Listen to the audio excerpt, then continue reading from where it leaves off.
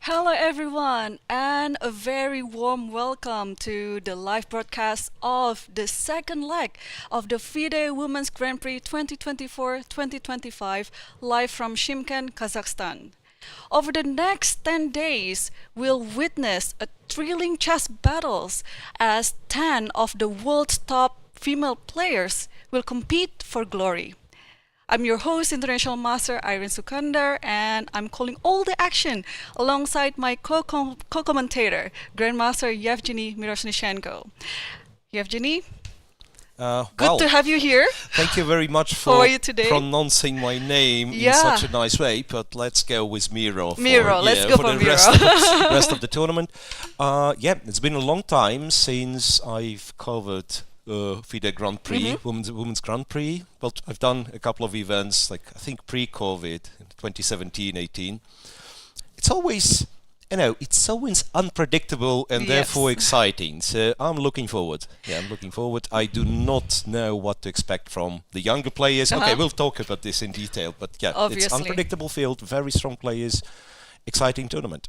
Yeah, and actually this is one of my FIDE favorites, this is my favorite event because as you mentioned, it is totally unpredictable, and on the first rounds, usually in the top class events, we can expect like lots of draws, but in women's events, usually it's the other way around. Miro, what do you think? Well, in general, higher, let's say higher number of wins, players are very aggressive from the start, exactly. and it very much affects the outcome of the entire tournament. You start well, you win a couple of games, and then you get this boost of confidence, but also your opponents, they feel, this player, they're on the kind of on a winning streak, so with a little bit of that'd be very interesting to witness.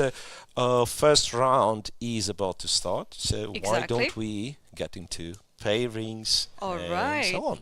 Yes, and on the first round we see the players are already arriving on the table, and we'll see quite a matchup here. We'll have Kateryna Lagno playing against Aleksandra Goryachkina, and we'll have also a clash of generation between Divya Deshmukh playing against Koneru Humpy, and we also see Tan Zhongyi playing against Elisabeth Paehtz, Batkhuyag Munguntuul playing against Stavroula Tsolakidou, and also the first timers in the Women Grand Prix, Nurgyul Salimova, will be playing with the local heroine Bibisara Assaubayeva.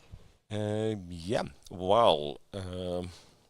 believe Bibisara has a lot of supporters here. Yes, definitely. Kazakhstan. So, that'd be interesting to witness her debut in Women's Grand Prix. But also today she's gonna play against Salimova. Well, if you remember, Salimova got her way to the Women Grand Prix because she was the runner-up of the World Cup in Baku last year. So she is already in that level, and she's quite an unpredictable player because she is here with her coach and second Grandmaster Nijat Abbasov, and obviously Bibisara has a lot of coaches behind her too. So I think this is going to be quite an exciting match to witness.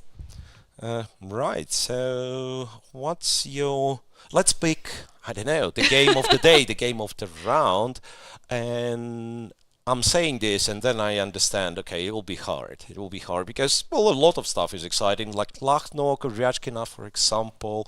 Once again, per regulations, the players representing the same federation have to play in round one. Unless you have more than two players. Right, in our case, we have two players representing FIDE, Lagno and Goryachkina, and same goes for India, Divya and Humpy, they're playing each other. And that one is a real clash of generations, as you've mentioned. Right before the start of the broadcast, we had a discussion that I happened to be a coach in one of the Women's Grand Prix series back in 2012 with Anna Muzichuk, and I remember Humpy being one of our main rivals, so to speak. So already back then, she was one of the strongest in the world. Definitely, yes. And before this broadcast, also we discussed, right? A few of the players, they're quite experienced of the Women Grand Prix. A few other players had played the Grand Prix for a few times, and I think they're also first-timers here. Salimova, Assaubayeva, and also Tsolakidou. Although technically Tsolakidou played the first leg of this cycle Grand Prix, but yeah, I think we can also call her that she's getting the experience of playing in this type of event.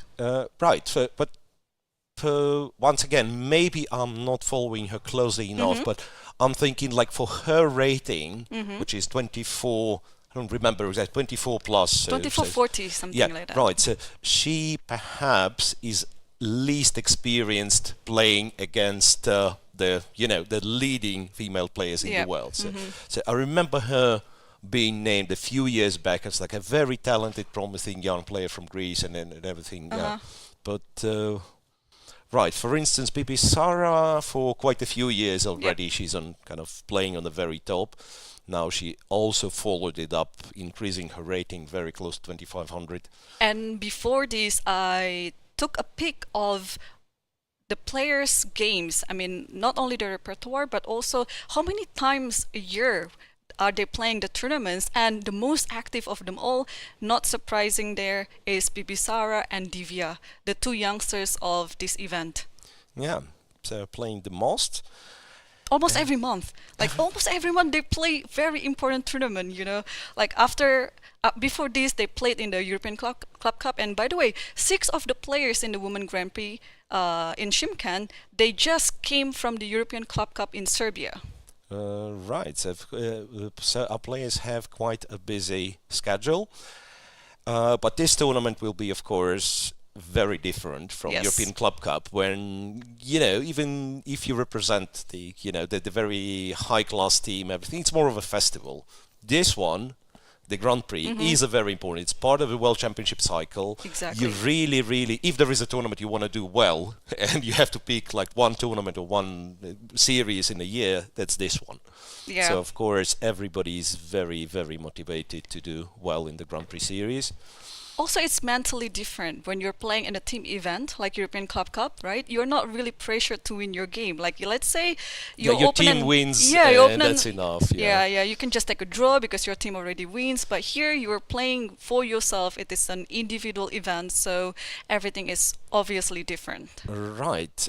Shall we talk a bit about the system of the Grand Prix? Because I believe, like, viewers, when they hear Grand Prix, they understand it's a series of tournaments. But the rules change from time to time, and this year this series is actually quite a huge one. 6 tournaments, you told me. Yes, 6 legs are planned for the 2024-2025 Grand Prix cycle, and we have 20 female players for the Women Grand Prix, and each of them will only play 3 legs. Yeah, so 3 tournaments out of 6. Yes. So as the player, you pretty much you don't care how many tournaments there are. You only play 3, and your best interest is to do as good as you can. In those 3, all 3 tournaments will count towards the aggregate result. Yes, and every result it will give you the Women Grand Prix points, which you have to accumulate, and then whoever gets the highest points in the end, the top 2 finishers will qualify for the Women's Candidate. The tournament, yeah. And we can see Arkady Dvorkovich making a first ceremonial move for Salimova in her game against Assaubayeva, and it is a D4. D2, D4. And FIDE president, as we know, he's avid and quite strong player himself. Yeah. So what I want to say, like, sometimes you have celebrities making the first ceremonial move and then players taking it back. Right. Right. So this is not the case, I believe, in our situation. So I believe he consulted what move exactly has to be played. Exactly. And we have a lift off, yes, and the players just shook hands, and Salimova stayed with D4. Not very trivial, because usually, in the ceremonial moves, like, I see, like, for example, Richard Rapport just played something else, and then he changed his mind and then totally played a different move.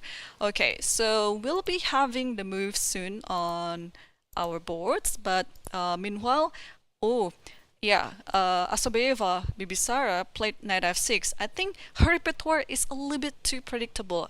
I believe if you go for the main d4 c4, she goes only for the king's Indian. But now Salimova played second move knight f3, so we never know what opening that Salimova is trying to play in this game. Yeah. So, well, there is not a lot of reason to be scared of a king's Indian, right? Mm-hmm. But at the same time, if you're, let's say, if you're not comfortable playing the king's Indian as white, you can go with, like, specifically with second knight f3. Maybe you're opting for bishop f4 and London system setups. Maybe you can go bishop g5, knight b to d2, these kind of things. So remains to be seen. We are not yet getting the moves on a live broadcast, but we are working on it. We can stick to the video, yes. I remember Salimova is actually a huge player of Catalan. She employed this opening a lot of times in a very important event. But of course, if you're playing in world-class events such as this, you cannot just stick to one opening. And second move g6, I think it should be pretty much predictable because that is the main repertoire of Bibisara's. And g3, third move g3 is already on the board. Yeah, when you mentioned the Catalan, I thought, yeah, Catalan players usually, they go g3 against anything. And yeah, so g2, g3 was just played. That's well, too early to talk about. So the only problem, g3 is a fantastic system against the king's Indian, very solid, like you never get checkmated and everything. The only problem there is, if you're, let's say, if you're playing the systems with white, is that black's going to go d5 and play the symmetrical Grunfeld after c4. Yeah, okay, we'll just show like d5, bishop g2, bishop g7, and eventually c4 happens, c6 happens. Very solid and very hard to get any kind of advantage with white. Well, however, it could be that Assaubayeva has more aggressive intentions. Yes. And, because also, like, if you're playing the king's Indian, that means you want more of a fighting position. And then, because, let's say you wanted a draw with black, you would play, I don't know, Queen's Gambit or something, right? So you play the king's Indian. And so there is a part of kind of psychological implication from both sides. So g3, white says, I want to be solid. I give you an option of playing d5 and also be solid. But if you want the king's Indian, you will have to look for another move. And after g3, she chooses to play c5. C5? Yeah, c5 is already on the board. C5 is also an interesting move. So inviting white to go d5, and then we would have... like some Benoni structure. Yeah, well, I'm thinking it can be indeed a Benoni. It can be even some Benko-like stuff, because I'm not sure in this particular position. Can you go b5 I think here? a4. I would like to go for a4 and then have c4 honestly, for the knight or something. I'm getting confused because there was this stupid line. Remember, like e4, knight e4, but it was different. I think the pawn has to be like on g2 and g7. Now it doesn't make sense, right? Yeah, now it's weird, and bishop b5 would actually Queen a5 would actually be a terrible mistake because it's a check, knight c3, exactly. knight c3, winning a piece. Yeah, c5. Let me think. Can we? Well, white can do what? White can play c4 and steer it towards English opening setups. There is also, if white wants to be annoying, if white wants to play the symmetrical Grunfeld, believe it or not, white can play c3. And it seems like, you're not fighting for advantage very much, but I'm not sure if black has anything better but to trade, and then once again we will have this symmetrical position with white. I mean, maybe not trade immediately, but after some moves you will have to trade, and it'll be the same symmetrical position with white having an extra tempo.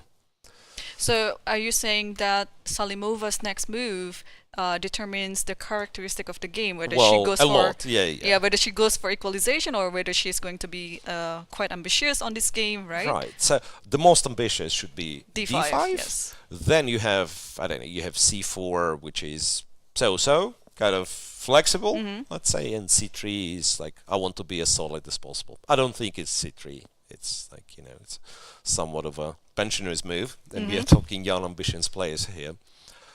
Shall we check what are the other openings? Okay, before we do, Right. I have a few things on the menu for you before we move to any of the games.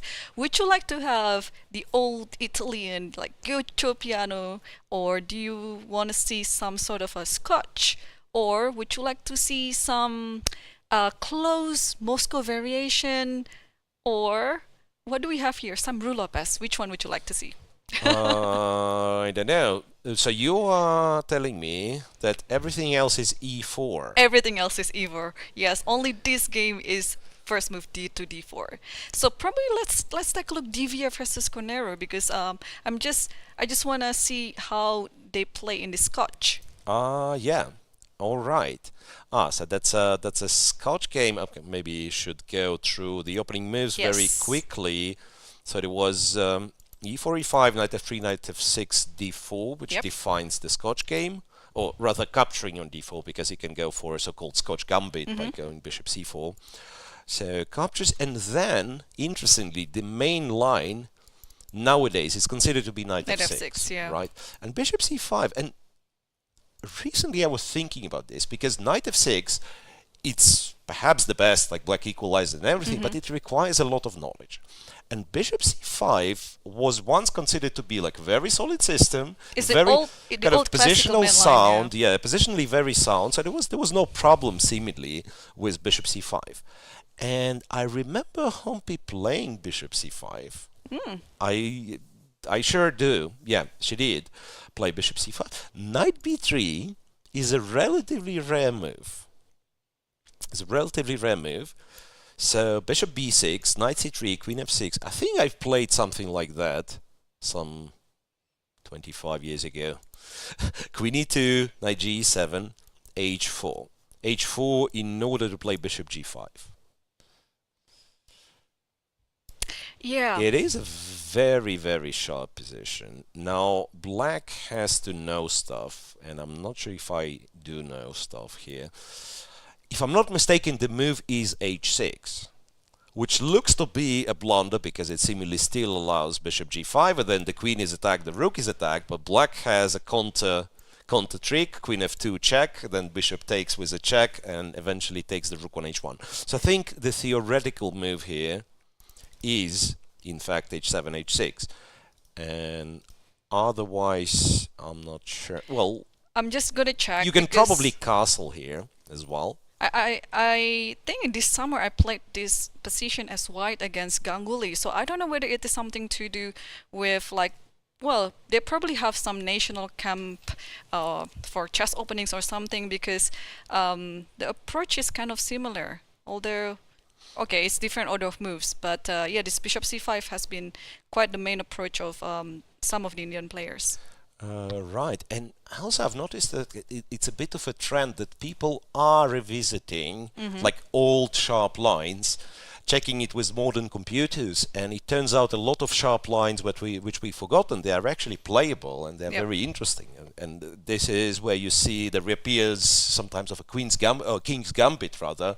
Nepo has played a king's gambit in a tournament game, right, which you would never expect. And some sharp lines like this can be playable. Yes, totally. So H4 is already there, and now Koneru is thinking H6 is obviously the candidate move. Yeah, I'm thinking, could it be that it's a false memory? Because yeah, let me reevaluate. I think the line I was talking about was knight d5, knight takes, pawn takes, discovered check, and so black has to play knight e7, and then after h4 you had to go h6 because you cannot castle. Because bishop g5 wins a piece. What about d6, bishop g5, queen e5? Yeah, this is perhaps playable. I'm not sure. Could it be that white is kind of slight? I honestly, I don't know. Like, could it be that white is slightly more Probably happy white is with better, this endgame? Maybe not. So anyway, all I'm saying, h4 is in fact something new.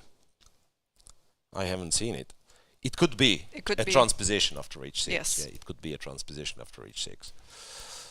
All right, so there is this one, quite an original.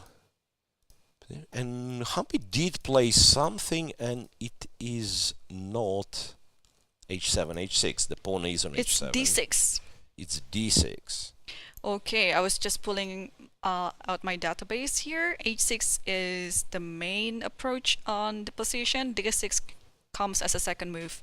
So Humpy chose to play d6, and it's been played by quite a lot of good players. And notably here, Praggnanandhaa played FIDE just beginning of this month, actually. And so you're right. So it's sort of yeah, they had a national camp. They all something like analyzed that, it, yeah, and then they shared the playing files against right? each other. Yeah, exactly. So okay, the game went with bishop g5, which I think Divya just did it on the board because I think bishop it's like G5 an automatic right. reply. Okay, so queen e6 here. So instead of queen g6, queen e6 is the main move. A little bit unnatural for me, to be honest. I mean, for the first timer to see this position, because I would naturally like to go bishop e6, for example, right? Putting the bishop on e6 instead of the queen. Or maybe you have to kind of fight with knight d5 ideas. Maybe that's the point. So she puts the queen on e6, yes. So she doesn't have to worry much about knight d5. I'm wondering if knight d5 is still possible to play. It's knight probably d5, not a good move. But not as good, yeah. Not knight d5 just takes on d5, takes on e2. Yeah, we can show it. Like takes here, trade the queens. Yeah. And I was thinking knight b4 could be dangerous, in fact, because white castles long. That's what I thought. I don't know. Knight a2. Maybe white gets some initiative, some bishop b5 checks later, and so on. But black doesn't have to do it. If it's, oh, sorry, I've returned too far. Bishop g5, queen e6. If all this happens, I think one of the safer ways for black would be to go knight e5 or even knight d4 to exchange this knight. And yeah, I think safer just to exchange it, yeah?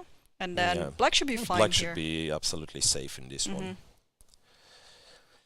So, yeah, bishop g5, Humpy is thinking. By the way, we never mentioned this, but the time control for this tournament is 1 hour 30 for first 40 moves, with the addition of half hour. So this is like unofficially, we between ourselves, we call 5 hours time control, right? Because usually, like for the commentators especially, the round lasts around 5 hours. Yeah. So the longer games would last around 5 hours. And also there is a special rule in this Women Grand Prix that there is no draw. Yeah, there is no draw offer before black's 40th move, because usually it's 30th move, but now it is black's 40th moves. Okay, of course, unless there is some repetition, there is some perpetual, right? Right, but so that's done for you spectators and for us commentators, so they do not agree on a draw in a time trouble. We want to witness as many time troubles as possible. Well, truth being told, I do not remember, like in women's events, I do not remember this so-called boring grandmaster draws. No. The fighting spirit is absolutely amazing. Wait a second. So something being played, I guess. No. Yeah. Bishop g5 so is still the last thinking of move. the bishop g5. Yes. So she has to recall all this memory. Then queen g6 looks natural, but queen e6 you have to challenge the knight d5 idea, which is looking a bit unnatural. And then if you have to find this out on the board without prior knowledge about it, then it's gonna be quite tricky for her. So queen g6 works, right? Knight d5 is not a big problem. Maybe you just don't take on d5, right? But what do you do? That's a good question. Also, Can you like go f6 or something? It looks a bit ugly, but f6, then probably bishop e3 now, and then c7 is hanging. ah yeah, bishop e3, but then it means black can take, go, I guess knight e7 or something. I think you have to go, yeah, knight e7. Knight e7. Uh-huh. Ah, it's tricky, yeah. Like at some point you'll Yeah, have h5, h5, you can h6. castle along. Yeah. Yeah, maybe white's getting somewhere in this case. So it could be that queen e6, and which I agree with you, somewhat unnatural, and you would prefer the queen to be on g6, but maybe queen e6 needs to be played to take care of this knight d5 business.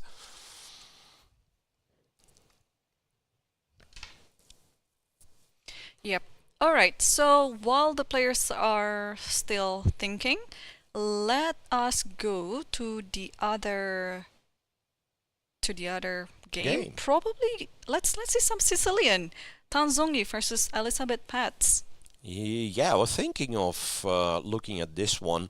So, in terms of the most titled players in this tournament, right? Tan Zhongyi has been the world champion. Yes. Right. So, well, at least so we have, let's say, Lagno, who is a multiple times world champion in blitz and like And once rapid in rapid. maybe, yeah. But for the classical, Tan Zhongyi is the only ex-world champion that we have in the tournament. And she is the challenger of the 2025 Women's last World cycle's Championship. challenger. Yep. Okay, so well, that's a lovely line. c3, knight to f6, bishop e2. Yep. What does a white do? He blunders a pawn, right? Yeah, that's a cheesy trick. One Yeah. shouldn't be so naive, right? And speaking of kind of all the lines which getting re-evaluated, because I've played this one quite a few times in blitz chess, in online blitz. So bishop e2, of course, like people rarely fall for this, but back in the day, knight c6 used to be okay. That's the main line, but now if you check it with modern engines, these positions. Okay, once again, you cannot move the knight because white wins with queen a4. Yeah. So the theory would be black first has to give this check. Knight c3, knight takes c3, pawn takes c3, and I'm not sure, like knight e5 used to be the move, knight d8, I'm not even sure what's better. But now you check with the strong engines, and it, like, white's never wars. I think it was knight e5, knight takes e5, queen c3, king f1, and then queen takes e5, the three... King f1? Yeah. I could go Or bishop bishop d2, d2. bishop No, d2. bishop d2, castle. What I know, because I had blitz games like this, after queen d5, if I'm not mistaken, rook b1, white is winning. Yeah.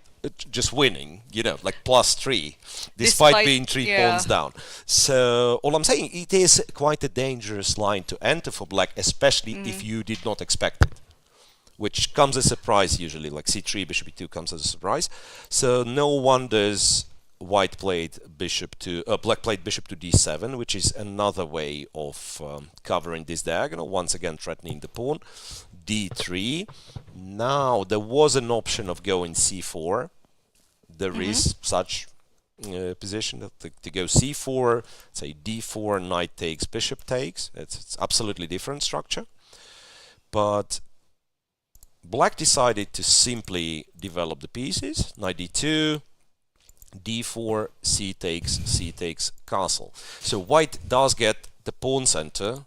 However, it comes at a price. First of all, the knight's on d2, not on c3. You would much rather have it on c3, of course, which would be much more active. And also, white had to spend like 2 tempi to get the pawn on d4. Right. Had to play d3, defend the pawn, and then later go to d4.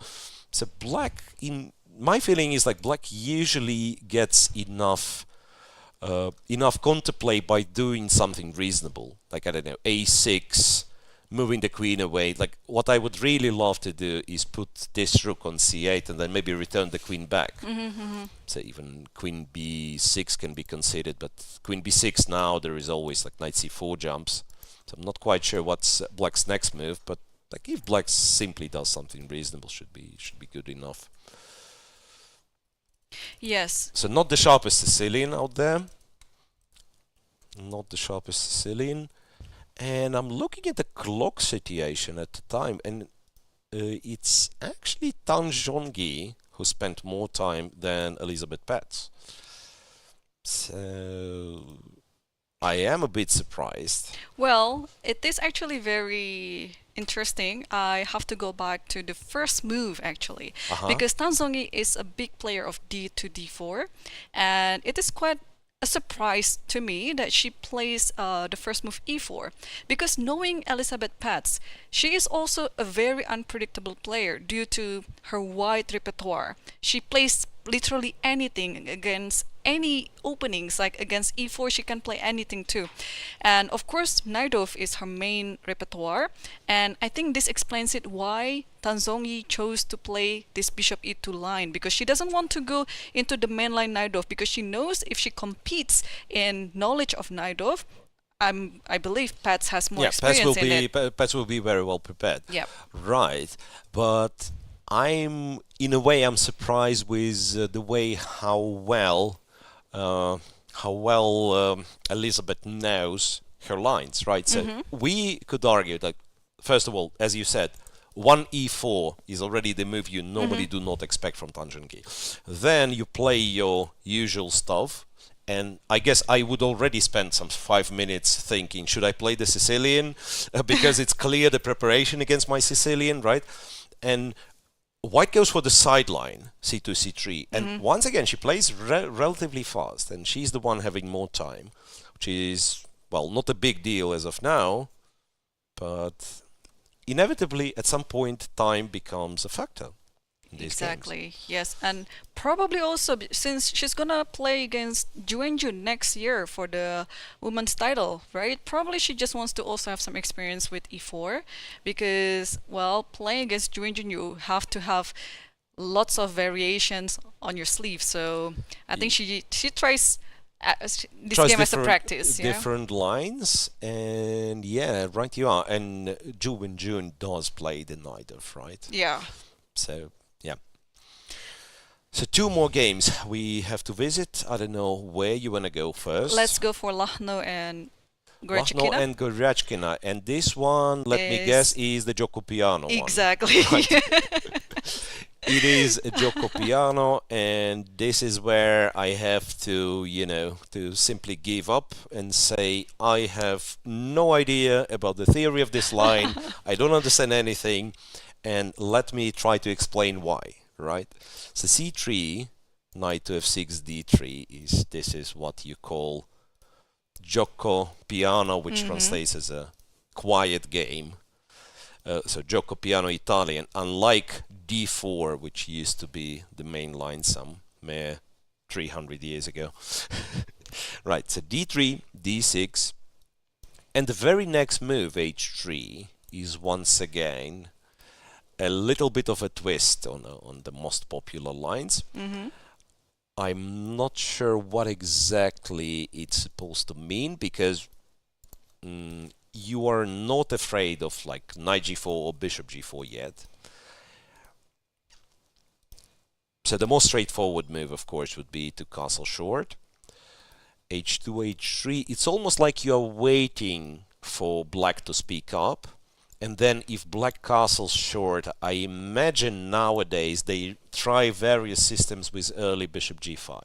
Okay. And maybe that's kind of the point. So you're waiting for black to castle, because an immediate bishop g5 is not great, because among other things, black can go for g5 in such positions before he castled short. So in this case, yeah, after h3, black decides to go a5, and this is once again mysterious to me. Sometimes they play a6. Sometimes they So play you move, a5. yeah, you move the a pawn in order to have bishop a7, right, to hide the bishop away from d4 tempo and so on, which we will see in our game. But sometimes they go a5, sometimes they go a6. a6, once again, more flexible, keeps b5 under control, but allows white to expand on the queen side. a5 is a bit more straightforward, stops b4 for good. So knight b to d2, black castled, white castled, and bishop went to a7. And I think we are back to something very normal. So, like if you check the number of games, I think it all of a sudden increased once again. So there should be more games like that. So white's plan, once again, like my understanding of this position is very basic. So what I know, so white wants to go rook e1, knight f1, knight g3, eventually go d4. But it is a lot of stuff you have to avoid. You have to avoid black playing d5 in the right moment, right? You have to avoid sometimes like this bishop is in a bit of a danger. Sometimes black can even play bishop e6 and just take with the pawn. But after bishop e6, since the pawn is already on a5, you also have this option to play bishop b5. Yeah, right you are. So rook e1. I suppose one of the moves would be just to go bishop e6. And what I was told that when black has a pawn on a5, this type of structure is acceptable for black. If you have the pawn on a6 and white gets b4 a4, then it's known to be slightly better for white.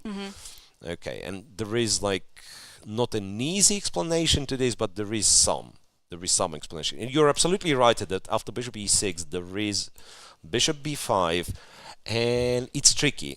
It's not that white really wants to take, but sometimes he does. Sometimes later on bishop goes to a4, c2, so like seemingly using a lot of tempi. But also what black is doing is not very productive. The bishop on e6 is not doing much, and if white eventually goes d4, it's a mysterious system. Seriously, like if you look at each white's move individually, it seems like how can you fight for advantage with these moves, right? I mean, you're hovering around. You play like 5 moves with the bishops. You go with knight to d2, f1, g3, and yet very often white gets some slight advantage in these systems, mainly I guess because the knight on c6 is not a great piece, restricted by the c3 pawn.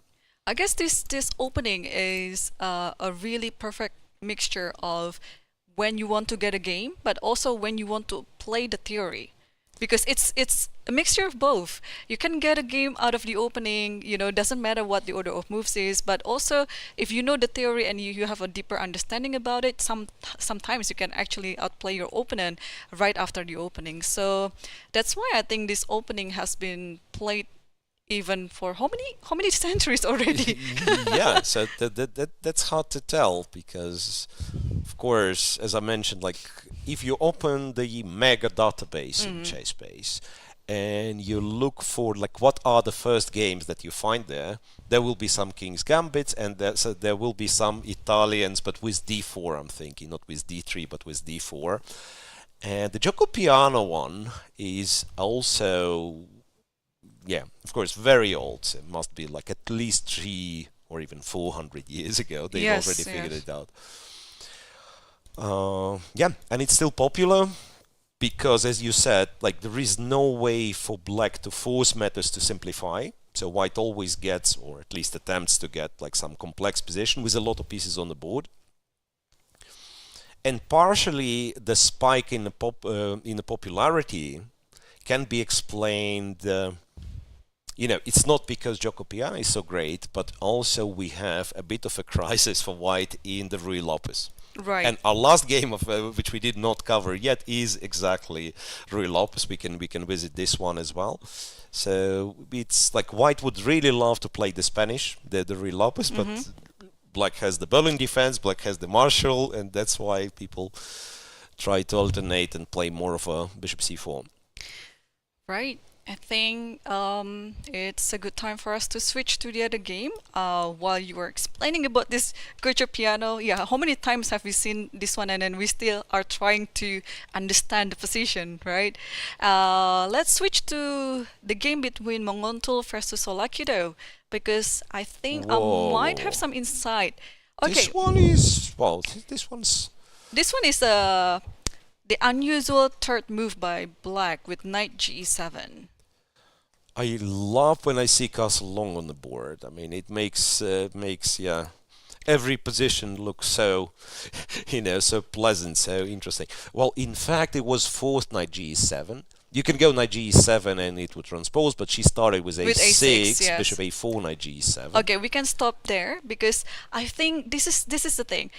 nowadays you cannot really work alone, right? Okay, you can have engine, but also I think it's better to work with somebody else. Like for example, we were discussing, and probably we are assuming there are many chess files shared between the Indian national team, right? And so is this game. Tsolakidou Stavroula is this. I think she's still a student or already graduated from the St. Louis University, and Nicolas Theodorou, a grandmaster from Greece, he is the expert of this opening.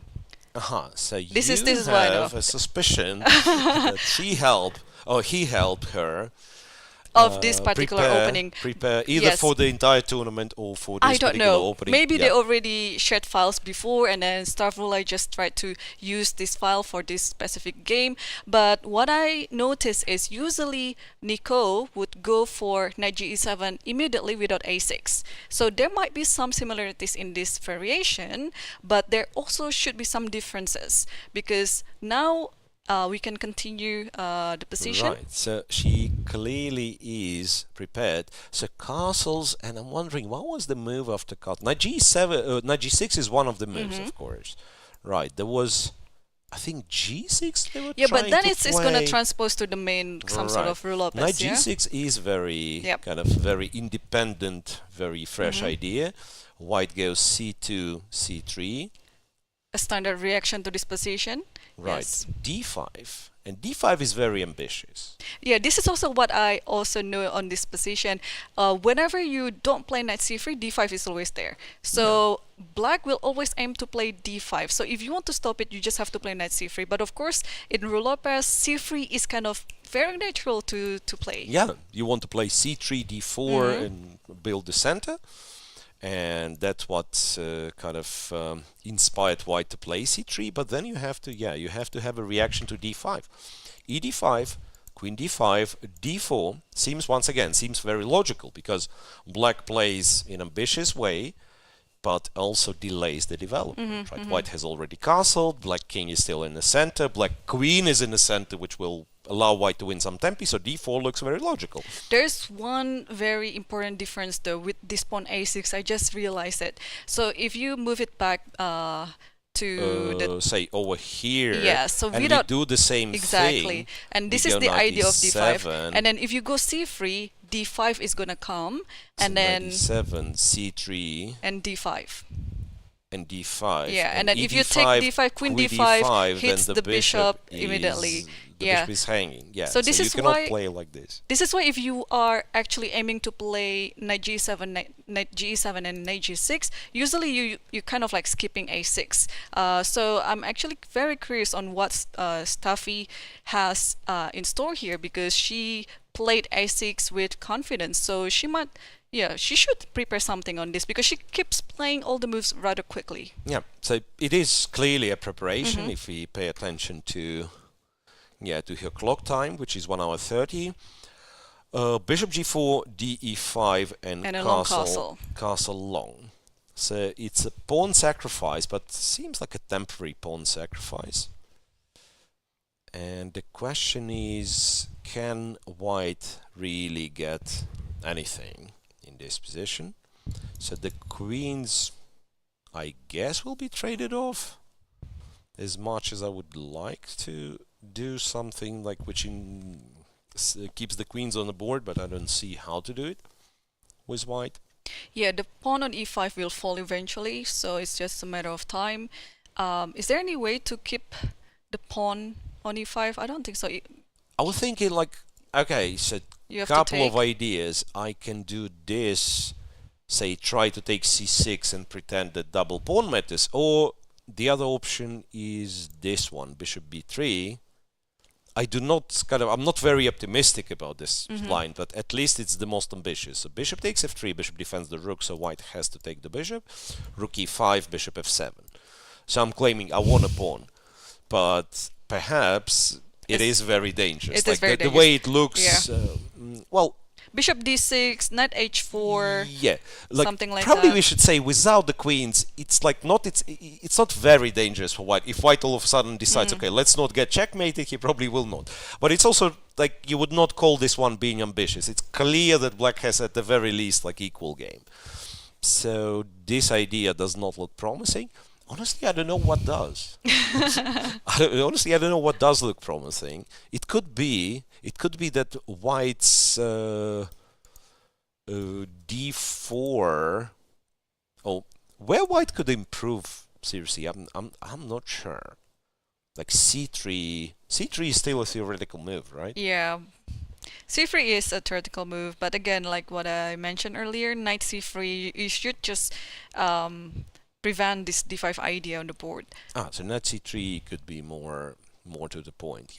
Yeah. Maybe, now that I'm thinking, maybe you have like a d4 option immediately after d5. I have no idea.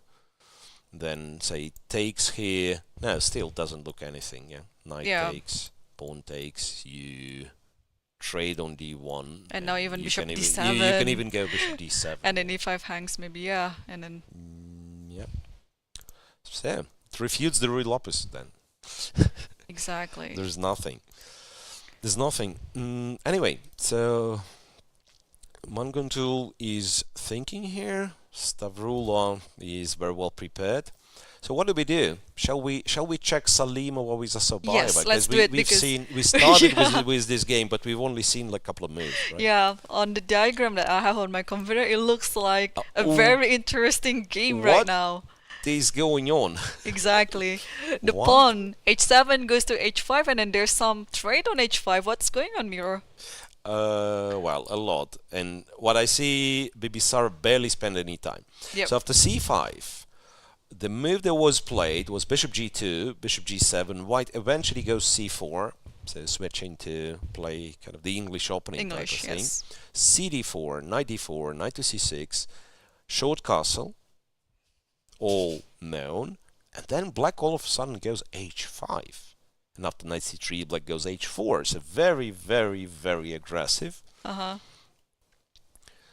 So Salimova spent some time here and decided to go c5.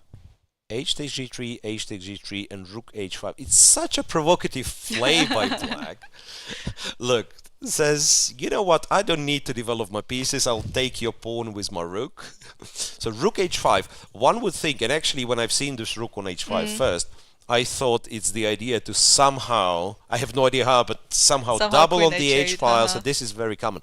And then you realize, you know what, this rook actually attacks the pawn on c5. And it could be that it's not so easy to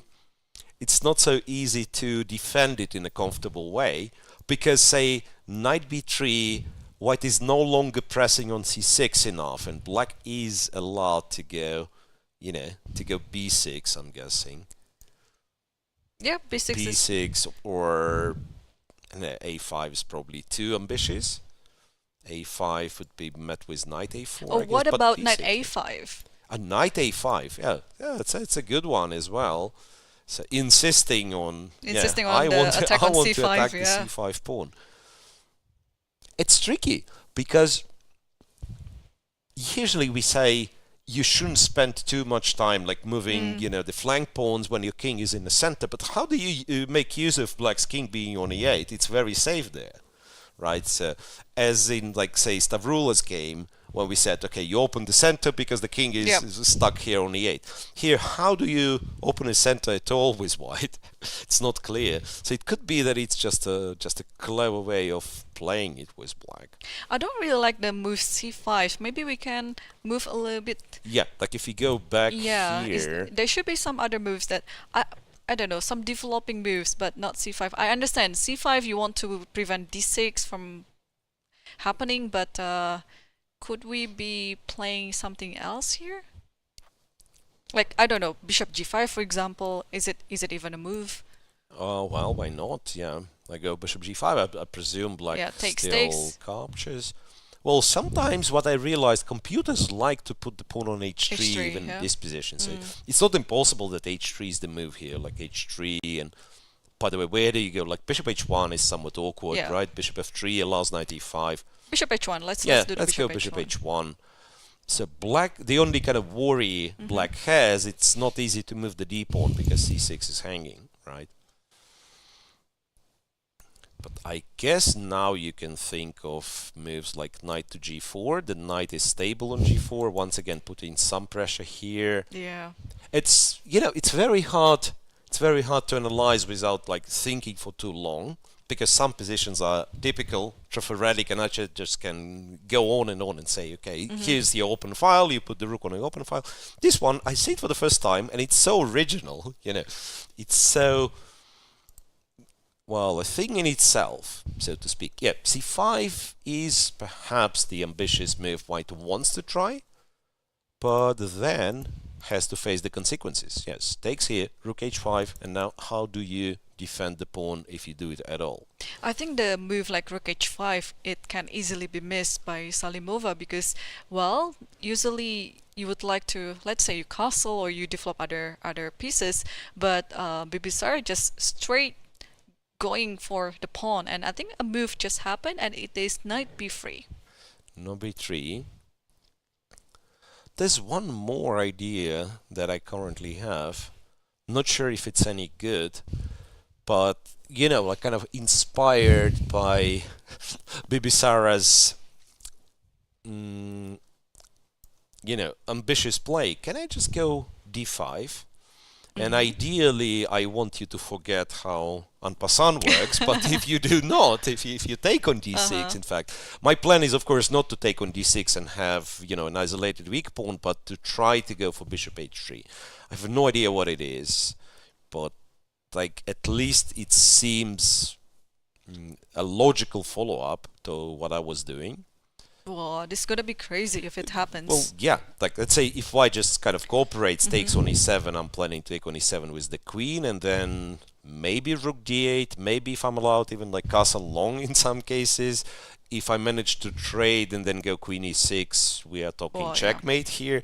So even a move like this, which I think is quite speculative, to be honest, like I don't think d5 is great, but the fact that idea of d5 exists in this position suggests that, yeah, Black perhaps has just a very, very promising position already. It's move 11. Yeah, I think Bibisara is definitely thinking about it because she's already in the mood of attacking. So move like d7, d5 should come to mind because you just want to continue attacking the king. And I think, to be honest, there's a similar structure in the English as well, where you actually just sack your pawn like that, with not d5 though, but d6 takes, and then somehow d6. you gain access to the king side, and then you attack the king, and so on. So it's definitely a move to calculate, and it's gonna complicate the position a lot. Yeah, your knight a5 is still not out of the equation, and there could be other moves. It is a very interesting position. It is a very interesting position for sure. Maybe the most original, if we are trying to kind of sum things up at the end of the first hour of play. Perhaps this one, I'd say this one, and also Humpy's Scotch are the most original positions of the round so far. Yeah, wow. I think today we have a treat. I mean, all the games are interesting and very unique as well. So let's do another round of visit to the game of Humpy, because I'd like to see how the game goes in this Scotch. Yeah, so it's slowed down a little bit after bishop g5. Humpy spent quite some time before she ended up playing queen e6, which was the top recommendation of the engine, I'm guessing. Yeah, White castled long, so a lot of long castles today. A lot being two, though, so not a lot. Bishop d7 and g to g3, intending to play bishop h3, I'm guessing. Yeah, that's quite an idea. Yeah, bishop h3. And interestingly, yeah, this queen on e6 is a little bit uncomfortable here. It's a little bit uncomfortable. But after, let's say, you play long castle now, and then bishop h3, queen g6, you over the trade of the bishops. The question is, can we somehow exploit, right, the fact that the queen went there? Is knight d5 even a move here? Yeah, could be. Or even like f2, f4. Yeah, there's so many Yeah, things going there's a on. lot of options. Like normally, I think we just kind of stop here. Maybe bishop takes d7 followed by f4, and well, technically you are threatening to win the game in one move by going f5. Okay, how do I undo the arrow? Yeah, f5. But there's f6. There's And the queen f6. You're saves. you're trapping the bishop, and I go f5, let's say, and the queen goes to f7. Bishop goes to f4. And knight can jump to e5 happily, Right. if necessary. That's that's an interesting one. Once again, like I don't know about dynamics in these positions, but like statically, it's interesting. Like one would say black has the square on e5, and that's why the structure is not great. But the square on e5 can only, locate. You can only put one knight on e5. Yeah. The big question is what the other knight's doing. On e7, it's passive. The moment it goes to c6, white's very happy to go knight d5. It is just an option, but black could also play d6, d5 on that position. Wait a second. So g3 castles long, which was just played by Yeah, the we way. just. Yeah. So over here and over here. f4, And this, f6, and queen this, f7. and this. Sorry, and Yeah, this, f5. and queen f7, and yeah, and black could go d5 Yes. immediately, right? And then it feels like black's probably The f5 pawn now feels better. Yeah, weak. better. It's got a readier for opening, for opening the center. Oh my gosh. I mean, this game is very interesting, of course, but Bibisara just played your move. Instead of d5, though, she played d6. She played d6. Yes. But the same kind of implying the same Yes. idea. So Bibisara is going for it. But I think the difference is she just wants to force this exchange for some reason, right? Because, okay, d5 looks like kind of like forcing too, because if you don't do the If you unpassant, don't where are you gonna take, go? yeah, right? yeah, like but black has a Yeah. huge center. Strangely, I've actually thought that it could be that d5 is more forcing, because now I'm almost tempted to say develop, and when you take to capture d8, and then if you take with the king, you lose the castle, right? If you take with the knight, I don't know. I'm hoping for some sort of compensation. Maybe it's a false hope, but who knows? Like knight b5 and. Yeah, maybe I'm just a pawn down, though. But Salimova just took the pawn now, so we'll see. So d6, what's the continuation? d6. Yes. Yeah, now this is serious. Bishop This is h3 looks serious. very interesting. And she does just it. did it. She yes. does it. Bishop h3. Amazing. Wow. This is.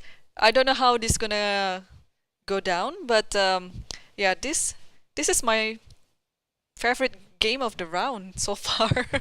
Right. So what you can do, I guess, with white, if you're scared, if you want kind of the plan B type of thing, maybe you take and you go king g2 quickly and get like rook h1, and you say, I don't want an extra pawn, I just want to be safe with the king. It could be that it's over ambitious, to be honest, now that I'm looking at it. But anyway, we, as as commentators, as spectators, we are more than welcoming this type of chess. So we love it when it's like very sharp, very tense, straight from the start. Exactly, and I think this position it's a true result game. It's not over for Salimova for sure, Absolutely. because I also love to play this as white, because I just want to see if my opponent can prove the pawn can be sacrificed, because now bishop h3, of course, this looks natural. It is a very common thing to continue how to attack the king, but also now we have d7. What else do we have? Like what you said, takes on h3, king g2, and then rook h1. Just try to simplify the position by doing some trades. And what else do we have here? Maybe not reacting to bishop h3 at all, and probably just get our bishop on c1 out. Yeah, maybe go like bishop f4 or something. Or Yeah. what about this? Bishop takes h3 and then knight b5, or even knight b5 immediately, because the rook is kind of Can you overloaded. go knight b5 immediately? Yeah. Okay, so you want to go knight c7. And if rook takes b5, then of course you'd be very happy to take on Yes. h3, and then as we know, At least we pretend that it works 100% of the time, but with the g2 bishop being alive, the king is not getting checkmated. This is the belief, right? Yeah, so it could be this, knight b5. Let's say black takes on g2 first, You give a forces check us to go first. knight c7, king f8, And now and we takes. take g2. But then our knight could be hanging a little bit. Yeah. Like rook c8. But I think it buys us some time to think about something. Bishop f4 or something. Bishop f4 is there, yes, and then in the worst case scenario, I don't know, maybe a4 and put the knight back on b5. But there's also what else Yeah, is like there? bishop f4 is not bad, right? And in some cases we are threatening to take. And we're not worried about e5 because then our pawn on yeah, d6 the is safe. d6 pawn survives. Yeah, Yes. that's what I was thinking. Like e5, I go say bishop e3. And whenever there's queen d7, you have rook h1 just in time. Yep, rook h1, and once again, wait a second, and then look, and you they can take. And now if the king takes, black deploys the queen nonetheless. But you can take with the queen. Yeah. But after queen d6, bishop c5 is there. There's always some so tactic. it's there, and if the queen takes, and you cannot take on d6 because bishop ups. No, sorry. Here, yeah. Of course, I meant if white Queen recaptures takes. with the It's just a queen, mouse slip, yeah. you cannot take d6 because bishop c5, and we can go on and on and on about this position. But I suggest we stop speculating and wait for Salimova to decide on her next move. Yeah. So, but to sum it up, you are absolutely right when you're saying like it's not like black plays for initiative, but Yes. it doesn't mean that it always works. Yes, Right? yes. It's just a very ambitious play and perhaps a risky one. Yeah, let's see which player plays the most accurate chess in this complicated game. And meanwhile, while Salimova is thinking on how to play against this bishop h3, I think this is the perfect time for us to take our first break. And don't go anywhere because all the 5 games are still going on and they are very, very interesting. And they're just going to get even more interesting in the coming hours. So Yeah, we'll be back shortly. we'll be back shortly. Yeah.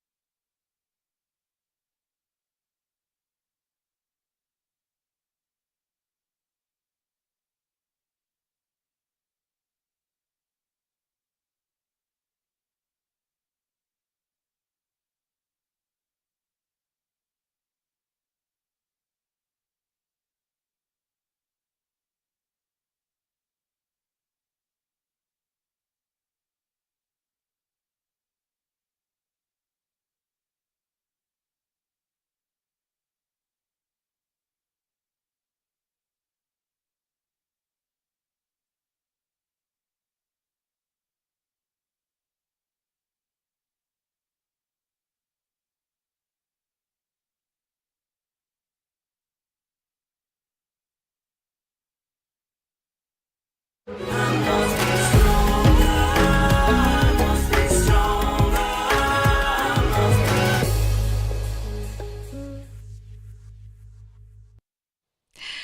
back, everyone, and this is the second leg of the FIDE Women's Grand Prix 2024-2025, live from Shymkent, Kazakhstan. And I'm still with the one and only, grandmaster Evgenij Miroshnichenko. Oh my gosh, I'm still you're trying. Getting better and I'm better. getting better and better, right? Yes, Yeah. trying to make it perfect. All right, Miro, which one are we going to see now? So, yeah, a reminder, it's a first round, it's a second hour of play, and we are, believe it or not, but all the games are on move 13, move 12, move 13, either like white is thinking about his move 13, yes. or black, that's fantastic. So everything develops at the same pace. We will take a look at Tan Zhongyi, our ex-world champion, and also the challenger, the challenger, and her game against Elisabeth Paehtz. We left it somewhere around here, yes. I think, and so h2, h3 was the next move. Black played rook to c8, a3. Okay, I just realized, I was thinking, like, why do you play a3? And then I realized it's actually quite awkward for white to continue. Exactly, because the knight is tied on d2, because you have to keep this protecting. Knight has to defend this one? Yeah, the other one also has to defend e4, and the bishop on c1, on the other hand, it has to develop. Bishop. Yeah, it's a set bishop. It wants to cat develop also. So h3, okay, black goes rook c8, now white goes a3. Maybe to stop knight b4 and to be able to play bishop d3 to defend this, and this will free the knight, and then the knight will move. So it's a little bit awkward situation. Elisabeth goes queen to b6, attacking d4. Knight c4 with the tempo, queen goes to c7, d5, and knight to a5. Okay, now the question is, do you trade the knight or do you retreat? But if you retreat, then you're going to kind of waste a tempo. And e4 pawn also is hanging. e4 pawn is hanging. So I would be like kind of much happier, say, playing knight e3, at least pretending that I've done something, something constructive, right? Going back to d2, while could be a decent move, because maybe we are threatening, b4 and stuff. You're absolutely right. It has like a very strange feeling. What I'm doing with my position. I've played a3, a3, almost like skipped 4 moves in a row. Yeah, went to c4 and back. Could it be though? Yeah, like I don't like knight d2, but if you ask me, okay, but what move do you like? It could be that I don't like the position at all, because taking on a5 also doesn't seem to be very attractive. Now I will have to defend the pawn. And she moves it back to d2. She does play knight d2. Yeah. So that's ambitious, but also very, very risky, or even, should I say, provocative. I think I have a feeling that this move could be punished very soon. Yeah. So black kind of has to take care of this knight sooner or later, right? So I don't think before is a threat, right? Because some stuff can happen on a diagonal, but eventually you'll have to take care. You have to have a plan. How do we stop b4? How do we react to b4? Queen c2. I think queen c2, queen takes, and bishop d3. Then then in fact, it's a very theoretic move. You have the possession of the c file, and maybe you want to invade, but it leads nowhere, it seems. Yeah, so queen c2. I'm not very happy about queen c2. What move would I like to play with white? It's a big question. What about b5? Yeah, b5. Oh, sorry, no, not b6. b5 is possible. However, let's say if I manage to go b4, and for now let's pretend that nothing of this works, right? So on a structure level, I would kind of presume that this has to be, like, again, if the rook is not handy, right? So the structure is probably good for white in the long run. because like knight d4 and b5 and knight gets to c6. But again, that's like not reality, that's my fantasy, because over here black is just winning with knight d5 or knight d4. Yeah. Right, so that means after b5 I'm not yet able to play b4. I need to prepare it somehow. And the big question is, how do I prepare it? And let's say if I go rook b1, then maybe go knight c4 immediately. And if I take, instead of having the pawn on b4, now it's on b2, which makes it absolutely different, right? But Elisabeth went the other way. Knight h5. Knight h5. And wait a second. Directly stopping b4. I like it. So it stops b4. It prepares Knight f4. some knight f4 stuff. Not only that, like f5 at some point can be considered.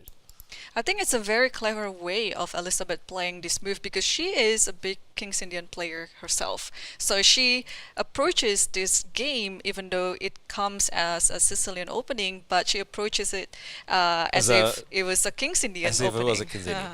So now, what's the move for white at all? Yeah, I'm not liking white's position at all, unfortunately. This looks cramped, yeah? Yeah, like knight f4 is a very annoying idea. Okay, let's just get this out of the way. So knight b1, I thought like covering f4, but at the very least, yeah, I know it's a silly tactic, but just to just to demonstrate that this is like black would be very happy to have. Or if you want, maybe knight b3 also works, yeah? And then you preserve your bishop. Yes, and knight h5. Knight h5 is a clever attempt. Wow, Tan Zhongyi is really in trouble now. What's interesting, computer doesn't really, or the evaluation bar doesn't really think that it's that black is way better. That black is better. Yes, it could be that there is a move for white that we don't see. What about knight? Okay, sorry, I was thinking knight b3, but there's bishop a4. I thought of it, yes, but then bishop a4 is so unpleasant. I also thought knight b3, but then it's like bishop a4. Okay, what happens if I say go rook somewhere to, well, this is terrible. Now wait a second. So this knight f4, let's say. Knight f4, yeah, and I was thinking b4. And you know what I don't like? I don't like this one. Wow. Because it's actually getting white queen trapped. And if you take c1, it's obviously Hang knight on. e2. Take f5, rook d1, bishop d1. But you always have some tactics. I don't know, bishop b5, knight d3 is coming. Why should I be unhappy? It's equal material, right? And it's a very bad It's equal material, and it's like two bishops. Yes. So white should be close to losing this one. I don't know. Seriously, I don't know what the move is for white. Or probably just approach it quietly, like rook e1, bishop f1. Maybe. Or even knight, I don't know, so giving go up here, the bishop, knight f1. Knight f4 here, and then we say, okay, you know what? Now your knight on f4 will be hanging in some cases. Yeah, could be this. But this takes quite of patience for white to play this type of moves, because naturally speaking, you would like to do something on this position, but instead, I think you have to be really patient. Yeah, it's pretty much like you are saying, you know what, I don't need to develop the bishop from c1, I can play it as is. Yeah. After rook e1, by the way, you can consider other stuff. Well, f5 could be, looks dangerous or even once again, back to your idea, b5, knight c4. So it looks very promising. And even if computer gives this type of evaluation, from the flow of the game, you already get this vibe that white's not very happy with the way the opening went. And Elisabeth, she's known to be like, she's a very principled player.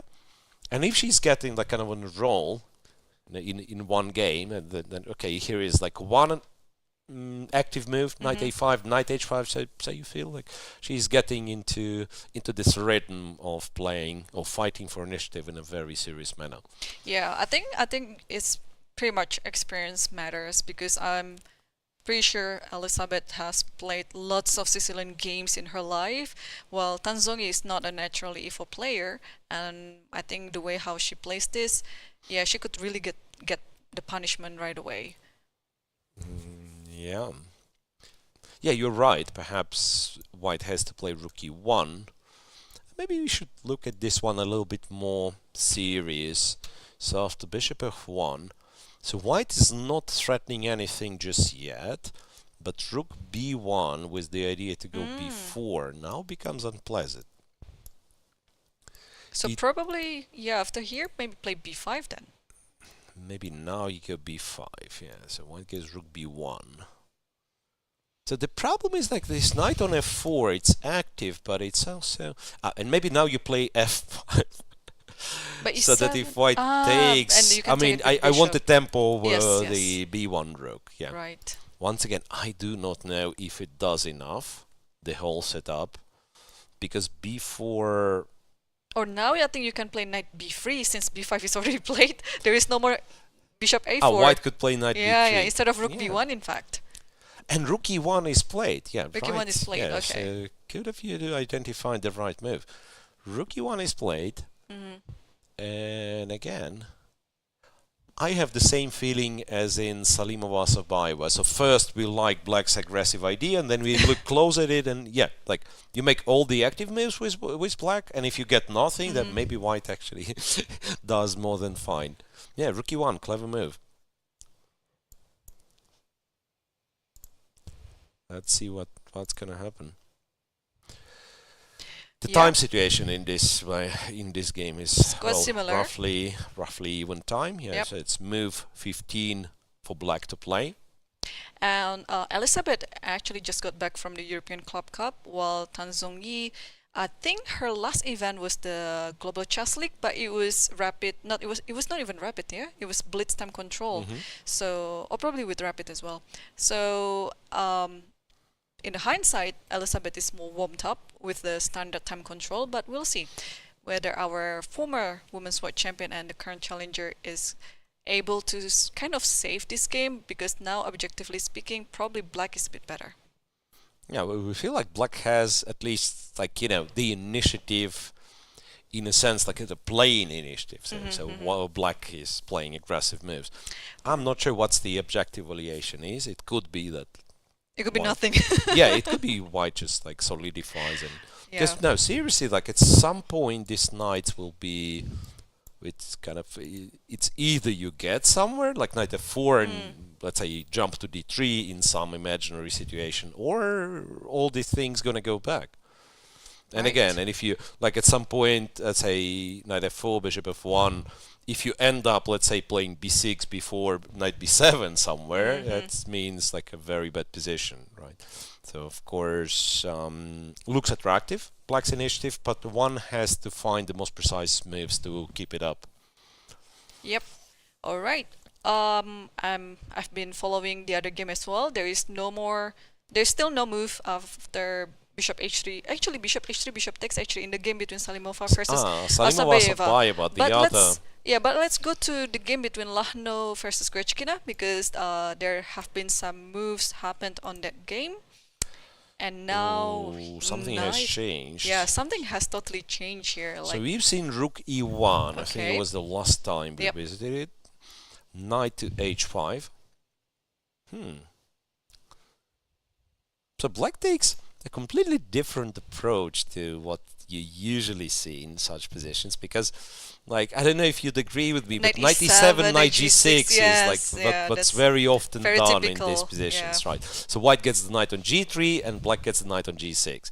Instead, Goryachkina decides to move the other knight. So knight to h5, knight f1, queen f6. So knight g3 is stopped with this knight on h5. You don't have any kind of tactics, because the knight on f3 is pinned among other things. White goes knight e3, aims at d5, but then Aleksandra Goryachkina captures it. So bishop e3,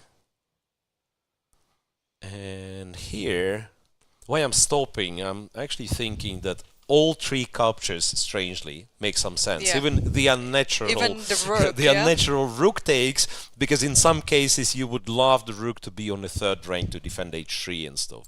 Yeah, for example, if rook takes e3 now, knight f4, and then you just move the f3 knight, so that probably Let's knight say h2. h2 yeah. to g4, and yeah, well, Whenever there's queen g6, you have rook g3 rook right g3, away. right. So what happened was the most natural recapture, bishop e3, knight f4, and white just played d4. So whenever there is queen g6, white is ready to capture the knight on f4. Yeah, and rightly Is so. there any like funny business with all the sacrifice on h3 or g2, because this looks for it. Yeah, well, the question is how exactly do we Probably not manage it? not enough pieces to do that anyway. Yeah. That's a good point, in fact. Like after d4, black got this knight on f4, but what's the next? Precisely the next move is what I'm struggling with. Like bishop e6, there'll be d5. d5, yeah. There'll be d5. Bishop d7, it'll be hanging on d7. So you can't move the bishop. Or maybe rook to like e8 or d8.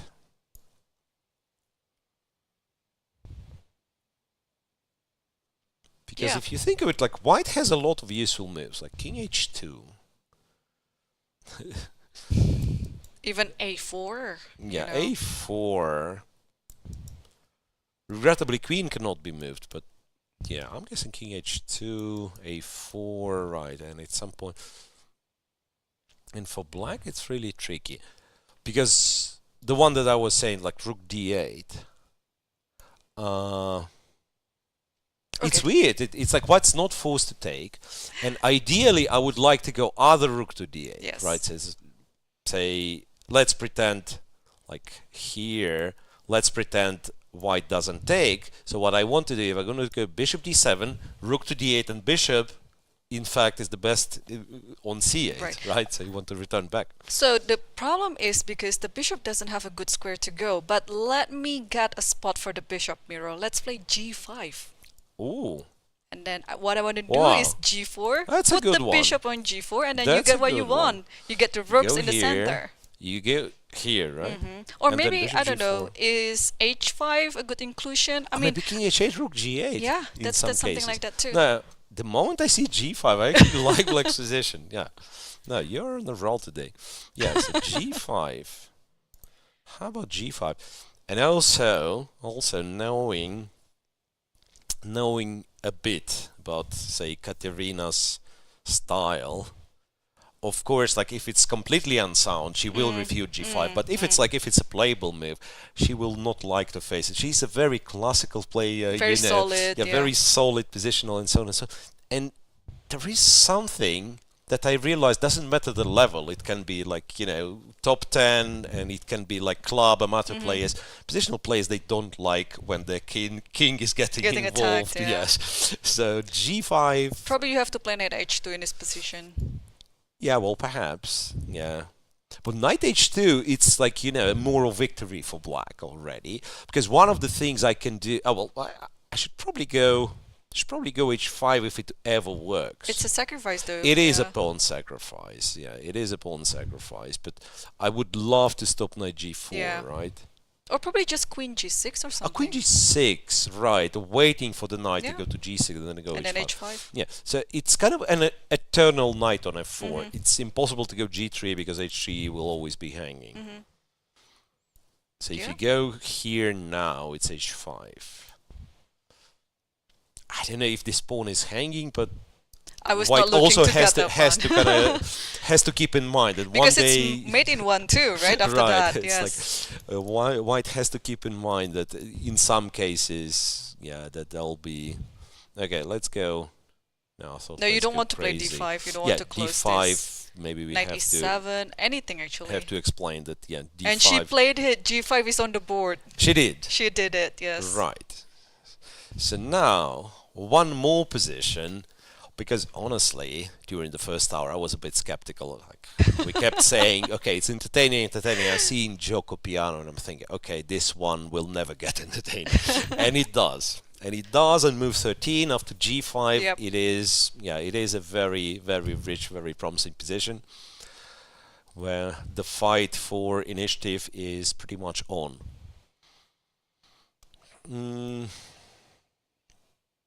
Yeah, this is another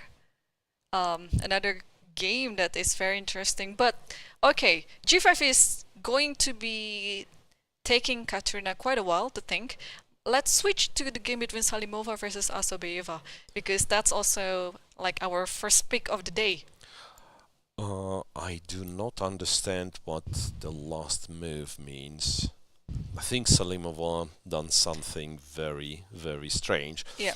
First of all, she spent a lot of time and she decided to play d7 check. Okay, so technically you have 3 moves to play on this one. Yeah. So King F8. King F8, I think the more I'm looking at it, the more I was like, okay, maybe that's the right King way to F8 go. is a move. Well, I'm here to advocate for surprisingly the simplest solution. Yeah, it just takes, yeah. To take with the queen. And I presume the whole thing with d7 is intended to trade the queens. So queen d7 and knight d7. And I'm looking at this position, and black definitely has no problem because he's much better developed. But also, in some cases, I'm threatening to take and have a better structure. And as white develops, for instance, like just to illustrate, like you can castle long, of course, there is no problem. But one of the things to do, you can take here. You can go f6, king on f7, f7, knight on e5, Yep. and yeah, these are not that great pawns. Knight d7 would be kind of an ambitious way of keeping the queens on the board, but maybe you're right. If I want to keep the queens on the board, maybe I go Just king play f8, so that if this queen leaves somewhere, then you take it with the I'll queen, take with yeah. the queen. Yeah. Yeah, I think Salimova overacts a bit in this position because I can understand. I mean, well, I took a pick with engine during the break, and then it is actually not very easy. But your move, Miro, bishop takes h3, rook takes h3, and then just play king g2, King g2. is one of the top choices. And the other choice, apart from king g2, is to play bishop f4. Over here. Yes, which is more So ambitious. to develop. Yeah. To develop or to take care of the king safety first. Yeah, and d7 is really, it's kind of, it gives you this feeling that white's position was already not great. Like you play d7 with, not light-hearted. You just play d7 trying to please exchange the queens. I'm afraid of getting checkmated, which she had no reason to think of like that. Her position was promising, and now, like, considering that black has at least a couple of like easy to play moves, both queen d7 and knight d7 are normal.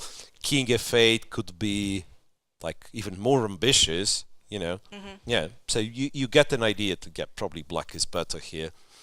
Yeah, I think the mathematics of this is actually pretty easy because all black wants to do is the initiative around the king, and then white has some sort of like kind of like an advantage or compensation with the d pawn, and once she gets rid of this pawn, she doesn't have this equalizer anymore. Yeah, right? yeah, you're right. So it's like black pieces are more active, white king is a little bit more vulnerable. Yep. And you had a pawn for this as your kind of factor in your favor. And one could argue that that's kind of the fight was like, I have an extra pawn, you have the attack. If I defend, I keep the pawn. So now you take the pawn back, and the attack is still somewhere around. By the way, I just thought, like, if you go here and white tries to keep this one, knight c5, can we do some crazy stuff like this?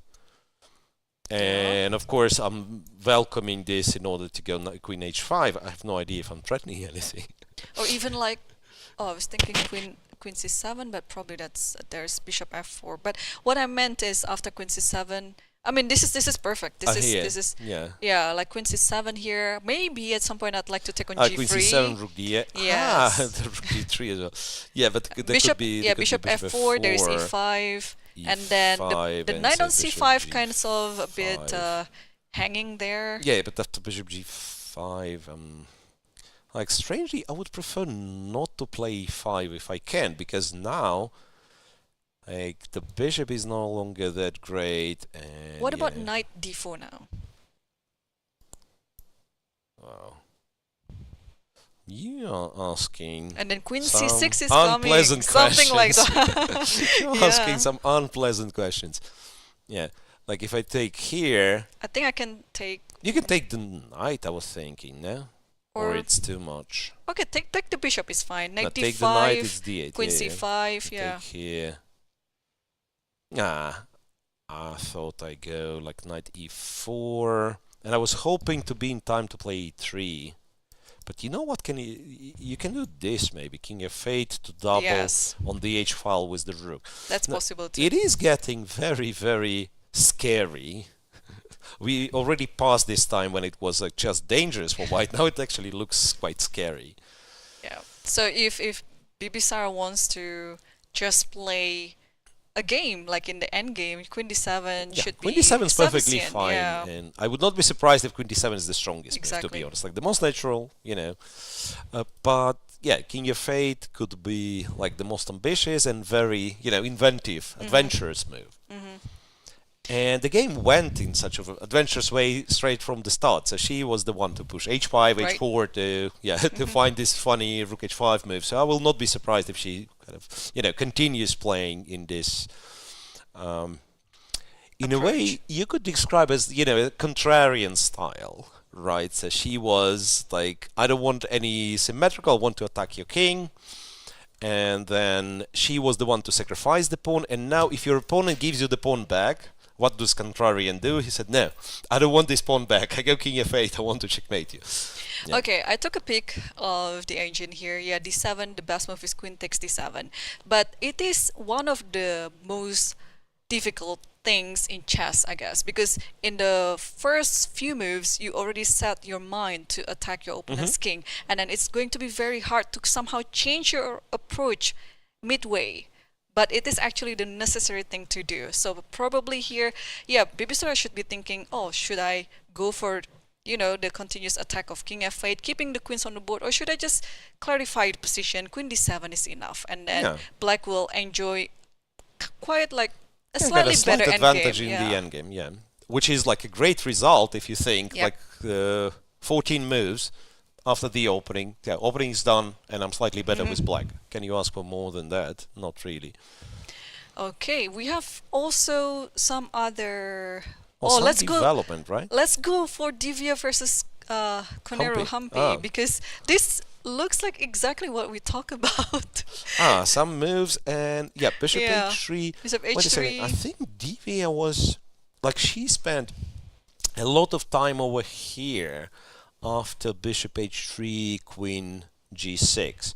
So I'm wondering what were kind of the alternatives, because that's the line that we've mentioned. Yep. Like, first thing, okay, let's take and And now f4. go from here. Yeah, our line was f4. I'm not sure if it's and any she good. played it. She played f4. Oh, she did play yes. f4. So we. I'm still not sure if it's any good. Yeah, to be honest, after what we saw, I think f4 was not really a good move. But okay, let's see.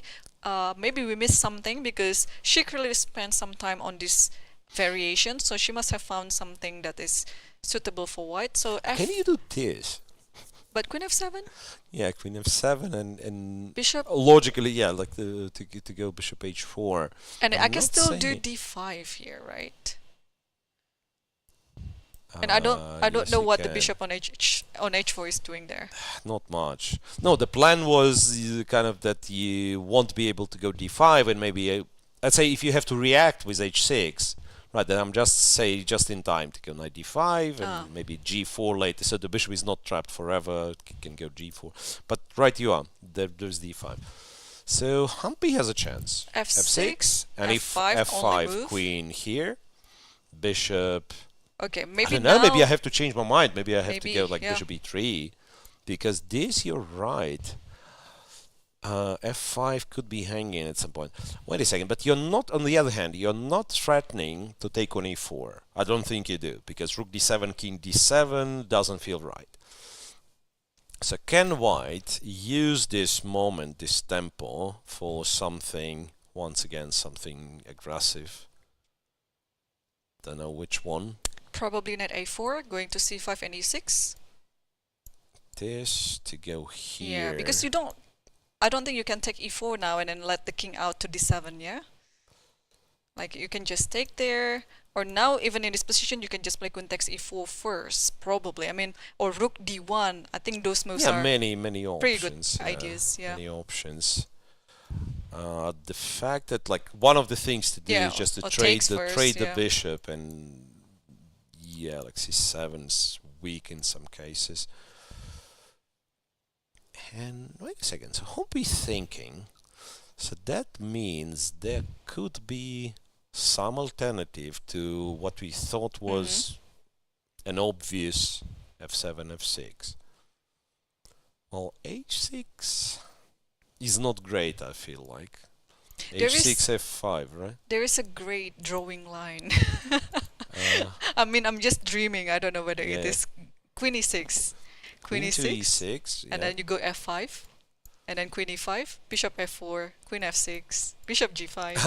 I mean, if you wanted a draw, you can repeat it like this, right? Yeah. But it requires an effort from both players, right? But that's like queen e6 that's not really a bad idea, you know? Like, if black just wants to equalize the game, like, how do you continue after queen e6 if black just wants to play for a draw? Because you want to play f6, there is no f5, you'll take on f5, so you're threatening the bishop. So that's what you're saying, yeah, threatening the bishop. If I move the queen, say, to f3, so that I still have f5. At least there's queen c4 at the very least. Yeah, you've gotten the square on c4, right? If I move this queen to d3, there could be like some knight b4. Yeah, so it's tricky, queen e6. Yeah, okay. It is. How much would you like to bet if this is going to come on the board? So really, a draw like this? No, I don't think so. But okay, apart from f6 and queen e6, is there any other move to continue this position? Yeah, like h6. I thought about h6, but I'm not very f5 and not then very the optimistic with my queen on h7. Right. I don't know why would it be better than just going f6 and playing normal.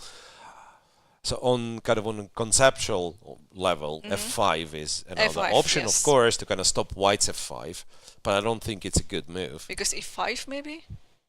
e5. Yeah, and e5 looks interesting. I was thinking g4 also could be interesting. Like if you take either of the pawns, I go f5 anyway. Yes. Like you go here, like f5, queen e5, or knight e4, queen e4, knight e4. Yeah, this looks promising for white. So f6 solid. Queen e6 is tricky and also looks playable. Playable, totally. And I just realized it's also quite forcing because, because f6 is also f5 on this position. I think f5 is also playable now. I mean, as for black, like the next move. Wait a second. Well, what was our draw? Our draw queen was e5. like that. Yes. And can black take? I just realized. No, the queen is protected. The queen is protected. Wait a second. Yeah. So f5, queen e5. Wait, f6 doesn't make any sense. Then you get back the square on e6. Bishop f4. Okay, let's try g4, yeah? Yeah. And queen actually is in trouble. Queen might be trapped. What else to play here? Yeah, g5 is coming. I guess okay, G4, so we found the much. Solution then. Yeah, that's not gonna happen. G4 is too much. Well, same as in Salimova's game. I think the natural move is the strongest move. Like after all, we didn't find any argument against black playing f6. We want it to be original, but sometimes you just have to play what's the most f6, natural and looks good. Yeah, so f6 should be fine for Humpy. Yes, some developments in Lagno, Goryachkina. Queen is on g6. Yes, I but guess, let's quickly take a look at Munguntuul versus Tsolakidou. because we haven't touched it for a Yeah, while we there. haven't touched it for a long while because there was not much to touch it. I I think the think- conclusion was that here black has equalized, right? Or even After slightly castle better long. position, probably. Right, so we can just like check what has happened. Mhm. So white traded on d5 and went for a very modest move, knight d2, knight e5, the knights traded, bishop b3, knight e4, f6, bishop e3, knight on d3, rook a d1. Mm. So now, So is b2 takeable? I guess the problem is, okay, or rather, we And then the knight might be expect- trapped, yeah? we expect this one to work. Okay, let's go bishop a3. Bishop to a3. Or probably just No, bishop I mean, c1. we probably should, should explain that knight Okay, d3, there is rook rook d1, d1 and yeah, and the we pin. lose this knight to a pin.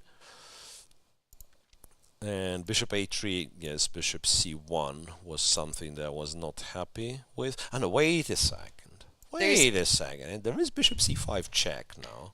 Yeah, but you can take the- you can take yeah, if you want, you take the knight first on e4. You take the knight first. You're absolutely right. Ups again. I'm just getting used to this software. Bishop e4 first. You're absolutely right. And then bishop c5, and the king goes. And then you go knight d3, and there is no rook d1. Right. There's a little problem. Rook d1 is illegal. It would win the game, but it's illegal.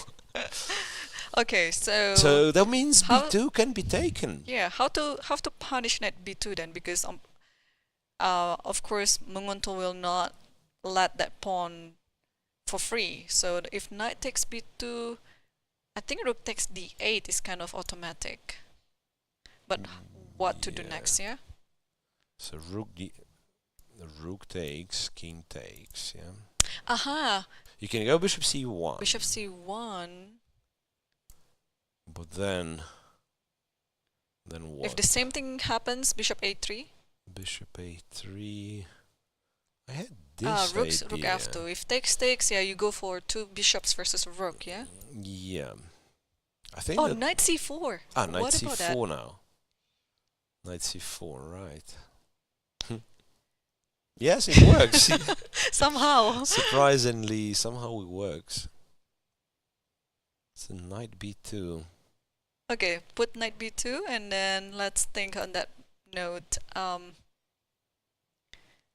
I think rook d8 has to be the move anyway. And then what is the way to trap? Oh, what about knight f2? Just play a solid chess like that.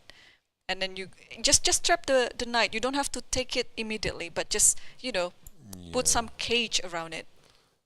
Bishop Like bishop here, c1 and then bishop you- c1, Oh, and but I'm there's ready knight to go knight d3. d3. Yeah, Or probably, ready to go knight d3. yeah. Yeah, but now we're like fighting with white to win the pawn back. So that's like, it doesn't explain why we had to sacrifice it in the first place. Maybe there was no good move here. Because b2 is hanging. But moreover, if you don't take on b2 with black, it's like not clear what black is. Oh, okay, you can always play bishop e7, I guess, right? Because like one way to blunder with black would be to try to go for something like this, which Yeah. looks very comfortable, but there is rook d3, of course, eliminating the knight on d3, and then the bishop is hanging. Because like, yeah, if you force this exchange, if white has to take on c5, then black's very happy, right? Right. It's a pleasant structure. The knight's gonna get on e5, but yeah, there is a tactical flaw in this line. Yeah, knight takes b2.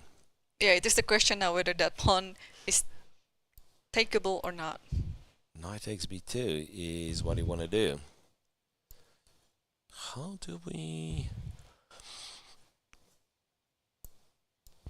How do you continue at all? It's a tricky Yeah, it's a tricky position. line here. Or, what do we do after bishop c1? Bishop a3? Bishop a3. And now knight f2. Knight f2. I mean, at the very least, the bishop is tight on a3, that you cannot move anywhere, and also the knight. Yeah. Guess something like Yeah, something like that that for sure. too. And interestingly, like Oh, white pieces knight. are also not so mobile either, right? But after knight d1, there's bishop c5 first. Yeah, knight d1 doesn't really. Otherwise, it Doesn't would be really if the king was on impress h1 though. Like in this position, if the king was on h1, knight d1 might be the best move. But Well, you still take and go to c3, right? no, There's it's a check. It's a Then check. bishop d6. Ah, then bishop No, d6. it's like Okay. you're not winning much. Like, that's Yes, the problem. I think That's this the is what Stavroula is thinking. You know, she must be Oh, tempted. she has to take on b2. She has to take, yeah? She has to take on b2, I believe. Like that's her chance. That's her chance. All right, and So what do? We check Paehtz, Salimova, Sure. Paehtz. which one? Tan Zhongyi with Paehtz, because I see last move was queen to c2. Ooh, the queens are exchanged. Okay. Queens are getting exchanged. So, So, Lizzie, after rook knight e1, h5, yeah. rook e1, she went b5. Okay, we talk about it too. And yes, and And now you it's- mentioned the best yeah. move, which is knight b3. Because now bishop a4 is no longer there. Bishop a4, no possible. Take here, and queen to c2. Mm-hmm. So now white gets a chance to trade, go bishop d3. Oh, wait a second. She captures and she did not play bishop d3. Interesting. Oh, I think because I think she worries about the positional sacrifice, or just this one. Maybe you just win the pawn like Just that, win the because pawn. it's why I'm Hang stopping on, here. but I'm there is- surprised. Okay, yeah, rook b1, then rook takes c1, right? Yeah, you can take on c1. Yeah. Perhaps. But is this winning though? I mean, because white has the c file on that position, like rook b1 now, you have to take it with the rook. Okay, just keep taking on c1, and then now rook c7 is coming. You cannot play rook c8 because b5 is hanging. If you want to go knight f4, maybe bishop f1, and rook c7 is still there. Is it really winning for I think it's not black? winning for black, no. But how do you defend rook c7? Ah, you mean like you think black could be worse now? I mean, I can always play rook c8, right? Oh yeah. I mean, paying the pawn back and just equalizing. if black is playing for win, then Yeah, you're right in a sense that if black plays for the win, so it's not there, and you're saying it could be that it could you be have that. yeah, but how Although it's how quite a real is stretch. it? Yeah, it's quite a stretch. How It's not. real is it? Okay, technically you can. But bishop b5 You is can there. go knight f4. Yeah, bishop b5 is there. Very tricky. No, okay. So, what? Rook c2. Yeah, I'm curious. Like bishop d3 is a very natural move, but she rejected it. So rook b1 is there. It's a very, very A curious strange thing, right? glitch. No, look, I'm sorry, I'm looking at the PGN text, and it's a very strange glitch, which Ah, showcases. Oh, now it's like rook to c7, queen c3, rook c3, b1. What's that? It can't be right. it cannot be right. I think it should be. No, I think she queen traded c2, on yes, c2 and yes. went rook b1. So now it's black to move. So for some time we won't be able to. Oh no, wait, we will be able to analyze what I'm talking about. Rook c2, rook b1. So defending this, now intending either d3 or. You know what? You know what? I'm blind. I thought, yeah. So knight f4 stopped. White wants bishop d3. Can it be that we are back to this discussion, white being better in this position? Just Yeah. realized, because No, I'm not too hopeful since the queens are off of the board. Right. Because, black has another problematic Yes, nine, this yeah. time on h5. yeah, the knight is a bit offside now. If you will have to go back to f6, that means once again lost some time. And also, you know what? I'm not seeing the change with the clock situation. So Lizzie was like she had more time, and so this last couple of moves she really invested a lot of time in, and that usually happens when you're not sure what to you're do, not very right? happy about your Yes. moves you're playing. Also, sometimes it's because you have many options, but then you realize you end up choosing the worst one, probably, and then you kind of cursing your own self. But okay, they are on move 20, so 20 more moves until the next time control. Yeah, so there is not like a big danger of going to a time trouble of any sort. So maybe let's once again take a little tour of each individual game. So we've seen this one, we've seen, I think, okay, just to show once again, yeah, no changes here. Yep. Munguntuul against Tsolakidou. Still, knight takes b2 is an option. Let's see, For- Lagno Goryachkina first. Okay, this one is also I just clicked on this one. Sure, no Sorry. worries. After d7, knight takes d7 was played. The option we kind of didn't look for too serious, but yeah, bishop f4, queen c8. Like still wants something on that. something on this side. But Salimova goes king g2. All right. So now it doesn't matter where black moves, I guess. Like the knight on d7 moves away so that the queen can protect the rook, or if the rook moves away, it's gonna be rook h1 next move. Yeah. Feels like it's gonna be rook h1, and it started very exciting, but now the more I look at it, I think strangely this game has a very serious potential of kind of fizzle out because I was thinking, okay, this king is stuck in the center, but in the way you can just march king f8, king g8, and pretend you always castled short. There was no such thing as like kingside attack.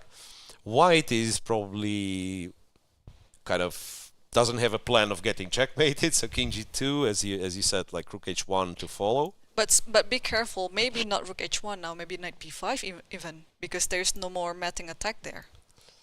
Yeah, but can you go like king f8? And then knight c7. Because like these things, I suspect it can be dangerous. Or wait a second, not even e5, not even e4. Once again, I'm clicking the wrong button. Knight c7. There's also knight h5, right? Oh. There's also knight h5. Interesting, yeah. So now the problem here is that you actually do get checkmated, right? Right. Check and queen g4 checkmate, or rook h1 and queen h3. Or king f3. There should be some checkmate after king f3. Probably knight e5, yeah? Knight e5 and something like that. Not What's on this happening? position. No. Wait a second. Again, I have to, delete this. That's that line. And then, how did I get to this one? Knight f6, knight b5. I said king f8. No. Knight b5 first. Knight b5 first, yeah. King f8. Knight c7. Sidestepping the double attack. Yes, knight to c7. And now instead of going rook b8, knight to h5. And we said, okay, if you take here, knight f4, king f3. Well, where's the mate? Knight e5. In a worst case scenario, you can say I'm taking the knight. You don't have to, in fact. I mean, you can move away. Or queen f5. Yeah, I mean, it should be a checkmate. It's just like queen f5. I'm lazy to look for it. Let's go here. And queen g4. Queen g4. And then bishop h6. Yeah, f4. I don't think it has to be analyzed. Yeah, I mean, black is winning. If not a checkmate, black is surely winning. Okay. So this is too much. This is too much. Yeah. So knight f6 is perhaps a chance, because if you move, if you go knight b5, then probably there is. I feel like it's time for white, to take care of the king. Also, there is knight d5. You're trying to exchange this. And then the knight is centralized. And to take with the queen, yeah. That's fair enough, that you can do this. I guess black can still do king f8. Okay, then there's so many trades, like knight f6 is there, or rook c1. I don't know whether you care about your development. I think it's also fine for white to play rook c1. Yeah, like rook c1, I suppose. I mean, rook h1 is always there, but I just want to try to find some other rook moves. h5. Is this even a mate? If I just take on f6, queen h3, and then king f3. You can do it. And next move Yeah. I'll play rook h1. Because the bishop on f4 is so strong that it stops knight e5. Mm-hmm. Yeah, could be this. Also, rook c5 is there if you don't want to exchange the other way. I mean, I think white should be fine. Still the king on f3 is But something out. rook h1 is better, of I'd course. prefer not to have, but yeah, well, rook h1 at the very least, black Yeah, can yeah. trade everything, take b2 and And the then upper rook pawn. b1, knight c5. I think it's with compensation.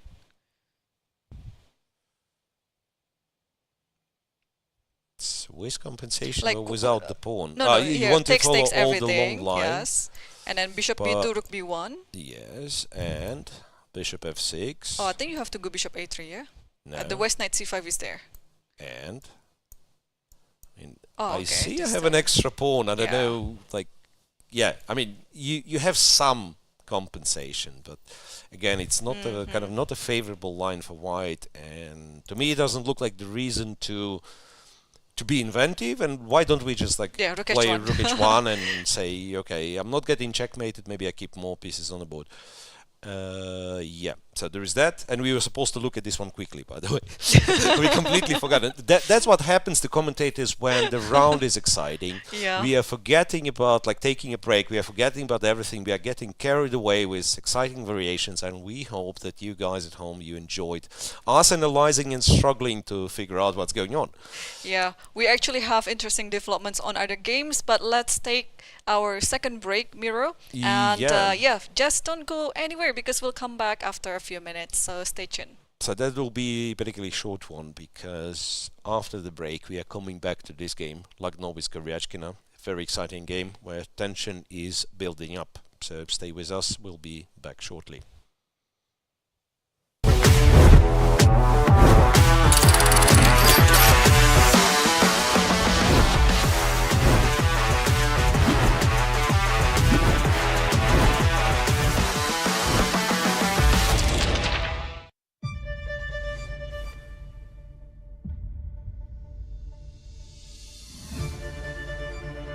我的心情应该说非常的激动，但从外表看起来比较平静，但是内心里早已波涛汹涌。后来去休息室也大哭了一场，就是情绪很难用语言来形容吧，一种如释重负的感觉。I've been thinking about it since the time I started playing chess, so it's nothing different to me. The match in itself is something that I've always wanted to be playing, and now that I got the chance, I'm grateful for the opportunity. 我记得最后一盘棋，我就是在一个少一兵的撤兵惨局中，也是费尽千辛万苦把这盘棋和下来的。如果没有顽强的意志，我可能就没有办法能下到加赛。The main approach is to go to every game in the right mindset, be fully ready physically and mentally, and just go there and play good moves. And yeah, I'm going to try my best. In general, I'm very universal, and I can play all types of positions, and my calculation is usually quite precise and deep. 我的优点比起他来，可能年纪稍微长一点，经验更加丰富一点。然后在棋上面，我可能比较擅长一些子力调动的类型的局面，然后我可能技术处理上比较细腻吧。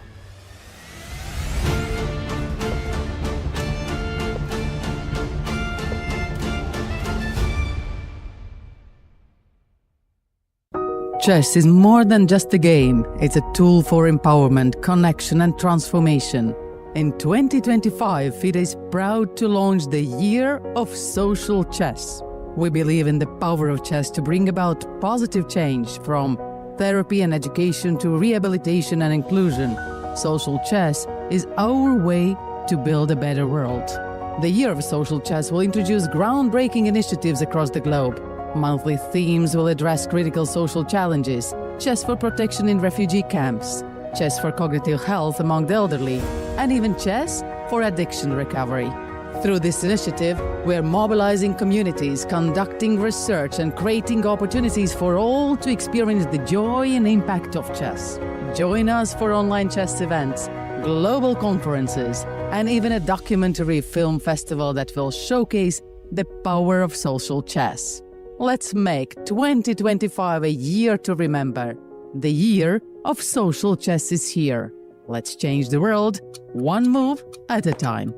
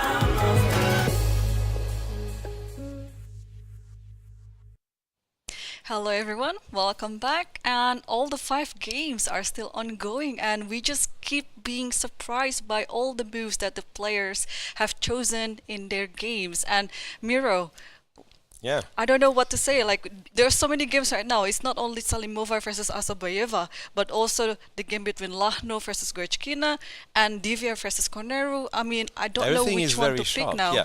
Well, we promised Goryachkina and Lagno, right? After g5, we guessed the next move. Knight h2 Yep. was white's reaction. Queen went to g6, as you suggested. f2, f3. So white defends the e4 pawn, and yeah, fights against g4 for now. King h8, queen d2, and f7, f6. Solidifying the center. Rook a d, ac1. That's an interesting move. Yeah.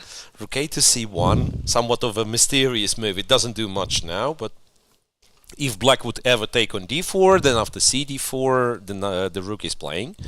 And knight to e7. That's, it's interesting because a lot of pieces on the board, but no clear plans as of now in terms of pawn pushes. Right. You don't really know what structure you want with white here, right? Do you want to take? Sometimes you probably don't want to go d5, as you pointed out. Yeah. So both sides are playing this kind of waiting game where each of them plays the moves that they think will be useful in the future. So now knight goes to e7. I guess queen will be moved. The other knight is going to go to g6. As white here, I would pretty much like to organize g3 somehow. But how? It could be that I'm dropping the bishop back for now, but then still It's still g3 is dropping not h3. possible because h3 is hanging. Or probably the bishop can be trapped, or maybe there is h5. Like, let's say g3 takes and then g4, but Bishop there's f1, h5. but first of all, it's like black to move, so say queen g7. Yep. And if g3, knight takes, bishop takes, and you go g4, h5.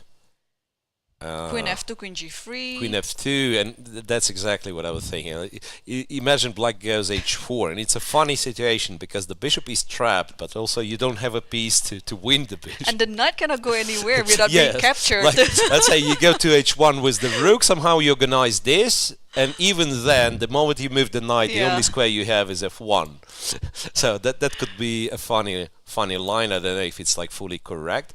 If black is somewhat afraid of it, there is like queen h5 as an option to kind of attack h3 one more time. Maybe just go h5 though. h5, h4, securing knight's position on f4. I'm guessing bishop f1 deserves to be played, and now I think I found an explanation for rook c1. It could be that white actually wants c4, c5. Another King's Indian approach then. Yeah, opening the files. Opening the C file while your king is getting attacked. It is similar now to King's Indian ideas. Yeah, it's not it's tricky because like black got some initiative, but is it really an attack? It remains to be seen because white pieces are not that bad organized in terms of protecting the king.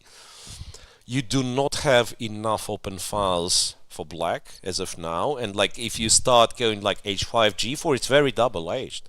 It's hard to organize this because the knight's gonna be hanging on f4. right. I'm starting to get kind of warmer towards white's position, thinking kind of in terms of if you play sort of a slower game, if white is allowed to go bishop c1 and like carry out this c4, c5, I like white's position. Yeah, I'm trying to understand this position, but probably after bishop f1, is knight e6 a move? Dropping the Kateryna just played b4. This is actually what I had in mind, like why you played rook c1. So that's the other reason to play rook c1, to play b4.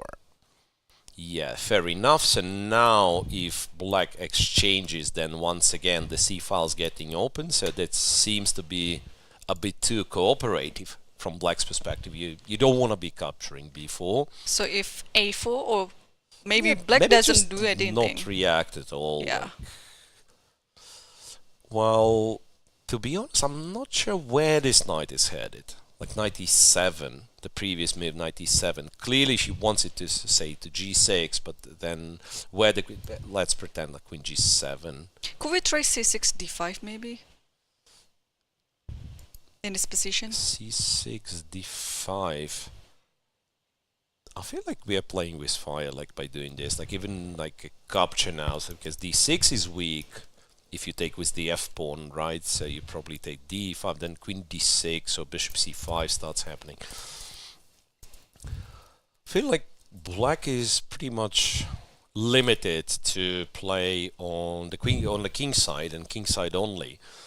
Ooh, and h5 is on the board. h5, yeah. Wow, this H5, is a so very dynamic approach now. Pushing the pawns. White is playing on the queen side, black is playing on the king side. Yeah, I guess move the queen, go knight Yes. g6, and then go g4 is one plan. The other one could be just put the pawn on h4 and say at least I'm securing that this knight is... I don't think so though, because I think you're just allowing at some point knight g4 and all the attacks stopped. So probably you are actually planning to play You're trying to g4. organize g4. Yeah. Yeah. Okay, fair enough. Yeah, I'm still looking at bishop f1, I don't know. Anyway, the tension is clearly building up in this game. So let's check what else do we have. Divya Deshmukh with Humpy Koneru. And here, well, it's not the first instance. I think we have to congratulate each other on being in a good form. We are guessing the moves correctly. So over here, think... After f4, After f4, yeah, black spent F6. some time, but eventually settled for f6, f5 queen is f7, force, bishop f4, d5, and then at a4. and knight a4. Yes. Rook to d8, and white says, you know what, I'm not in a hurry myself. I go king b1, d takes e4, and queen takes e4. So what do we play now? Like this rook to e8, or trade the rooks, go rook d8? Because the next move could be knight b c5. You want to take on b6 Ah, next right, move. you don't want to take... Not now, but knight you b want to c5. go here, then take the then bishop, knight then go e6. knight e6. Yep. And this would be, of course, a great achievement. So I have to fight with this idea. And that allows me to find a move like rook d5. Oh, maybe I should do this. So look, I go rook d5. Now, among other things, I'm attacking this pawn and I want to double.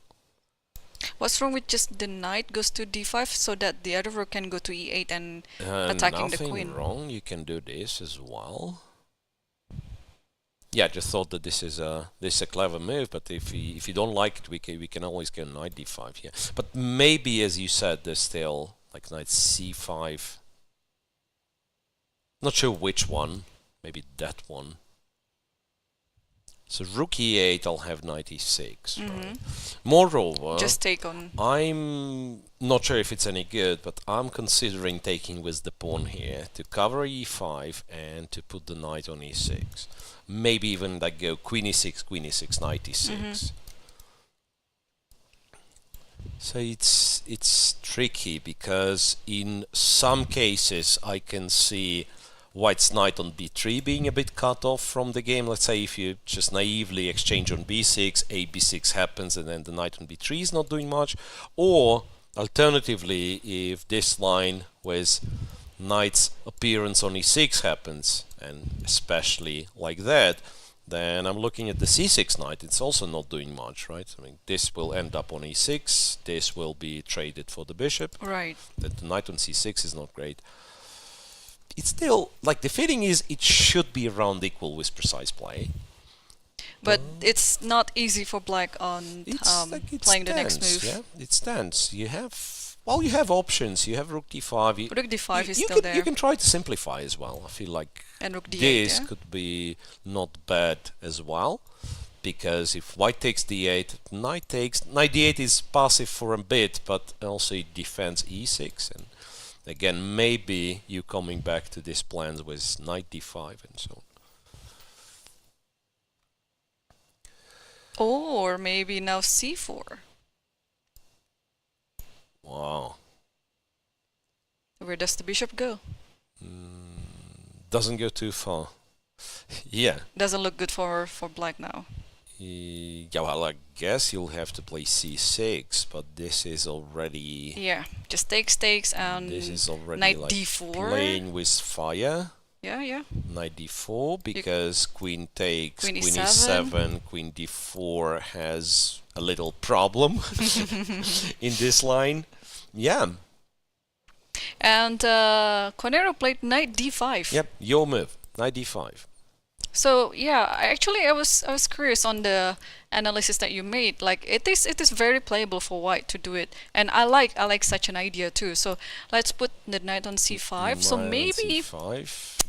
there is another move in this position. Knight e6 is coming. So how do we do? So I'm thinking like you can go this, knight e6, and my secret hope was that something like this is gonna work, like knight f4, then trade the rooks, go g6, try to undermine the knight. But I kind of cannot really understand what is that. Ooh, what is this? I have no idea. I mean, something's happening. Knight d8, I'm attacking the queen as well. So if rook e4, it's knight f7. If rook a4, it's gf4. And is I the think knight white trapped? is just winning. Yeah, I think white's just winning, Yeah. right? It's kind of is getting trapped, but also there is no piece to take it. So Okay, so that knight means, d5. Rook like is knight coming. here. So knight c5, yes. Maybe you need to take this one and then to take this one, Okay. and then you can play rook e8. Then I'll be happy to play this, I guess, with knight e6. But yeah, but then g6, and I'm not sure if you can keep the knight on e6 alive. What about knight b6 and then queen a4? Somewhere. Knight takes, pawn takes, queen a4, and if g takes here, And knight goes, yeah. yeah, like Oh, there's a funny Or th- knight there's a- d8, yeah? Knight d8. knight d8, Knight oh. d8. Oh, actually, that's a better move, knight d8. Because you're also attacking b7 at the same time. You have to... No, I wanted to show this line, but I don't know if it's Ah. any good. But there's king d7. Queen d5. No. Queen d5, right. Queen d5. So you have to take You and have then... to take, but then...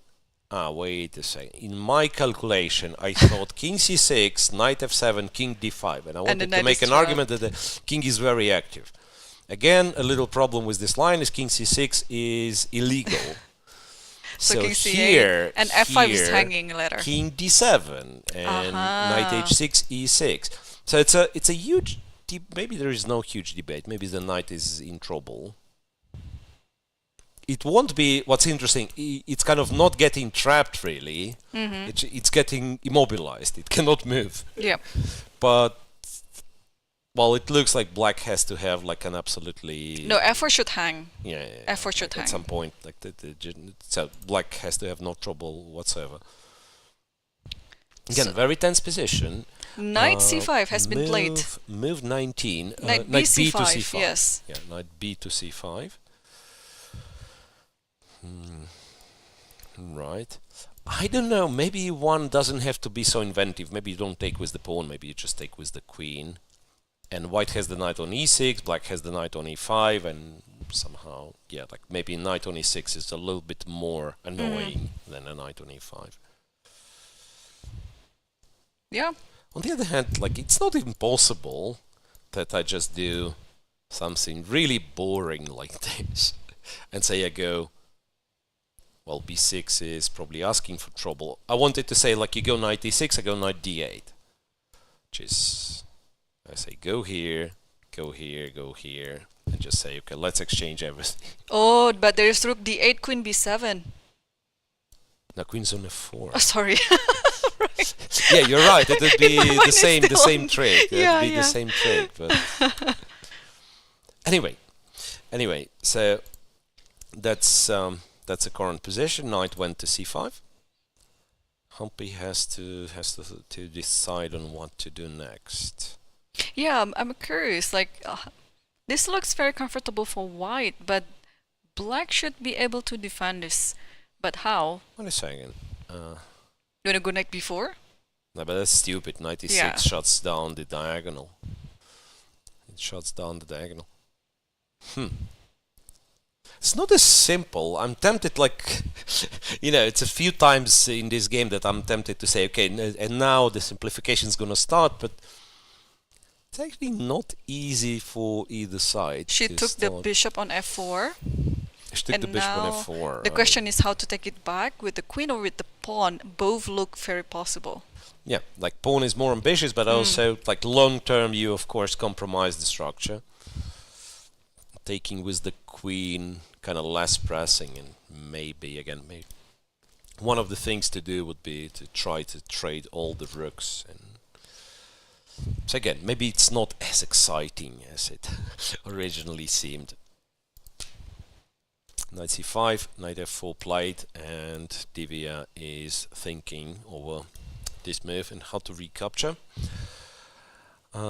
Something that we didn't check for some time would be done with Elisabeth Paehtz. Yes.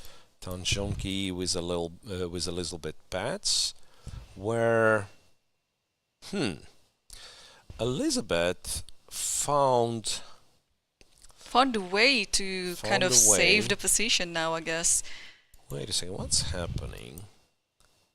So- Rook c7, bishop d3, a6, bishop g5, knight f6, rook d1, rook c8. It's good that she ended up playing back to f6, because sometimes, you know, I have this, like, this problem myself very often, that if I come up with the idea and part of me understand, okay, that was a silly idea, but I want to prove everybody that, to prove to everyone that I knew what I was doing. Knight h5 was a clever move. I insist on keeping the knight on h5, which leads to more trouble if I would admit, okay, I was dumb, and just Let's move it back, yeah. the move, that's gonna go back. I don't know how dumb knight h5 was. Maybe it wasn't dumb at all. But all I'm saying, like black should not insist on keeping the knight on h5, which Elisabeth clearly understood. Rook c8. So white's a bit more active, has a bit more space, but black possesses the c file, which should make this position roughly equal. Yeah, I guess so too. But also, who's actually have more initiative in this position? Because looks like now I prefer black's position again. It was white before, but now black kind of having some idea, especially with the diagonal of the bishop on g7. Yeah, it really depends on pretty much white's next move. Because one of the things to do is, well, perhaps defend the b2 in advance, so say go rook e2, and say, you know what, you also don't have that many active plans. What about h6? Just kick this bishop Six, away. bishop Where does goes, it go? say, to e3, All and right. then d4 eventually. You know, I have this one idea which it might be weird, but it's like bishop e8, knight d7. No, it's not weird at all. Like, the bishop is sort of misplaced on d7, and moreover, like if we come back to the position which is currently on the board, you would prefer. By the way, bishop b1 was Something played. just happened. Yeah. What was that? Bishop b1. Bishop e1. Okay. Defending d5, preparing e5. Ah. I guess that's the point of bishop e5, b1. Yeah, but I was saying that, like, the bishop on d7, you would prefer it kind of not to be on the board at all, to be exchanged for something, so that you have knight d7, then knight usually jumps somewhere to like d7, and then c5 a4, be it c5 a4, and sometimes b6 c4. Yep, that's possible. Yeah, so you need d7 square for the knight to reroute it to kind of better squares. I don't know if Sacrificing b4 the pawn. is an actual move. Probably just take, and then at the very least there is rook c1. Bishop here. Ah, you do have rook c1. Yes. Yeah. I mean, even this one's not yet over because, like, black can get a little bit annoying in a way. Like, you know what, I'm playing for compensation, but yeah, I don't really trust this position. It's not the best black has. But yes, black has to take care of e4, e5 break because otherwise it can be somewhat nasty. So pretty much what it does, let's say we go bishop e8 and e5 and takes and knight e5. Right, what it does, it opens more files in the position and therefore black's possession of the c file becomes less relevant because... Yeah, is knight d5 working and then f6? Don't know. It works to an extent, let's say it doesn't win for black, right? But just to equalize everything in the center. I guess. Oh, Can I go bishop a2? Yeah, that looks really But good. yeah, you just move the king somewhere. Let's say you go to h8, and I'll still have to. Probably f8 is better. Maybe f8 if you can. If you can go to f8, it's even better. Yeah, and then take on e5, exchange everything probably. It should be equal, yeah? I guess so. Or even now, like bishop f7 and what else is there? Yeah, Just- I'm debating if black can kind of hope to play for advantage, but probably not.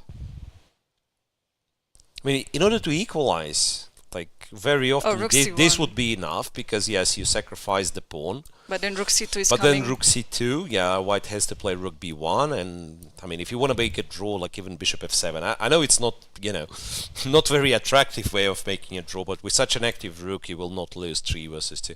Right. Or g5, bishop g6, also, yeah. Yeah.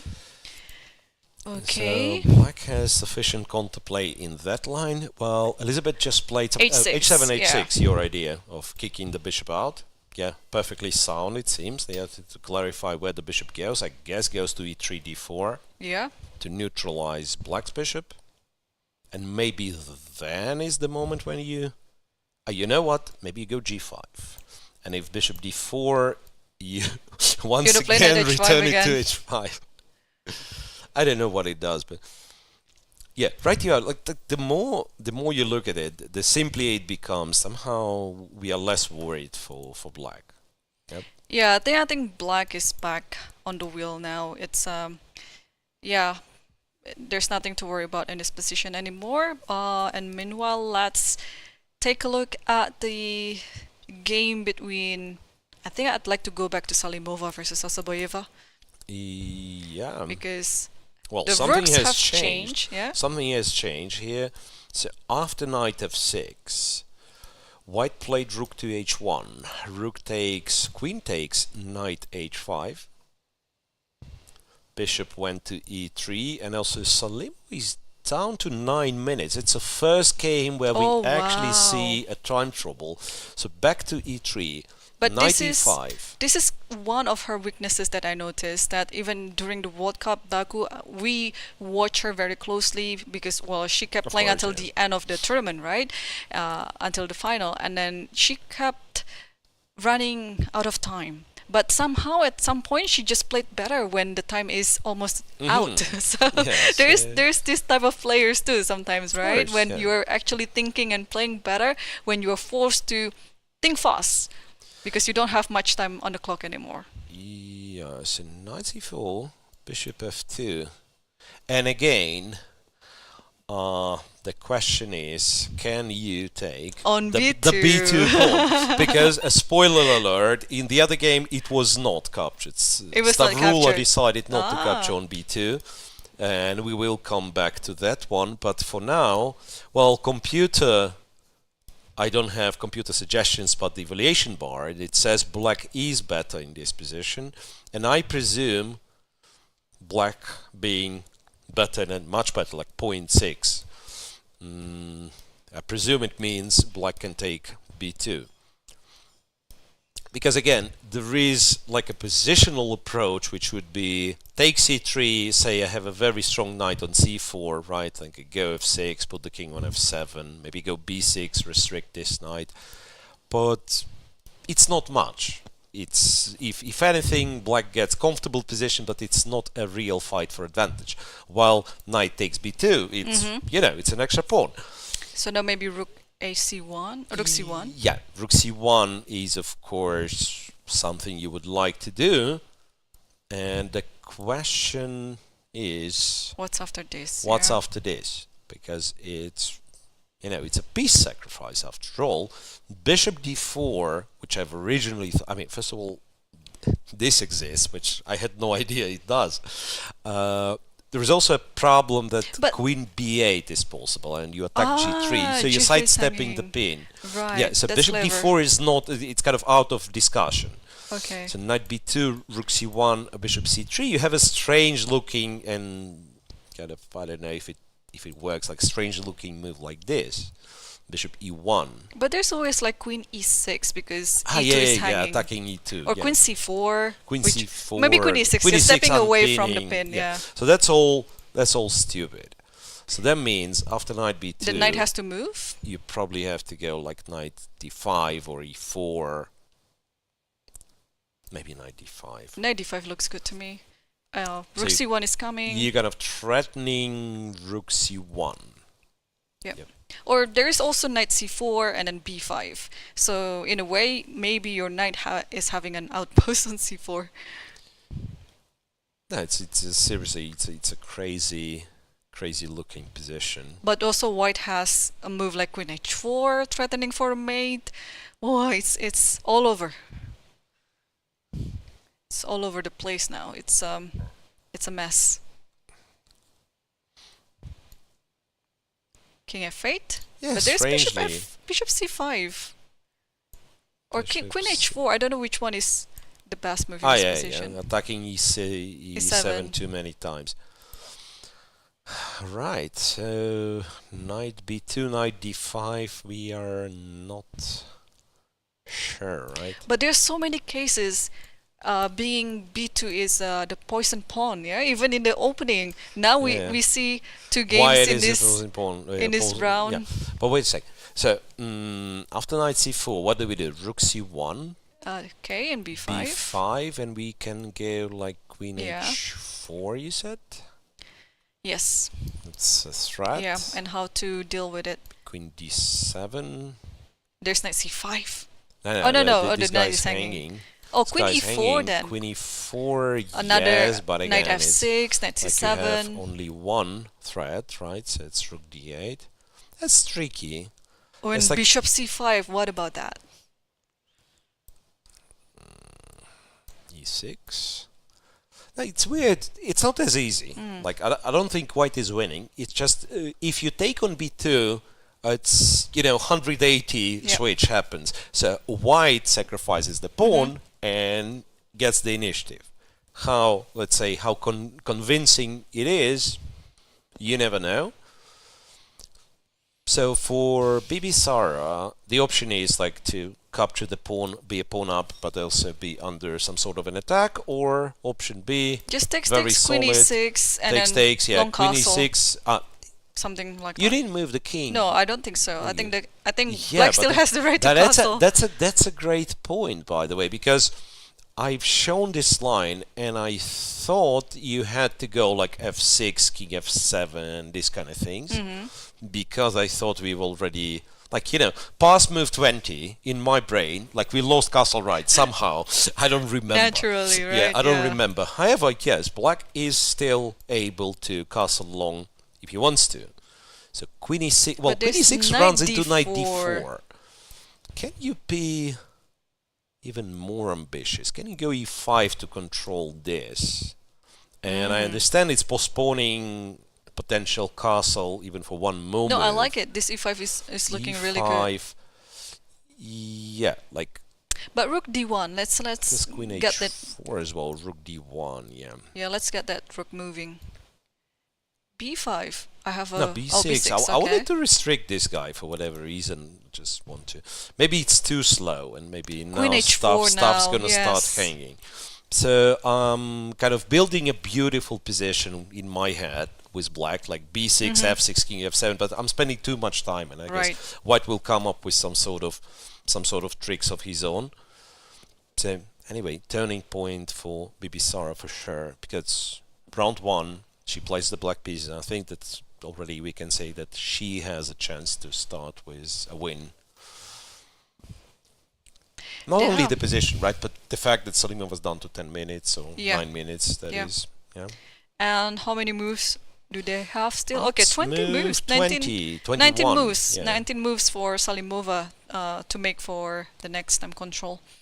Yeah, it's not an easy task, but definitely still possible. So, shall we check Munguntuul? The game where knight b2 was not played. I checked actually. Knight b2 was totally possible. But it's only giving... Oh, here. Yes, knight b2 was possible. Knight b2 was possible, which we figured out, but probably not winning. No, it's not winning. It's not winning. It's just equal. So black instead went bishop e7, rook d2, swapped here, knight to c5, traded the rooks, bishop d6, h5, knight d7. Black is so solid. So solid, yeah. Incredibly solid. Knight e5 and so on. But in order to be, like, to say that black is really better, you have to exchange these guys, right? Because now, like, if white wants to come up with defensive idea, one of the defensive ideas would be whenever the knight appears here, you go bishop f4. Okay, you don't blunder the fork yet, but you go bishop f4 and pretty much go for opposite colored bishops, yeah? h4 is coming, and actually that bishop on d6 is an attacker. Yeah. Say, I have to go king g2, I feel like. Have to go king g2. After h4, I'm guessing... Bishop e3, bishop e6 with that idea? Yeah. Bishop here. Knight yeah, e5. like I wanted to say that this one should be acceptable Knight for d3. white. Knight d3. Now you will take my pawn. I thought rook f1, but now you will take my pawn here. Even this one's not 100% clear. Knight b2. The knight still kind of has some issues. All of a sudden, there's rook g1. The black always has some tricks. Probably, okay. White always has some tricks. I'd like to argue, after rook f1, probably I'd like to play, I don't know, if h3 is any good. To include h3. And then if you play king f3, here. now at least the king is exposed, and... But it's an endgame. I don't know. Like, why would you think of it as exposed? I would rather think that it's active. Because we don't have that many pieces many pieces to attack it, right? So I was much more worried, like, if the king has to go to h1 or g1. Then it's in trouble. Yeah. But you're right. Maybe we just have to find the proper moment to play h3 because now where do you go? Like, you cannot go here. Yes. You probably have to go to the... you definitely have to go to the first rank, and also to h1. Additionally, if you go to f1, there is knight f3 instead of knight d3. But of course, we have to calculate which one is better. Yeah. Well, all we are saying that this is completely different, right? Yeah. This, and now perhaps like taking b2 or taking f4 and b2, and then rook like h4. with the king on h1. Yeah. And rook h4 as well. Again, so what does it leave us with? Stavroula might not only have an equal position, but also chances. Position. Yeah, also some chances. And you're right. Like, somehow, I think that's my problem as a chess player. I tend to underestimate, like, how annoying this type of... It's not even an attack, because white king is not getting checkmated, like in any of these lines, but how annoying it can be, like this pawn tension, this idea of h3 in the endgame. Because, like, in my brain, queens off the board, there is no such thing as an attack. Okay, with some exceptions, of course, but yeah, like here, I would not take it too serious until I realize that it actually is annoying. King g2, h4. What did I do after h4? I don't remember. Should we play... Okay, if g4, then h3. and the king has to be on the first rank. And did we try this one? Okay. I think, I've done this move, which was stupid. I should probably play bishop f4 immediately. This is more to the point, I guess. Once again, black has like pretty much zero risk. Knight e5. If you want to take it. Yeah, I think you have to take it and go for the opposite color bishop, yeah? Yeah, because otherwise, yeah, same h3 tricks. Okay, Stavroula has moved h4 actually. Yeah. Yep, it's according to the characteristic of the game. Yeah, bishop f4 has to be played. You have to challenge this bishop on d6. It's a very strong bishop. It's not much else that I can think of. Like sometimes, funny enough, like a move like e5 would be not a bad move, just to get like, you know, some access to some squares, but not here. I don't really see enough justification. Yes, you do get some new diagonals for the bishop, but at what cost? Yeah, so bishop f4 seems reasonable, and we'll see how it goes from there. Yep. And before we go back to the game between Tan Zhongyi versus Elisabeth Paehtz, which bishop e8 was, by the way, played, let's update ourselves on the game between Lagno versus Goryachkina. Yeah, Lagno Goryachkina. Well. So last time we've seen was before h5, yes. and we said, okay, now it's clarified. Black attacks the king side, white tries to develop, to find some sources of initiative on the queen side. And it went bishop to f1, rook g8,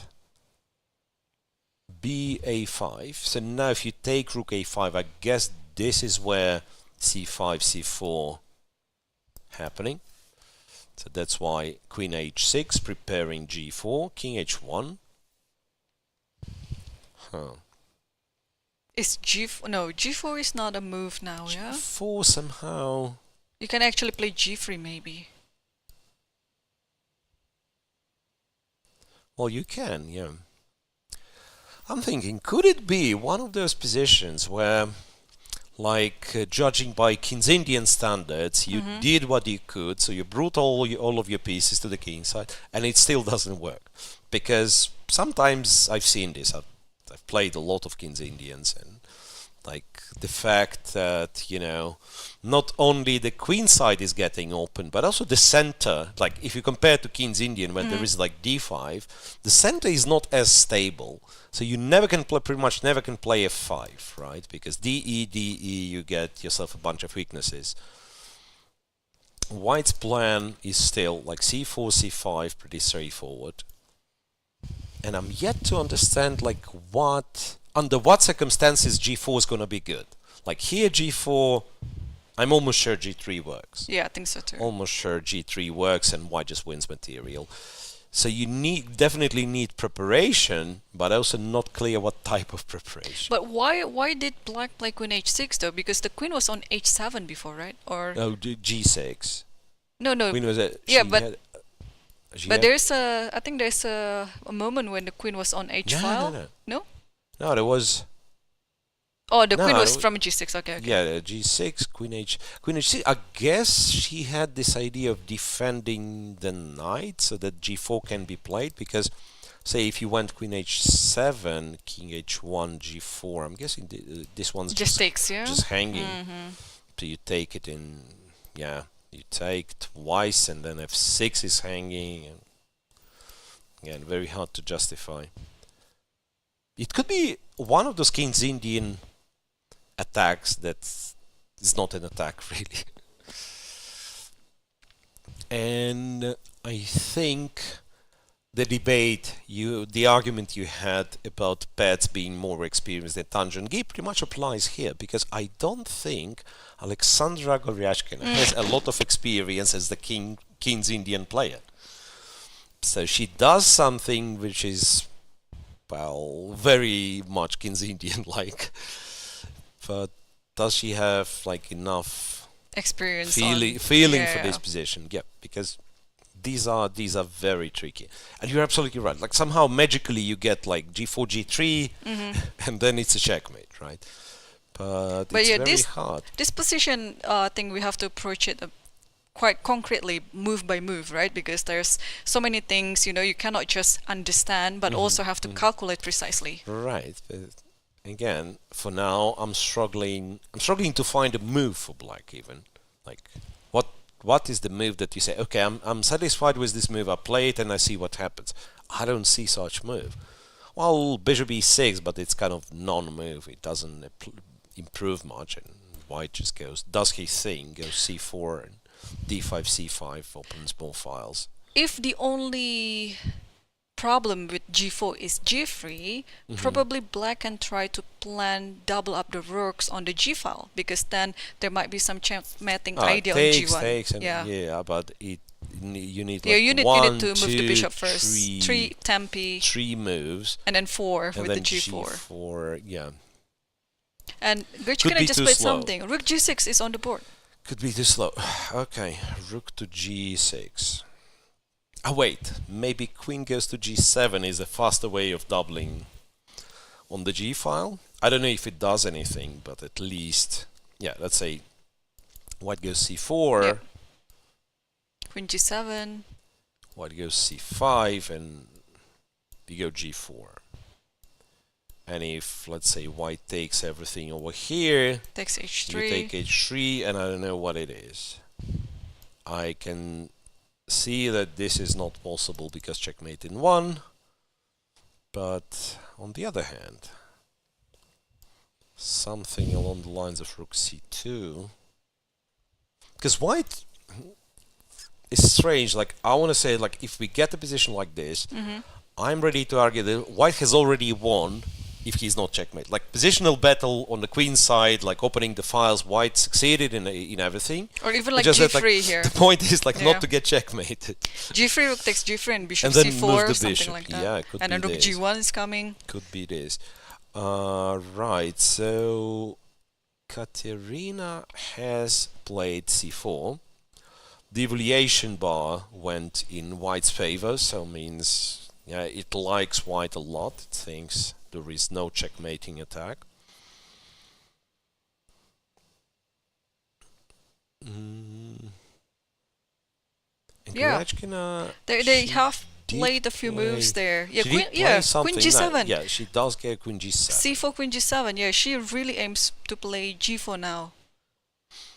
There's also various thoughts of, nah, I think if You want to play queen take, g8? if you take black takes back like this, Yes. right, with d pawn, and then the knight returns to c6, because this could be me getting in trouble, right? After, no, maybe not. Maybe even this is possible. I thought g4, but I kind of have the same line. Yeah. Wait, can I try to trap the queen? Or maybe not. Oh, yeah, maybe you take f3 for knight f3, h3, g3. Oof, confusing. No, I was thinking. Okay, sorry. After that queen c7, you can play knight e6 back and then move g4 so that bishop cannot take on f4. Takes here, check. Yeah, by the way, like knight g8 is there. I understand it, but I didn't take it seriously. Maybe I should take it seriously. Dunno. And then some g4 nonetheless. Right, but if king h7 here, knight e6. And you have a tempo of rook a6 too if you want. I don't know whether it's yeah, but now good, g4, but g4 white's gonna take twice. You know, after all, like g4 does not equal a checkmate, right? So it's only like achieves g4, but doesn't mean that he wins immediately. Yeah, like strangely, maybe black in fact has to switch to, you know, some positional compensation to get to d4, develop the bishop finally. All this black's like somewhat artificial attack looks very speculative, to be honest. yeah. Oof. And yeah, same situation. Move around, like move 22, white down to 10 minutes. White down to 10 minutes, but in this case, unlike in Salimova's game, in this case white is better, for sure. And in Salimova's game, Bibisara Something changed. took the pawn on b2. Yeah, we absolutely have to check it. because knight takes b2 was played, and apparently it was a mistake. At least the evaluation bar after knight e4. So knight e4, you know what? There was, like, I'm just following the evaluation bar here. After knight e4, there was a move which was good for black, but it was not, or was it? Oh no, wait a second, it was a glitch. Never trust evaluation bar, guys. Trust the commentators. But we only analyzed knight d5 after knight Yeah, takes we thought of b2. knight d5. She went knight e4, rook c1, and b6. b6 to stop knight c5.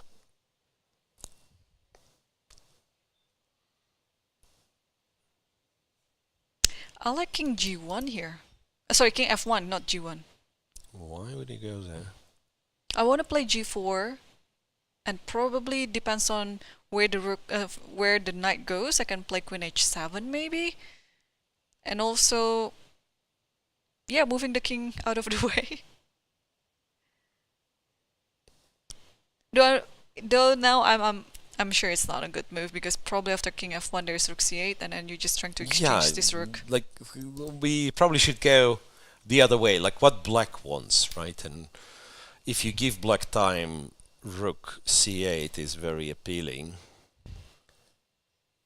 Again, okay, so what I would do is white, I would try to be as quick as possible in this position. So while black still has the knight on b2 and like pieces all over the place, and maybe if something works, it could be like throwing the more and more pieces into a center, like go knight d4, some rook c7 I would consider, don't know. Like you wanted g4, can you go like queen h2 g4? I know it's terribly artificial to go queen h2, but I like it kind of better with my king on g2 if I can go this.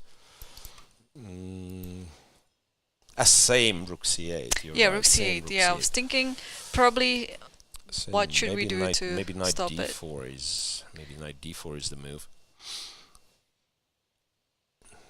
Yeah, well, the problem with knight d4, among other things, I can actually take and go here. And it looks scary, but also rook c8, next move. It's very hard to find a good moment to play g4, right?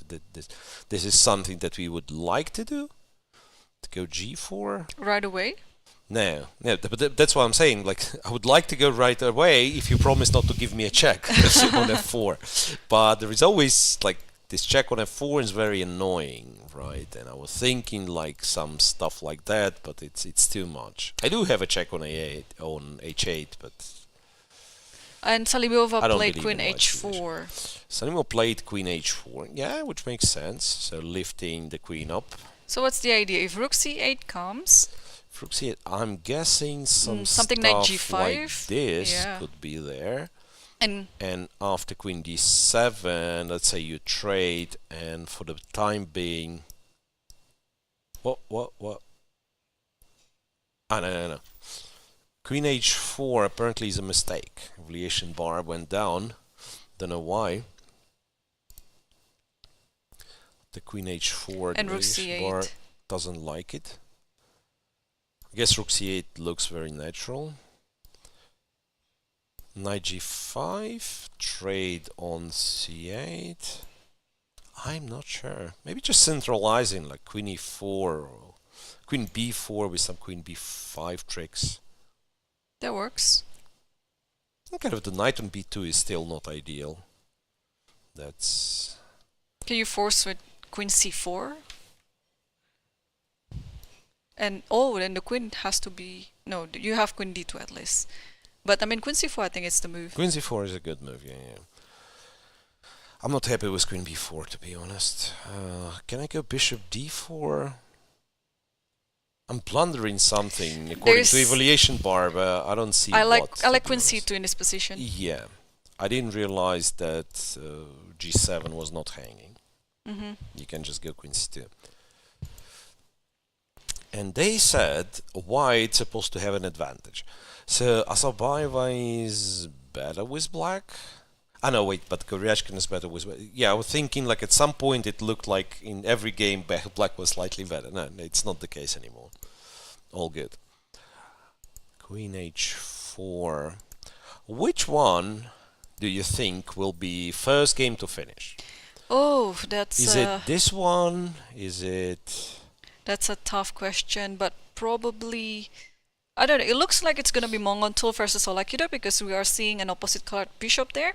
But you're not allowed to offer a draw, though. you're not allowed right? to overdraw. But also, I mean, still, objectively, black is better because of Black the is bishop. slightly better, but But like if you maybe wanted not a enough draw, to win, yeah? if you wanted a draw with white, to be honest, yeah, like you don't have to, but I think if you wanted to go rook h1, even a pawn down, it could be a draw. But yeah, that's a little bit of too much risk. Probably before you do that, try to Yeah. activate the bishop first, like bishop Absolutely. b3, bishop e6. Yeah, that should be yeah, a relatively easy draw. So I guess And that's gonna be our first game to finish. But still, I mean, they have to make 40 they have to make move 40 moves. to overdraw or anything to do with draw first. Speaking of 40 moves, we had a couple of breaks, and now we are staying on till all the games reach move 40.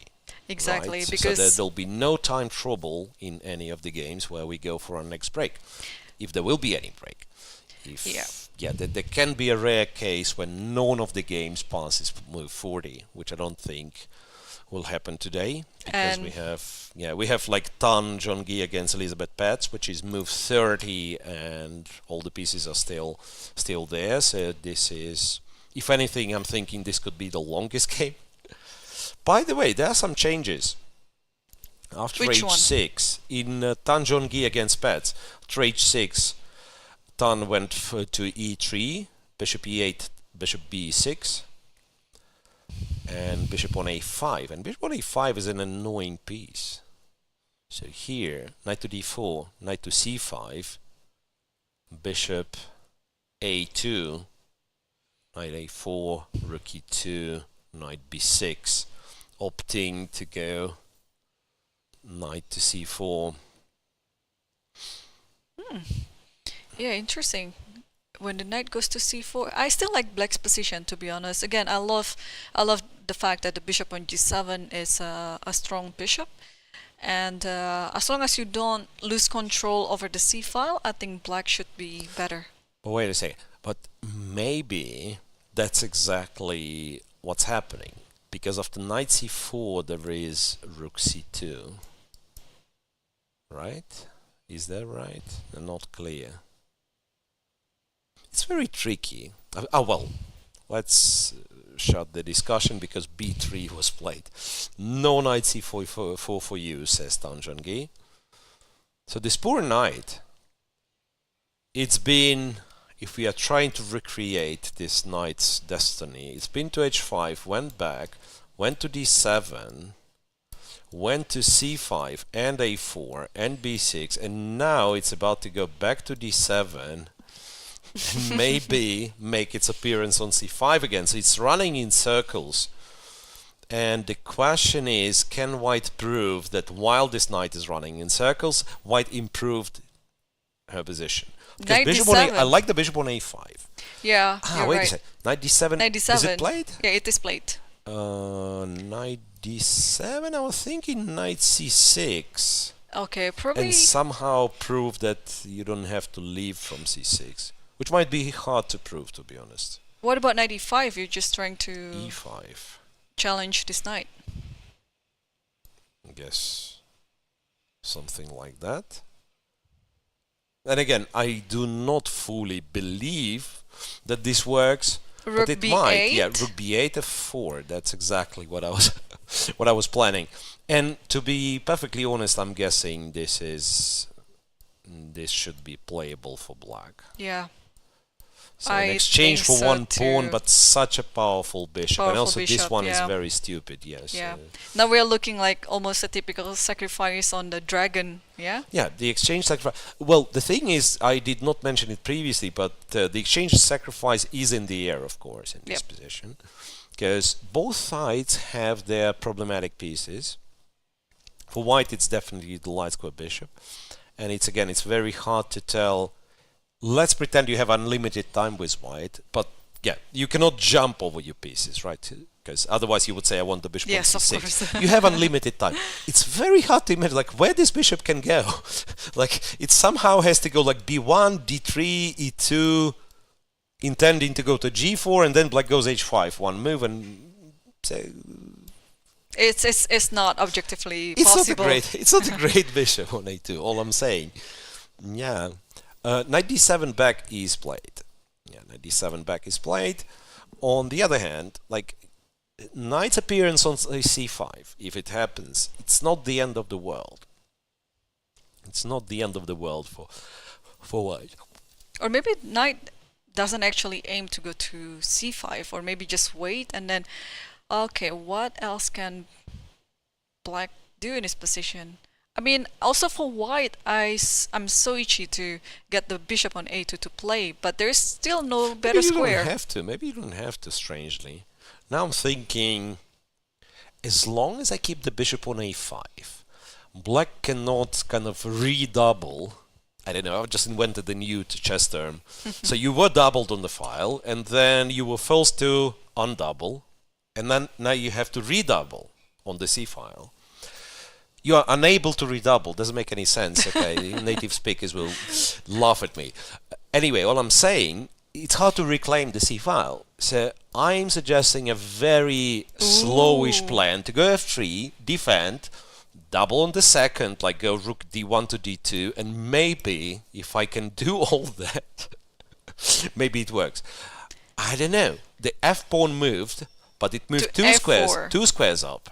Yeah, this is the thing with Tan Zhongyi. She always moves fast, and especially when she knows that her opponent is, Approaching that kind of a having some time trouble. shaky. Yeah, and especially if the position is not in any risk for her to do anything, she would try to play such a move like f4, because this also questions the opponent, like, hey, I might actually attack the center, but I might not, But this is always a very useful move to make anyway. Yeah, well, f4 is a good move because it also like keeps my sort of more positional idea still. Well, it is on the board, like to bring the king to e3. And now the deviation bar says it's roughly equal, but my God, it is unpleasant to play for black in a time trouble. What about g5 here?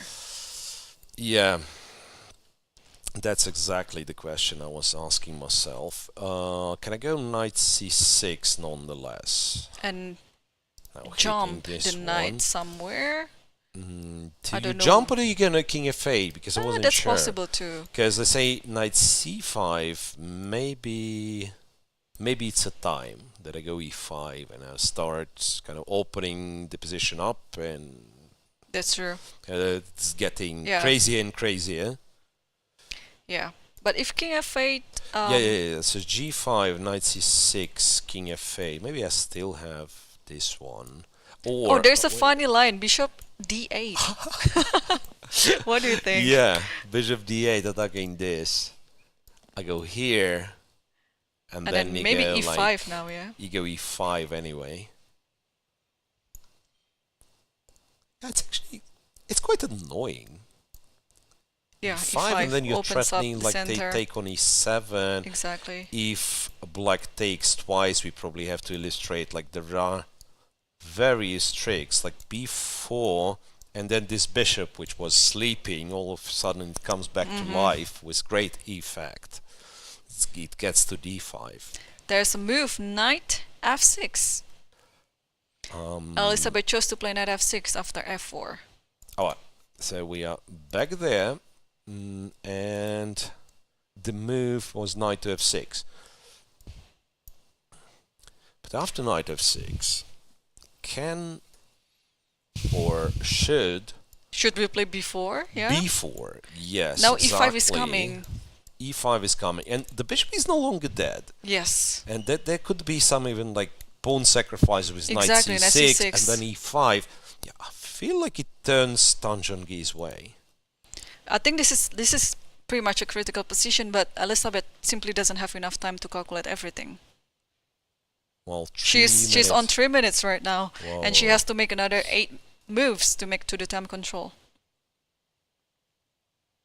Yeah, it's getting more and more unpleasant. Well, now it's a question for Tan, because as you said, she is a very practical player. And a move b4, it does put a lot of pressure on Elisabeth, but it's also very committal because you kind of close your bishop on a5 and so on, and somehow if it doesn't work, maybe you miss the moment. And also, there's another idea that if you want to play e5, why don't you just play knight f3 now? And then you're protecting d5 with the rook, and then e5 is coming. Then don't you have like some difficulties like managing this stuff, because knight h5 and then bishop c3 becomes an idea. That's true. And like f4 is hanging and it's unpleasant to defend. Yeah, I think the knight belongs on d4, with I guess like c6. if this knight leaves d4, it goes to c6, yes. to be honest. Yeah, so that it's a great knight on d4, and if you want to move it, we probably want to move it to c6. Still, it's such a tricky position to play. But if b4 with the idea of e5, what could black do? We still couldn't find a good move for black, to be honest, right? Because I don't see how to... Yeah, we tried g5, it's not... Ah, wait, can we try to do the same to annoy white and say, you know what, how do you defend this? Oh, she played g4. G4? She just simply stop knight h5 at all. To stop knight h5, to seize even more space, because if you think of it, what does black do? So... Now the idea of g5... Yeah, now it's time to go g5. You need at least like one square for your pieces. Now you need to... Okay, now I think it's a whole calculation with knight f5 or with e5. What else is there? For now, e5 doesn't really work. Well, at least for me, it doesn't add up. Like e5, black just takes the pawn. But first, let's see if Elisabeth's gonna play g5, because we say it's natural, but like when it's your first round of a very important tournament and you're down to 3 minutes. Oh, she's reaching for the bishop and she goes bishop d7. And this is exactly what I was afraid of, because... Yeah, when you're so much low on time like this, you don't want to play some committal move that you're worried it might punish you in the future. So... But probably in this position, such an action is required. Maybe she wants knight g4 though.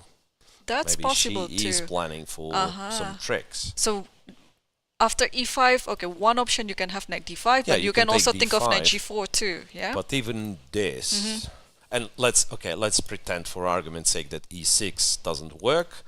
So if this happens, black might be not so bad in this position. It's getting so sharp. g4, bishop d7. It's a tricky move. If I'd be playing white here, I'd probably try to once again to keep the position as is and make black like find more moves until the time control. Maybe this is where we go knight f3. Maybe with the king first. Because if anything happens with the g4, we can still take. Then you can play knight f3. You're right. Yeah, king g2, and then we look at what black's gonna do. Oh yeah, that's right. Yeah, even after. I was thinking of taking twice on g4, but you always have knight f3 or knight c6 if you want to. Yeah, in this case, because the rook is defended, in fact, knight c6 looks incredibly strong. Because who cares, right? Both rooks are not very active, to say the least. Yeah. Now this would be just completely winning for white, in fact. Okay, and I think this is going to be having quite a lot of actions, but also let's move on to the Salimova and Assaubayeva's game. So two games. Yeah, well, like they are on time trouble right now. Salimova is now on 2 minutes left. Incredible! Like all the games are reaching time trouble at the same time, which is somewhat sad for us. So queen h4 was played, rook c8, rook traded, queen g5, and queen d5, trying to dominate this knight, exclude this knight on b2 from the game. But this way, white does not win the pawn back. And in fact, maybe you just return the knight back, now that I'm thinking. If knight c4, there's knight c5 maybe. Yeah. And And knight goes back, yeah? And, Knight goes back, yeah, and I'm saying, okay, maybe it's not the maximum. Knight e4, What I can exchanging this have. knight. Yeah, so It should be drawish. Knight. I do not fully agree with this one because it's a pawn. Why would it be? Like, I mean, you do have drawing chances, but would not say it's like drawish. I mean, slowly you get the king on g7, you activate the queen, because black has an extra pawn plus e2 is not like entirely safe. So I'm guessing it means kind of black's better game goes on. I'm not saying that black's gonna win 100% of the time, but it's one of the options. I don't know, you could make an argument for knight a4 or c3, because if the knight appears on c3 you're actually quite happy. Maybe you don't have to move the knight at all. You know what? Just Let's go king king f8, yeah. f8. Put the king on g7, and then at some point we can consider going queen c2, allow queen a8, but just king runs away, and queen on c2 will but be now attacking the bishop pawns. d4. Yes, and exactly queen to c2. Because now a check on d8 or check on a8, it's one check only. Still, like, it's super tricky, of course.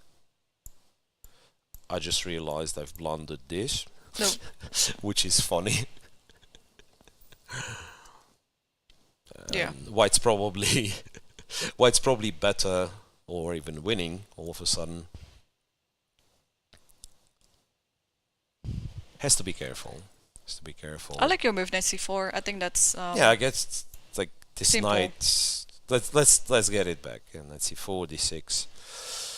All right, but Assaubayeva is the one with the time on the clock. Yep. While Salimov was down to 2 minutes only. What's the situation in Lagno Goryachkina? Because this is the game that can be, I wanted to say decided very quickly. It's probably decided by this point. Oh, I'm not sure, but both of them have 8 minutes left on the clock. Yeah, but I'm just looking at the position. So c5, Goryachkina went for g4, and it's a desperate attempt to organize some sort of a breakthrough. Lagno calmly takes everything. She's pawn up, white to move.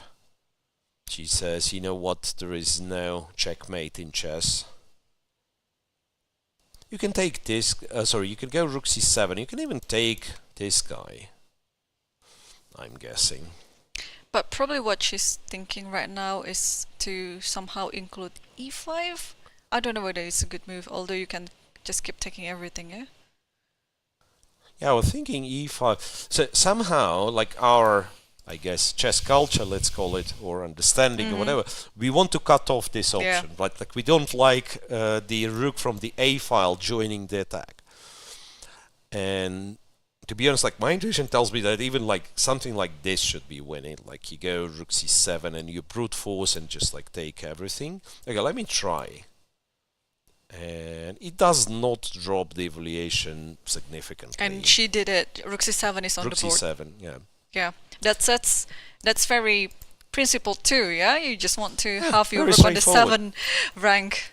Yeah, no, but in a way, you know, it's like believing in oneself, because she says, like, I played all the good moves. Yes, I Right. understand you have some attacking chances, but if I trust myself that all the previous moves were correct, were clever, then yeah, why should I be scared? Rook c7, and then yeah, let's try rook h5. To know, can I just like take d6 and I don't have to take e7, I can go here, right? Can go here. But I don't think there's anything wrong with taking on e7 with the queen anyway. Yeah, but maybe that's a better move now, because I'm forcing black to do something, and after queen g8 I can. Then now you can take, yeah? There's this. So there's a check here. But it's mate in one, so rook Right. Oh, but the moment rook you run out of f1. checks, yeah, like the moment black runs out of checks, white's winning. Yeah. Oh, there's a rook funny E2, line. there Rook will F1. be Rook F1. But if bishop E2, there might be rook F1 as well. Bishop E2. I don't know if it works. King F1. King F1, and then Yeah, I think it's like it should be already winning still for series white, of desperate checks. yeah. And let's not forget there is also like King G3. And now after no, wait a second, I was planning to take, but maybe I shouldn't. After Queen B3, King F4, I think, yeah, it actually works. I ran away. Yeah, you did. Unnecessary. Definitely unnecessary complications, but the feeling is almost certain white is winning. So quite a start for Kateryna Lagno if she wins against Aleksandra Goryachkina, who, as we discussed, lost quite a lot of rating recently, Yeah. but still is one of the contenders for sure. Yeah, one of the favorites to win the event. And let's go back to the game between Tan Zhongyi versus Elisabeth Paehtz, because Elisabeth got what she wants, that to take the pawn on G4. Oh, wait a second. But that is Wait a second. a very interesting... Bishop D7, B4. Yeah. Tan, instead of playing prophylactical move, she almost invites to take. That's so cheeky. So she goes, you know what, I blundered G4, take it. And after knight G4, boom, knight C6. Intermediate move, intermezzo, so that now the knight on D4 is no longer hanging. And if you take it, the And bishop on actually A2 is now alive. Take, you attack this, the knight's hanging, and you can't even take C6 because bishop D5. I mean, taking the knight wins, but Taking bishop the D5 knight, is yeah, even yeah. stronger. Yeah, so knight C6, very clever move. And now, well, Elisabeth on her last seconds, she decided to go King F8. And now we can go to this position that we discussed. And then which King F2. we thought was absolutely winning for white. Yeah, King F2, King E2. The knight's stable. This bishop comes to life. And, okay, I don't know. Shall we somehow illustrate the way white's supposed to be? I think one of the winning lines would E5. be... I think it should be involving E5. E5, Yeah. yes. It's well protected, and then you can move your rook to the F file at some point too. King to E4, like lift everything up.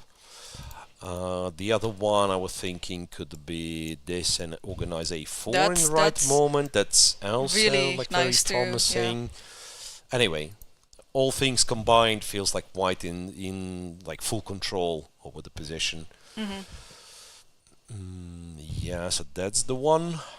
So what do we have? Lagno seemingly winning against Goryachkina. Then Tan Zhongyi, big advantage against Paehtz. So Divya against Humpy. looks like it's whoa. We didn't drawish, see it for quite a while. I think Some exchanges. B4 takes on B6. Humpy defended quite nicely. Yeah. B6, knight E3, King D7, 7. Right. No, just if you move the queen, then knight F7 will come for sure. Yeah, this knight potentially has a very nice outpost. So white has to also be careful. But let's say, okay, if the queen stays on the H rank, sorry, on the 8th rank, because like whenever F8, like something like that, yeah, so there and is then no queen knight A8 F7. is the idea. So you go here. If you go there, so maybe queen G8 then, so to give a tempo to H7. So that you can take the pawn. Right. I don't know you whether. go H6. Yeah, let's put it on H6. Yeah, but on the other hand, like one queen alone cannot really win. Yeah. You need the knight, but and the the knight moment is you starting the moving the knight, then the black's gonna have a perpetual check. So I guess once again, it's one of those like dynamically balanced position that neither side can really improve the situation. Because for black, in order to have some chances, the knight has to be on C4. Yeah. Yep, so looks like this looks balanced. Balanced, yeah. Then Munguntuul and Tsolakidou, I think they are achieving this, like, or getting to this kind of drawish territory. yeah, looks like drawish, but they still have 5 more moves to make they before have the to overdraw. they have to reach the time control. And Salimova Assaubayeva also has been simplified. The queens are no longer on the board, but Assaubayeva has a pawn advantage. King f8, knight d4, queen c4. Queens got traded. Knight to b5, a5, and a4. Oh, wait a second. a4. But there's knight b2? Oh Yeah, no, for now, b6 b6 is hanging, is sorry. hanging. But can you Yeah, just bring the slowly king, move bring the king. to c6? Can you bring the king to c6? Like you go here. And what do you do with white? Because king gets to c6, knight gets to b2. It's very hard to stop. Hardly possible to stop. That's true. I was thinking of knight c7, king d7, knight d5, but then you just play king c6. Yeah, I thought like if I get the king on c6, I no longer need like a darts for a bishop. Yeah, you can take, you can maybe even like keep the pawn on the board, but then even like b5 and moving the a-pawn fast should win for black. Yeah. Wow, this. Yeah, so Are we seeing 3 decisive games at very least likely, today? very likely. Okay, Lagno's game, unless something goes terribly wrong, has to be what the What's happening? Rook e2. No. I mean, I should not pay attention to evaluation bar. I mean, I like for good part of my life I've worked without it, and I should stick with the same policy because it lags a bit. And he was showing the evaluation from Salimov game, so it was like a big minus. And I remember here it has to be plus because white was winning. And then all of a sudden it shows -3, and I spot the bishop on h3, and I thought, okay, Lagno messed it up. No, nothing like that. Rook e2. c7, bishop h3. It's tricky. Tricky, yeah, threatening. But rook e2 defense, g2. And you still have all these You still have initiatives, this, like, main threat is to take on d6 and just win. And by the way, I just realized that this would have been possible, right? Bishop g2. You take back and queen e7, and yeah, like some rook h5. Yeah, I agree. There is still a lot of fights. I think Lagno just wants to have a clean win, without any problem. She just solves all the problems and maintain all the initiatives. That's what I think is the best way here. Rook g5, rook a g5 is already on the board. To retain full control over the position, but now the thing is you're gonna have the wrong battery. Just realize you have the wrong battery, so white can take g6.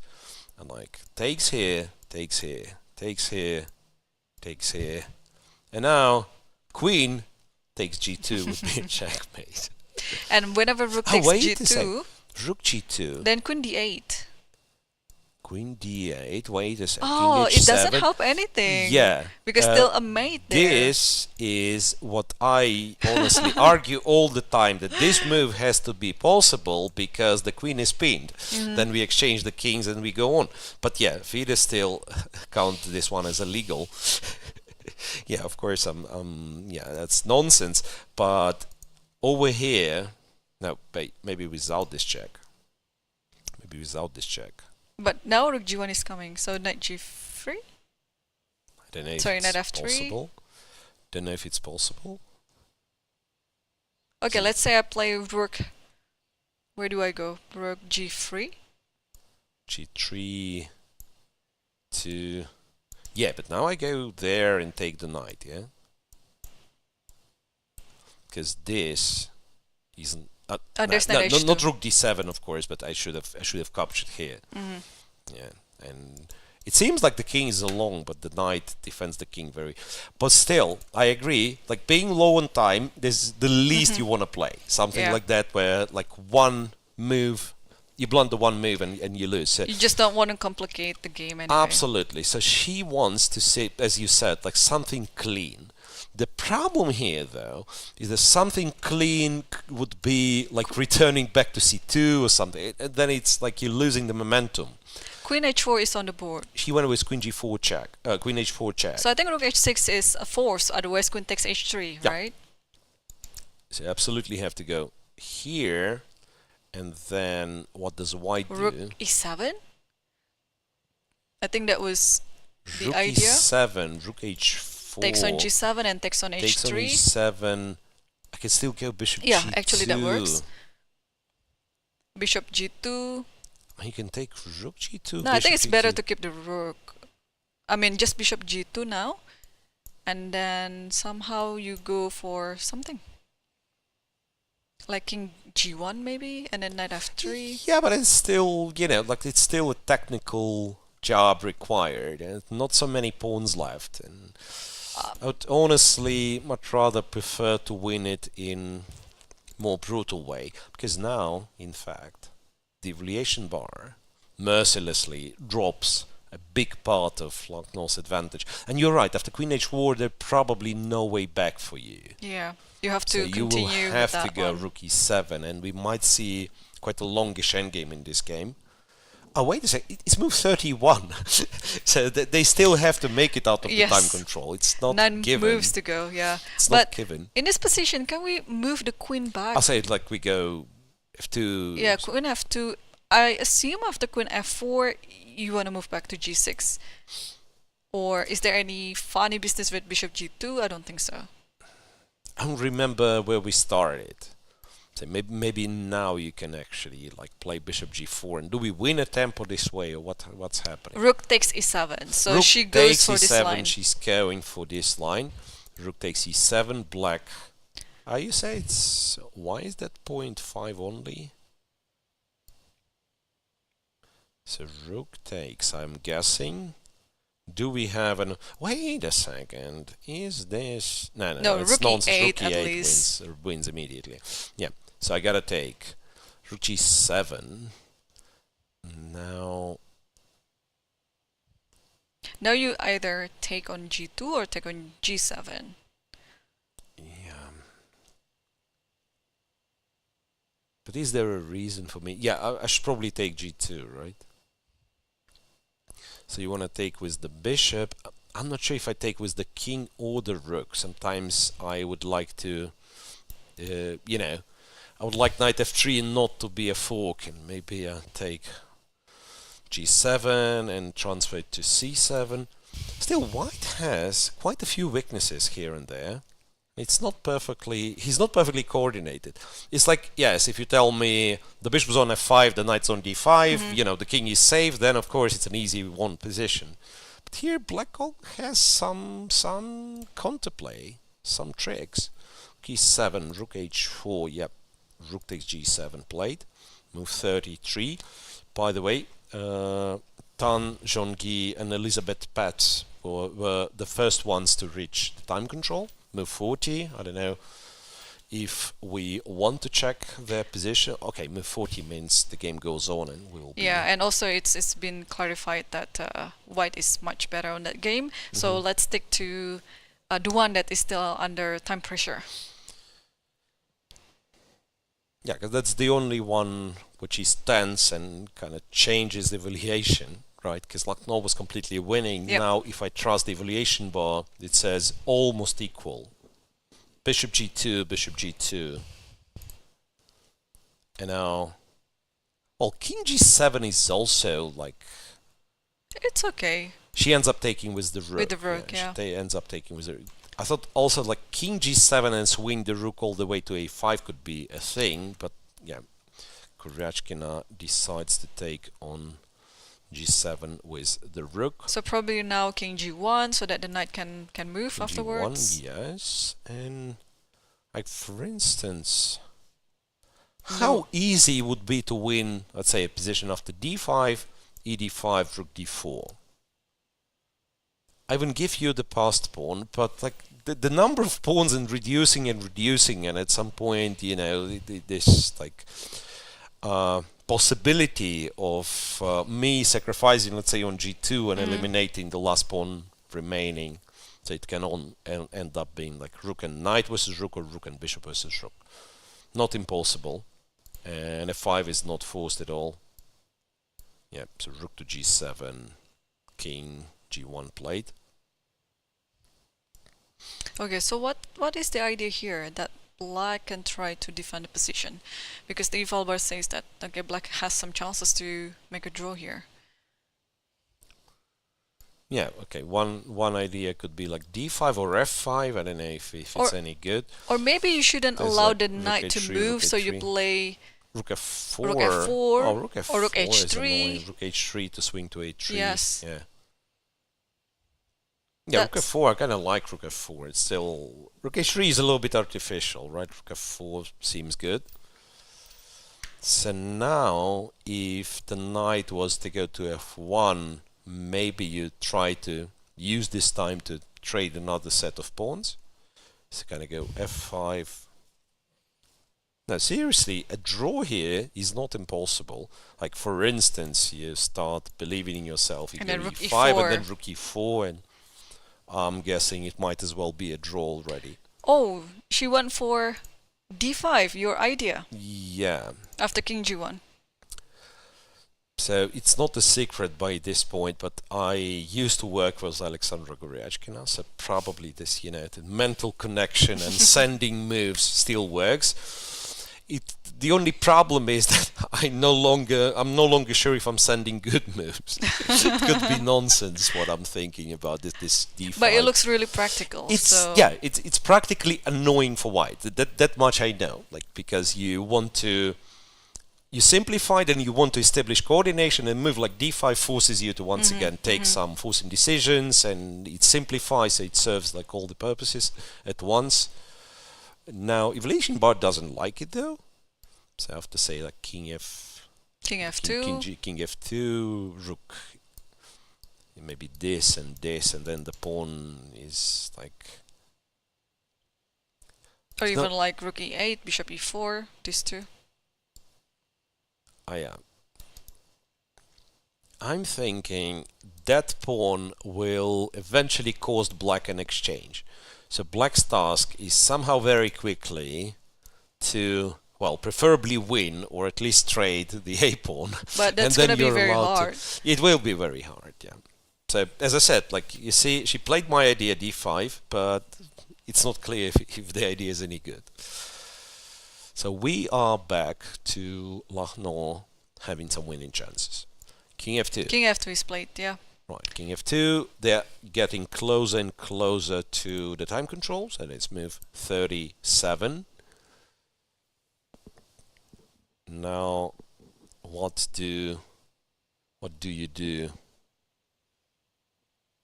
Looks pretty simple for white to... I mean, white's task is easy. You just somehow slowly get all the pieces. If I go here...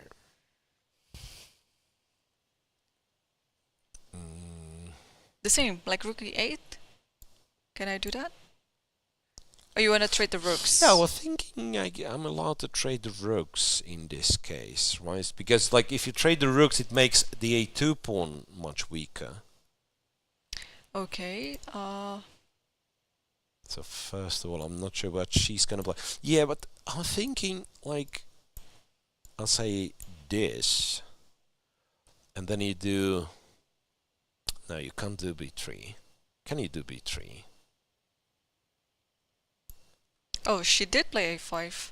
b3 takes like rook b7, and again, I'm probably like blundering a lot of stuff. But again, the idea what I want to achieve is like I take here, go here, and then the moment one of the minor pieces moves, take d5 and hope to survive rook and bishop against the rook. Don't know if it works. We'll see. King f2, she does play b5. b5. Yeah, now it's time to bring the knight. I think it's a sound idea. Just knight f1, and depends on the next move, probably.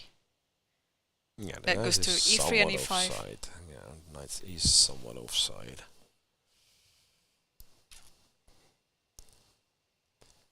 Because one of the things that I'll have to mention, that sometimes even a position like this. Especially if we pretend that my rook is already on a3, so I'm threatening to move the b pawn, and the a2 is targeted. Even these things are sometimes a draw, and sometimes, even if it's not a draw, like practically it's very hard to win. All right. Rook b2. Interesting. So she did play rook b2. Yeah, after b5. So you just wanna, but you cannot really take on Can b5. you go b4? Because there's rook d2. Can you go b4?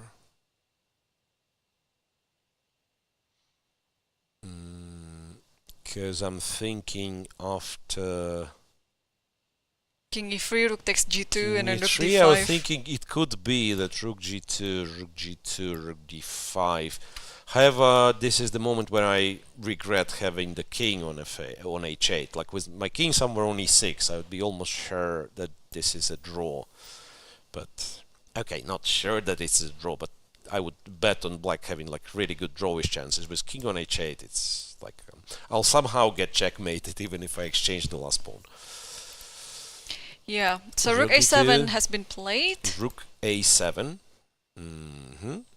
So black wants to double up the rook on the a file and get to Get to the a pawn. the a pawn. Get to the a pawn, and it could be that now white has a winning sequence. Knight f1. However, she played knight f1. Yes, knight f1 is on the board. Knight f1. So if you double up the rooks on the a file, then you take on b5 then.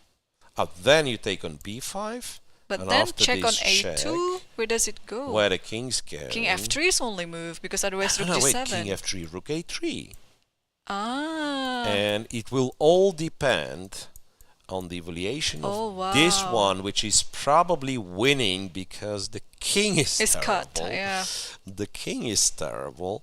Rook a4 is already played and they are now on move 39. So one move to go to the time rook control. a7, knight f1, rook a4, and the evaluation boss is 0.4. Okay. But this is also okay. I thought it was a very critical moment, but I think rook takes b5 is very automatic. Yeah, there's nothing else to do in this position. Like if you don't take on b5, you are not the strongest side anymore, right? All right, and then So now you think. Oh wait, Yeah. but aren't you like forced to go for? Sorry, king f3, right? Also king g1 King g1, because rook g7 knight e3 is there.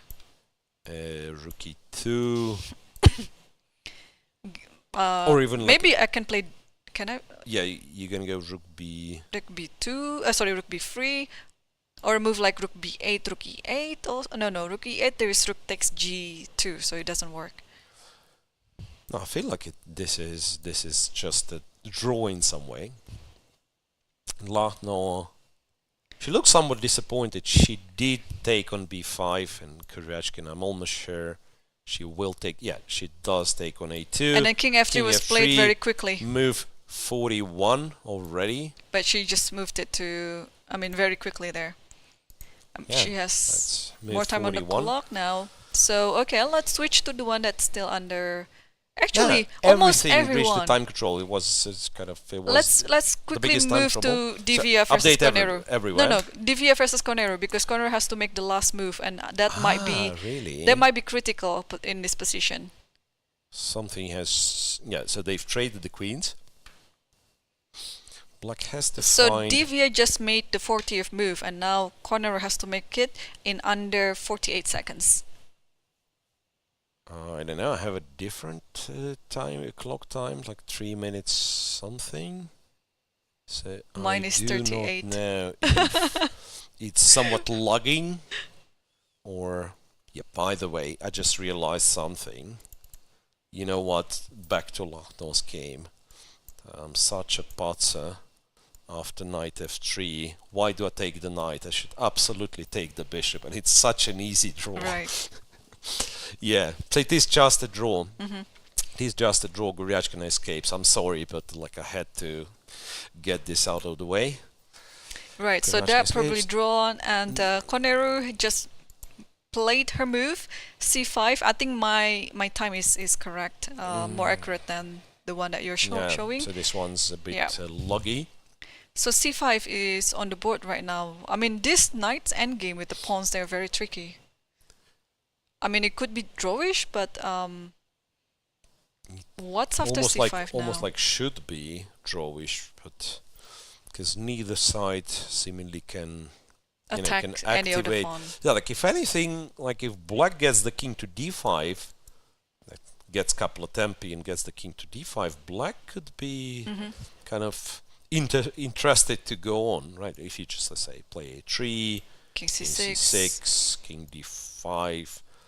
Still hard to make progress, but at some point it could be like white starts getting into a bit of a zugzwang even. Yeah. All right, and we can circle back to this game later, but you are right. Goryachkina just played rook takes g2, and I think we're going to see the end of the game. Yeah, so let's quickly update on the other ones. That one, yes. Here. Rook takes g2 has been played, king takes g2 and rook takes e3. And I think after a few moves, I think they're going to shake hands. It's a big miss. That's a big miss, Kateryna Lagno. Yeah. She has all the reasons to be disappointed. But on the other hand, it was tricky. It was a time trouble, this moment where she was apparently winning with queen d6. That's our speculation, or maybe some other move. But playing queen h4 and taking on e7 ended up not being enough. I think she overlooked the idea of d5. I think it was a very good idea, and then tried to, they just agreed for draw. So apparently on the last move that Goryachkina did, there was a draw offer and Lagno accepted it. And yep, so we have our first result. That's a first result. Our first result. That's a surprise. For the first round. Yes. That was a long wait for the first result, because usually you would expect at least one game to be finished before move 40. And this is close to 4 hours of playing, and then we had our first result. I think it was quite expected to make a draw, but I didn't expect that it was going to be this type of a game. Of course, like if you tell me it will be a draw, and you tell me the opening is Gioco Piano, I expect they traded everything. They're both classical players. They know. No, Lagno was winning like +4, +5 at some point. It was quite significant. So it was a very serious comeback. Yeah, and let's quickly update ourselves on Tan Zhongyi versus Paehtz. Everything. Yes. Okay, so Tan Zhongyi with Paehtz. So nothing much has been happening. I'm surprised that, at computer evaluation of this position, really? Because it only gives +1 or 0.9. Maybe it's, the, how do you call it, the evaluation bar, maybe it's not very reliable, maybe it should not be trusted. But I would expect this to be much better for white. Especially the rook on b7 cannot really move. Rook on b7 cannot Even move. if you move it to d7, then what's next, Yeah. Wait a second. But what happened to our beautiful plan of going e5? Why didn't we go Because e5? there's g5. If e5 now... we could still go e5, yeah? Because this is not the pawn we are worried about, to be honest. We can just, take here. Enough to take it?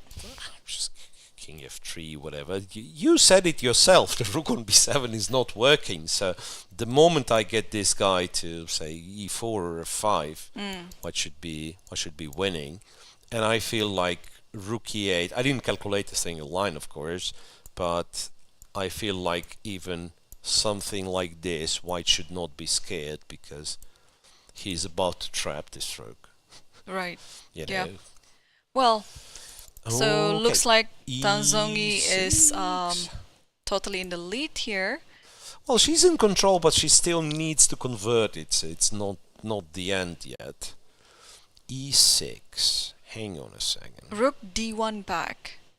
d1 or c1? Sorry, it's bishop. Sorry, the bishop goes to d1. Yeah, bishop to d1, bishop to g4. Sense, so it was the plan. Yep. So the rook is arrested on.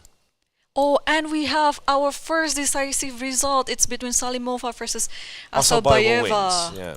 Assaubayeva wins. Not the way that we were expecting. Nope. But apparently before Black wins the second pawn, Salimova resigned. So she ran forward with the pawns to try to block the bishop. E6, E5, bishop E7, C6, bishop D4. They made such a lot of moves. They played such a lot of moves. Knight to C3, king back to C6, knight E4, bishop E7, and she resigned. Yeah, because A4 pawn is getting lost. Because in case of knight C3, there is bishop B4. Yeah. So Assaubayeva wins with Black. Currently is the sole leader of the tournament. Yep. This game over here. This game over here, I'm surprised, but it's still on. I mean, not the one on your camera view. I'm sorry, I'm talking to myself a lot. Not the one on your camera view, but Munguntuul against Tsolakidou. I don't have my earphone. Pardon? I don't have my earphone, but You absolutely should. it's off somewhere. So right, so after rook h8. okay, I need someone to type the message. Well, it's a little bit clumsy over there, but from what I realized, Kateryna Lagno, despite she did not win the game, will join us in the studio Oh, okay. in a few minutes. Sure. And I'm not yet sure what the setup's gonna be. Okay, but I think it is the right moment to take our break while we are arranging for the interview, is it? Yeah, I guess it's a clever thing to do, right? It's a clever thing to do. We will take a very short break because we didn't take some for quite a while. Oh, and we're just going to arrange it now for Kateryna to be with us right now. Yep. Okay. And let's see the game, and then we can put it on the screen, and then Katya can take my seat, and then you can talk over the game.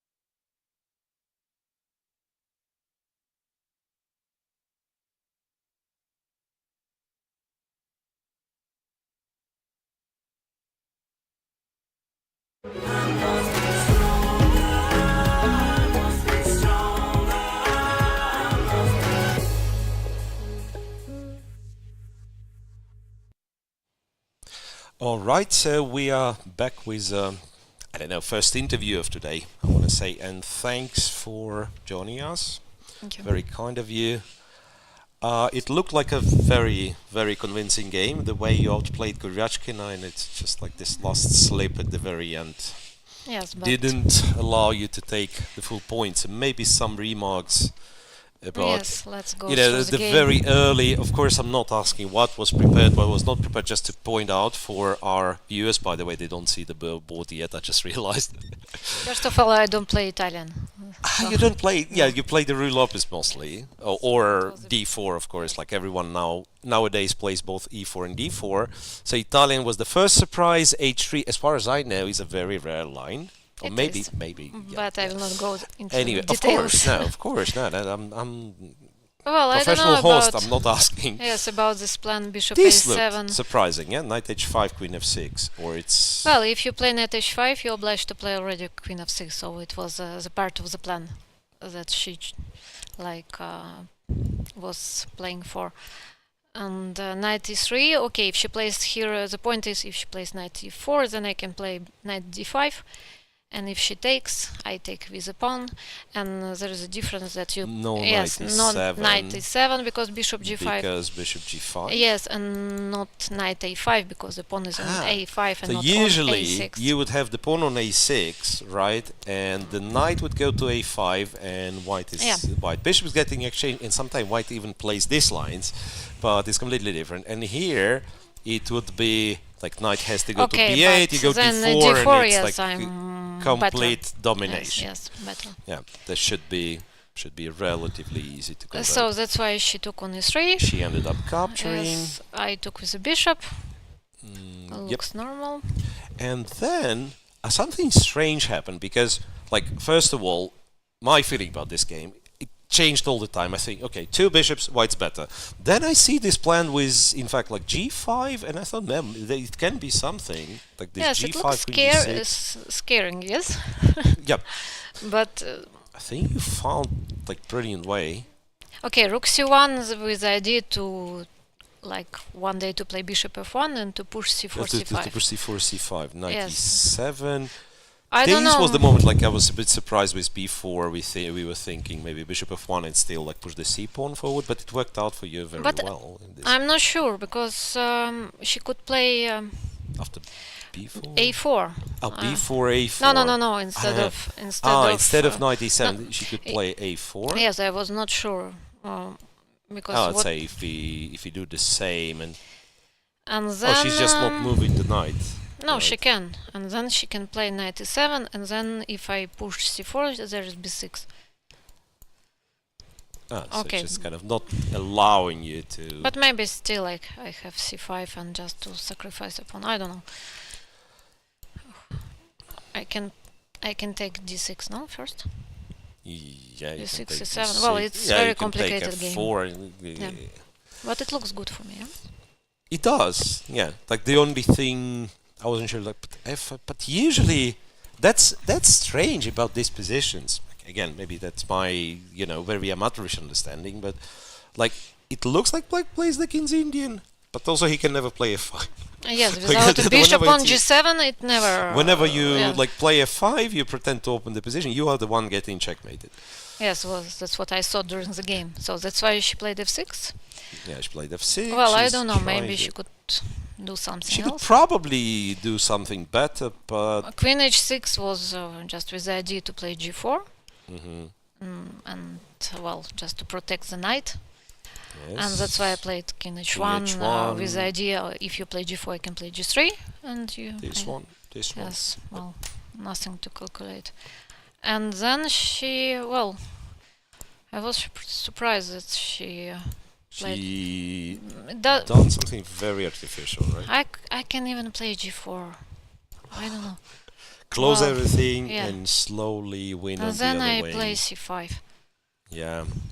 I don't know. Maybe C5 was also working for me, but G4 I think it just there is I don't know there is no like, attack. like no counterplay. Yes, and then I I still want to play c5. Yeah, your opponent. Yeah, maybe it was like considering that you were getting a bit low on time, or later on in this Yeah. game. Yeah, maybe there was more practical decision.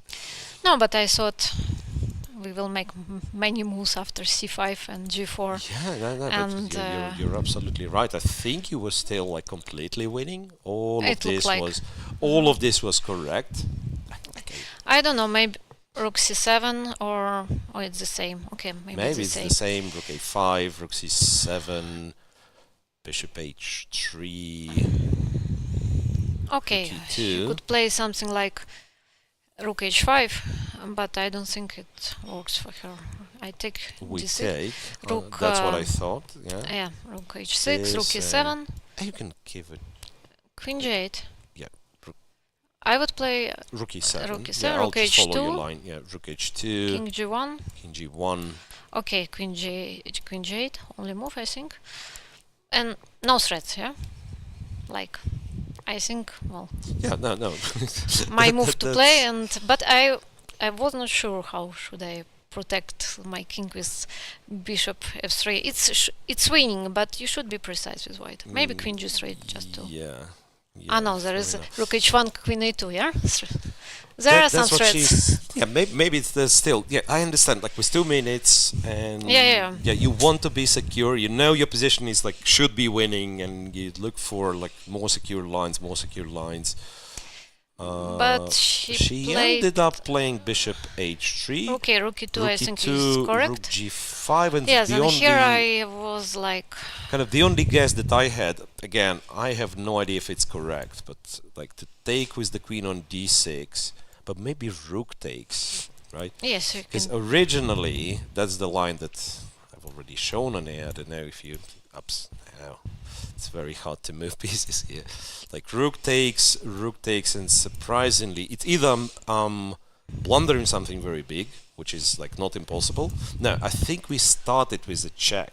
Yeah, we have to start with a check. Okay, queen No, g8. this is nonsense. No, guess queen g8. Queen yeah. g8, I protect everything. Queen g8 and you protect everything. No, No, you cannot go queen g8 why not? because queen takes g8 and you have too many things to Oh my save. god.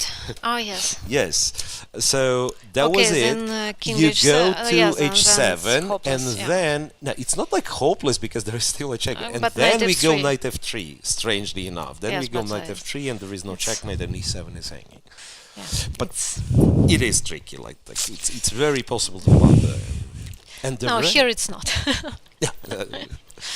And at the end, No, but yeah, I'm she a got bit- lucky in a bit as well, right? Yes. But I could play like, okay, queen h4. I just forgot that she can take bishop g2. This line. So you just thought you will have like, I could take b7. and now she cannot take g2. I don't know, because if she takes twice, There then will be queen there h4 will be and queen rook h4 b8. and rook b8. Okay. Well, and then, I don't know, then it should be equal, yes? Because, Oh, you mean later on? Yeah. Okay. Like for us mortals, I think we can say that it's rather a fair result at the end. White has chances, some chances still, but I don't know where they are. Like looking at the evaluation bar, it says 0.2, 0.3, but and before? Plus 3? somewhere around here before giving a check, it's 4.8. Oh my god. It was winning. It's Okay. I don't want to rub it in. Few questions. You've played in Kazakhstan before. I know you did. The most successful event in Kazakhstan from previous ones. The most- Rapid Championships, maybe we won the team. team. This August, yes, this 2024, Kateryna was a part of the winning team in Rapids. Yes. Yep. And also I can mention some team competition. We played here many tournaments, and also I won a Grand Prix in Astana Oh, yeah. in So, that's, 2022, I think, or That's you 2023. see. So it's not the country to blame, and it's only one first round. Of So course. do not get upset. I'm not. Everything's Okay. gonna be all right. 8 Okay. more rounds to go. Thanks for joining, and you. we will be back with Irene in a couple of minutes.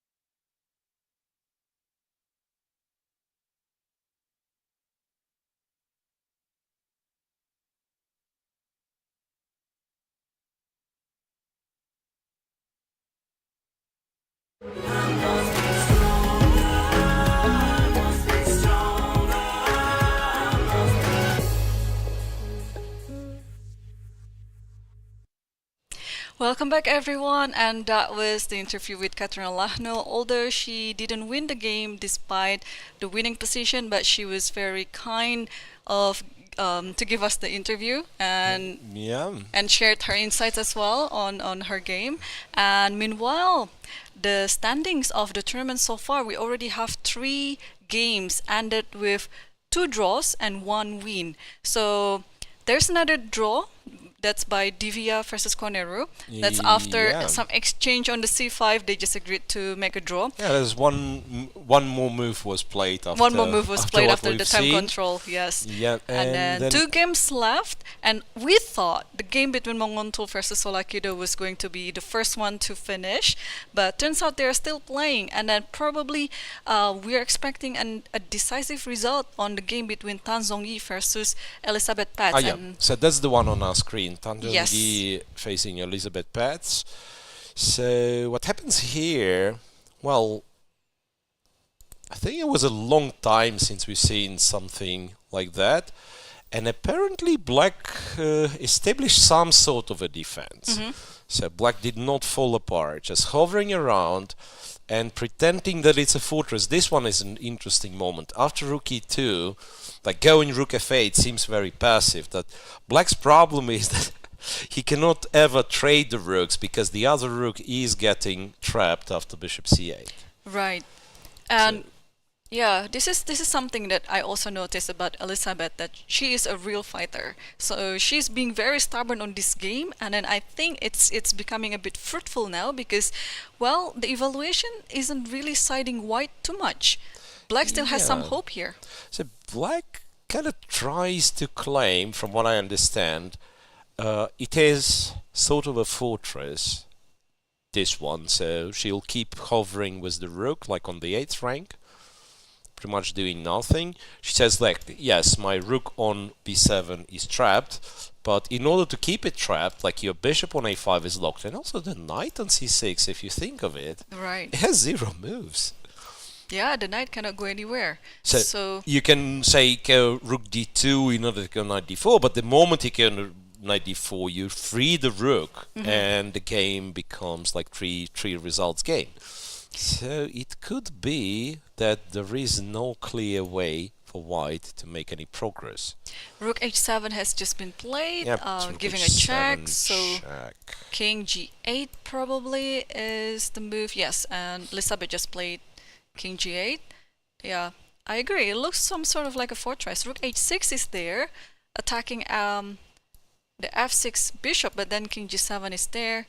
And now is Tan thinking to play... Oh, hang on. What is that? Yeah, I was thinking, like, just to illustrate, so that if you manage to extract the bishop from here and say go king g5, bishop f6, maybe you still get some winning chances. The problem with this line is that, of course, you just take, like, captures, and rook again e7. has rook e7, and it's Black who is much better, of course, because now the knight is stuck and Black still has 2 connected passed pawns. So any type of ideas like that simply does not work. Right. Yeah, and I'm not sure what does, to be honest. What does work here? The rook is active, but it's also stuck on h7. Can you, like, go king h5? Yeah, I mean, you can get the king on h6, but it doesn't do anything. Right. But, I mean... goes back to h6. White is not committed to do anything yet. I mean, she can always go back to h7 and then play some other moves again, like rook h1. Pretty much not doing anything, because also Black has no moves. But the tricky part is that at some point, in order to win, you have to do something. Yeah, like, you have to do something. You can hover around, like, waiting for your opponent to blunder, but Elisabeth seemingly is not interested in blundering anything. Yeah, like rook h2 in order to play a4, in order to play rook a2. I was thinking maybe this can be a thing, but then I realized, like, let's say Black says pass. a4 is met with ba4, rook a2, and you get rook b5, and again this rook starts Or even crawling out of its cage. Or even better, maybe rook h8, then rook h4. Rook h8, rook h4, yeah, rook h8, rook h4, so... I think that rook cannot leave the h file, the white's rook, because otherwise there is rook h8 coming. Yeah, but then white doesn't have an active plan, it seems. It will be a miss by Tan Zhongyi if she doesn't convert this one. At some point we thought it was like very close to a win. I thought it was very clear on how to win, but turns out it's not as clear as we thought. So once again, like I have a strong suspicion that the fact that she took on g5 so quickly might have been, you know, because I still believe that e5 and captures f6 and go king f3, you would get the same position but an improved version, because black's pawns are isolated and you have some, yeah, once again, like you never know, maybe this is still enough for a fortress and you just hover with the rook on the e file. Anyway, this moment is gone. This is the position we have. This is the position we have, and yeah, black has to, white has to do something with the rook. If not h7, then move the rook back to the back rank. Yeah, like there's nothing much. Almost like I have a feeling that she, I don't think she considers repeating yet, but on the other hand, yeah, so black can never trade the rooks. Can never go, say, can never lift the rook from here because bishop c8. Yeah. Can just like sit and wait, or maybe go king just g8. king, yeah, king g8, king g7. g8, king g7. Just wait, yeah. Yeah, you're right. There's actually not much to do. Yeah, like maybe I can go like in a slower way, rook a2, and go a4, but you're right, this is the moment I go rook h8 and rook h4. If this happens, then yeah, rook b5 attacking d5, and it's pretty much playing with fire for white. White shouldn't do this. So there is this game, and there is still ongoing the Munguntuul Tsolakidou, yeah, where black is trying to get some sort of advantage in this game. So where opposite colored bishops, and the bishop was on e5. Yeah. And that's. And now I think she's trying. Well, now the root of the pawn chain is on the dark square. So black is trying to get some advantage out of it somehow. Well, it's still. She went a4, b4. Be careful not to play king c4. There's bishop e2. c4, bishop e2. Bishop e2, and then you lose with this, I don't know, some sort of pin, because your rook cannot really be protected, I guess. I mean, the rook technically can be protected, but rook then f3, rook d3 or rook e3. or f3, yeah, is a checkmate with discovered check. Wait a second. So this happened: king b6, king to f2. Rook e7, bishop e2, and evaluation bar all of a sudden doesn't like it for white at all. I think you have to insert a3 at some point, maybe, or maybe not. Maybe you can a3 for white or a3 for black? For black. Yeah, but does it change? But it doesn't really make any sense there. You can put the bishop on b3. So, yeah. Okay. So what does black do in this position? Rook h7, trying to get. Rook h7 is a possibility. Goes here, and let's just say king. No, that's nonsense, right? I was thinking something like that. King c7, then go rook d7, and somehow win a pawn. Yeah. But you can even stop rook bishop d7 if you g4 want. should be fine. No, should be a draw, strangely. I mean, I'm surprised at the computer's evaluation, which is like a minus 1.7, so there is apparently something F5? that I'm missing. And if white takes... No, that also doesn't make sense at all. Okay, what could it be then?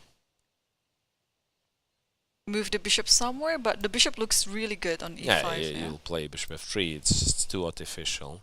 Or is it something like king c7 and then rook d7? You're just trying to Yeah, exchange the rook. like then you Then, have yeah, all yeah, the yeah. reasons to start with rook h7 first. Wait, why did the king go to f3? Yeah, you have all the reason to start by going rook h7. Oh, she just played the move, Rook and that was c7. rook c7. Ah, rook c, not rook d7, Miro. Rook c7 With the idea of c5. with the idea of c5 and to take with the The rook rook, yeah. and win the c3 pawn. Now it becomes clear.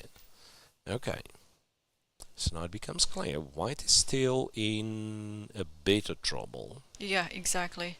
Yeah, the pawn on the pawn on c3 will be the target of attack there.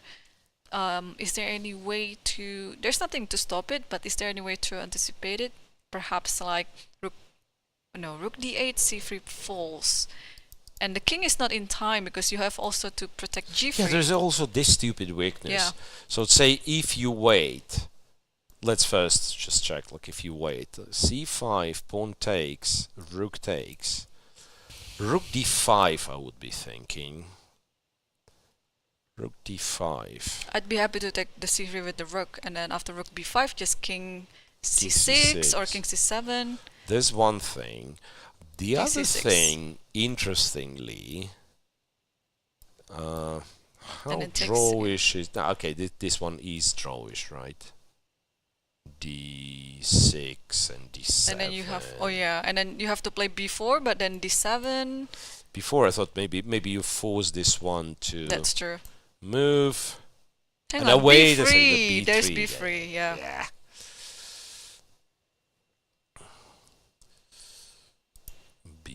I know. Maybe you go d7. Yeah, you're right. You go d7. You go Bishop here. b5. Yes. And you should be drawn. b3 though.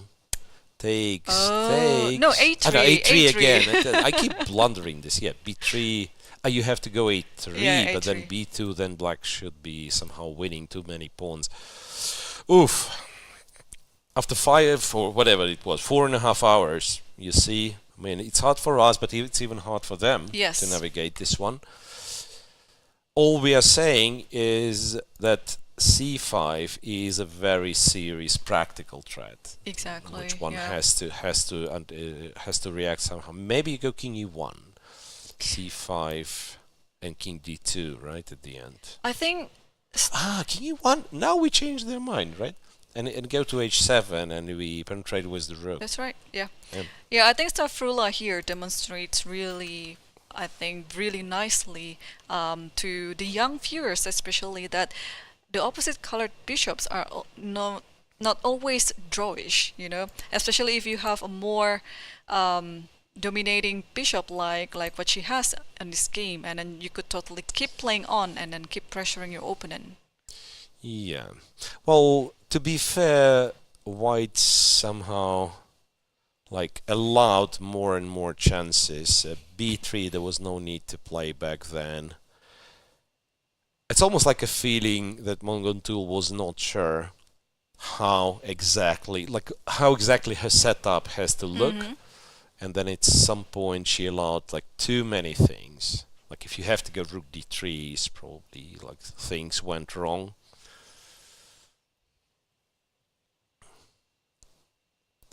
a4, b4, yep. Now it is quite unpleasant to defend this one. Tan Zhongyi Paehtz, maybe? Yeah, let's go there. Or There's no more. Nothing Yeah, there's no changed. improvement or Nothing anything. changed. Yeah, Black will just keep playing this king g7, king Wait a g8. second. Rook h5, king g8. Is it the moment where you have to go for it? And then you have to take. Maybe that's the moment where you go But now for I have it. f6. And now the rook on b7 somehow Comes to life. comes to life. Yeah, and you cannot take it, I Yeah. think. Can you? Rook f7? No, rook f. Rook f7 With is 8, correct. king e6. Yeah, rook right, f7 rook has to be f7, the move. king g5. And then at the very least I can move rook e1, for example. Oh no, Yeah, bishop but e6. Bishop e6 is. So king a trick. king h8. What about king h8? I don't know. I was just like planning to play this position. Check, rook g8. And then, oh, I cannot play there. Wow, okay. Now rook bishop f6 is coming. Yeah. No, I mean, it could still be a draw like this, for example, but it's already, it's already scary. Yeah, It's already scary. And maybe it's no longer I don't think a it's draw. drawish. Maybe it's no longer a draw because the king is so active Yeah. here. So, anyway. Yeah, this is actually the moment. Yeah, will rook take on g5? I think that's your only chance. That's what I'm Otherwise- saying. So that because white was looking for a way to kind of break through, and maybe it's your chance. It's not like white is winning with rook g5, but maybe it's your chance. And therefore, I'm thinking maybe I somewhat dislike king g8 because after say rook f8, it wouldn't make any. Yeah, there won't be any point in doing this whatsoever because then just f6 and like you get to e8, the other rook joins the action and so on. So king g8, maybe it's a chance for Tan Zhongyi to capture on g5 because otherwise, yeah, you squeeze the maximum activity out of your pieces. Okay, and she took it. She took it. Yeah, because this one's not moving, the knight of6 not Yep. moving. You need more targets, you need more pieces to join. Rook g5. Elisabeth takes, king g5. And if you don't play f6, king f6 is just almost GG. Yeah, this is bishop d8 as well, right? 'Cause Yeah, but I mean, you just want to squeeze the opponent's king first. Okay, if king g7, and I think that's what I'm thinking is a good move. Bishop King- d8. Bishop d8, we take on d8, of course. We go rook e7, and I guess this could be still a draw because the knight is not great. The knight's not great on d8.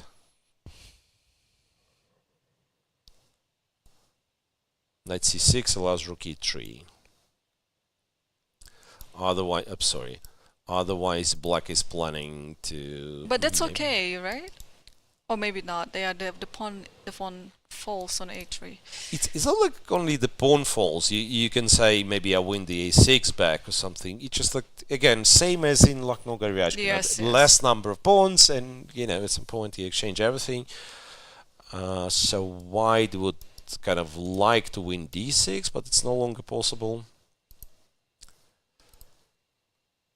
And as much as we got excited about this exchange sacrifice on g5, computer says now it's absolutely equal. And it's a funny material as well. 3 minor pieces against 2 Two rooks. rooks, yes. With a pawn up for black. Yeah. Yeah, this is a very curious idea. And meanwhile, on the other game, Munguntuul played king e1. King e1. So shall we see rook allow h7 it. in Oh, this game? that's That was the according to move, evaluation bar, it dropped significantly. dropped a lot, yeah. So that probably means rook h7. Because the just g3 works. pawn might fall, and she did it. Rook h7 just happened on the board. So if not the g3 pawn, then the rook might enter the back ring via h1. Yeah, a pawn is in It's- danger, right? yeah, like it rook is. h1, rook a1. Yeah. Yeah. Munguntuul falling apart. And it will be, interestingly, another relatively young player, or kind of first Grand First Prix timer, yeah. cycle for her, who starts with a win and also with the black pieces. But same as Assaubayeva. Stavroula got the 3rd place in the last leg of the Yeah, no, of course. Women of course. Grand Prix. So she's She's yeah, a powerful player. Yeah, I think this is going to be unexpectedly a decisive game, while the other one, Tan Zhongyi versus Paehtz, Could be could a be a draw. draw, Yeah, on yes. contrary, we decided at some point to declare it. Yeah, okay, Tan Zhongyi should convert this one, but no. King d2 has been played, and okay, rook h7, king d2. Now black has all the good options. Are you going to go for the g3 pawn, or are you going to go just rook h1? I think that's also very possible. So many options indeed. Because the idea is if you play, let's say, rook h3, although I don't think that's the best move on this position. You provoke g4, but then you always have this bishop f4 at some point too. Yeah. So even this idea is fine, but I think rook h2 or rook h1 should be stronger.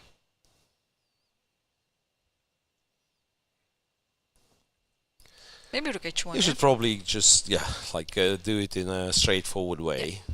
To go here, rook a1 is a threat. So if you want to stop it by playing bishop there, now you can play even, or rook g1, that's also fine. Rook check h2 is nice too. This. No, I thought it's almost like a forced win. Oh, maybe I'm delusional. So this, give a check. Bishop e2 is a must, otherwise the pawn drops. So bishop here. Now you go g2.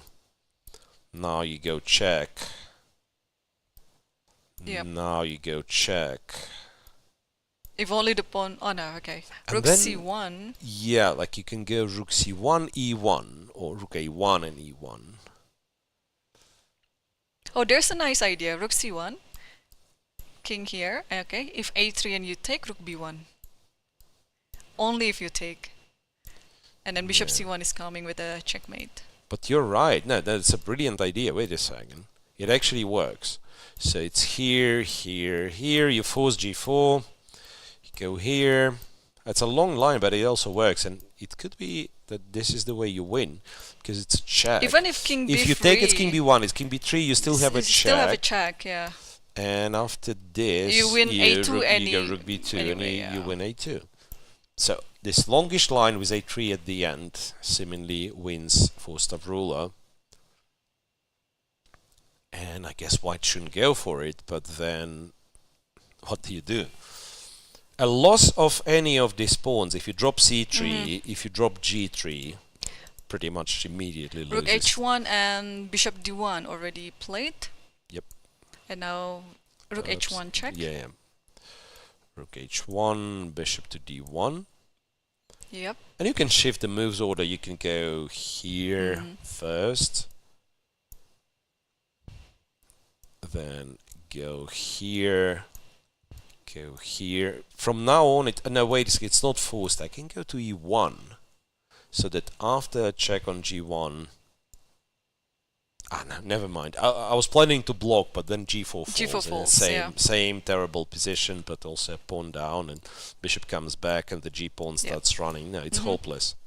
It's hopeless. I'm surprised, but not that white lost this position, but how easy white lost this position. Because it seemed to be like a draw even like some 5 moves ago. It could be... Yeah, again, like maybe one really has to start like taking it, whatever. Probably black shouldn't allow all the pawn to be moving so advanced like that. At some point, maybe white has to be brave enough to push her own pawns. Yeah, so bishop to d1. Okay, black still needs to find your beautiful idea with a3. So otherwise, yeah, white's still in trouble, but maybe it's not as easy. Yeah, but rook h2, rook g1, they look very natural. You just have to calculate all the concrete continuation So after that. this and this. Yeah. Is this an idea? Like To takes here block- to kind of lock the rook? I don't think so. You can play a3 and then rook b2. Hang on. Also, you can play c5. You can start pushing this pawn. Or probably a3 first, so that your rook is not trapped, and then c5 is always coming. c5's okay. You go here, and after this move you'll have rook c3. Right, and even if they take first, you still have rook c3 or rook c3, king b4, and it shows how dominant this bishop on e5 is. Yeah, so it's hopeless. That's pretty much lights out. And it could be that Paetz's game against Tan Zhongyi is getting interesting again. Yeah. Because, yeah, let's check. Knight gets back to d4. I don't know what it is. Hang on a second. We were here. So bishop g4. I think that was the whole idea, to allow knight d4, knight f5. Maybe that was the point. But then, yeah, wait a second. Something's off with the widget. Now nothing works. Great. okay, we have it. Yeah, I guess. Rook e8, rook h7, blah blah blah. King g8, sacrifice on g5. Now black went king g7, bishop g4, and to get the knight on f5. Yeah. Yeah, great. And rook h8, knight d4, king f8. So now, what is the plan? She's planning to block. Oh, sorry. Perhaps she's planning to block with the rook, or defend with the rook after knight f5, rook d7, I guess. No, I think if knight f5 there is rook g8, so the king has to actually move back, not to f6. But it's okay, no? And then, yeah, once the king moves How do you back, defend this guy? Rook g6, maybe. rook g6, yeah. G6, fair enough.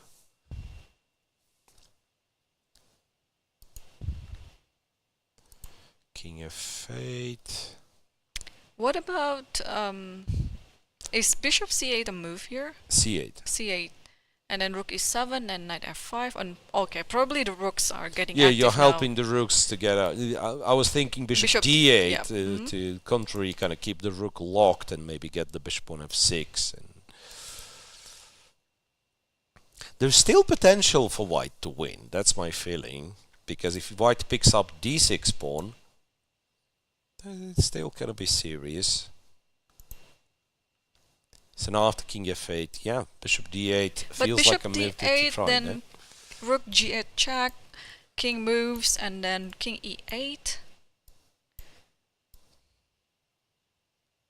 Yeah. But at least my feeling is, like, my achievement that I've managed to kind of extract the bishop from a5 to back to life. But now rook c7. And the rook, I will come back to c6. Ah. So, well, at least, again, maybe it's still not enough resources. I Yeah. don't know. Maybe it's still not enough resources to win, but at least remember that the bishop was stuck on a5. Now white somehow managed to get it back to life, and some say bishop g3, king f3, attacking d6 could be a plan.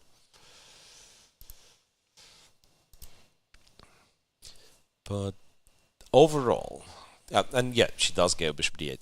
Overall, the feeling is it is so hard nowadays to play professional chess because the games are so intense. It's a lot of stuff you have to calculate. People refuse to fall apart. Yep. You get a winning position or close to winning position, They and just keep everyone fighting. knows how to fight, how to put problems. Yeah.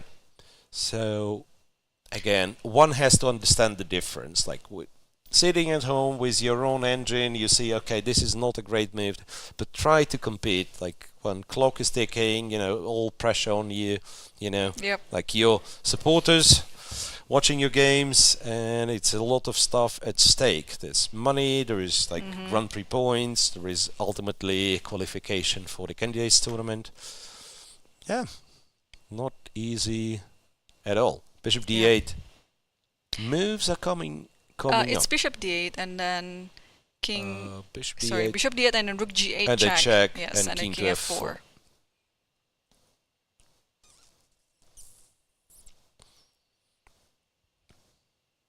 Yeah, looks like white is still dominating, but if Elisabeth found the right way to defend this position, I mean, because developer says that it's equal, but okay, in this type of position, it's really hard to Equal is trust like it.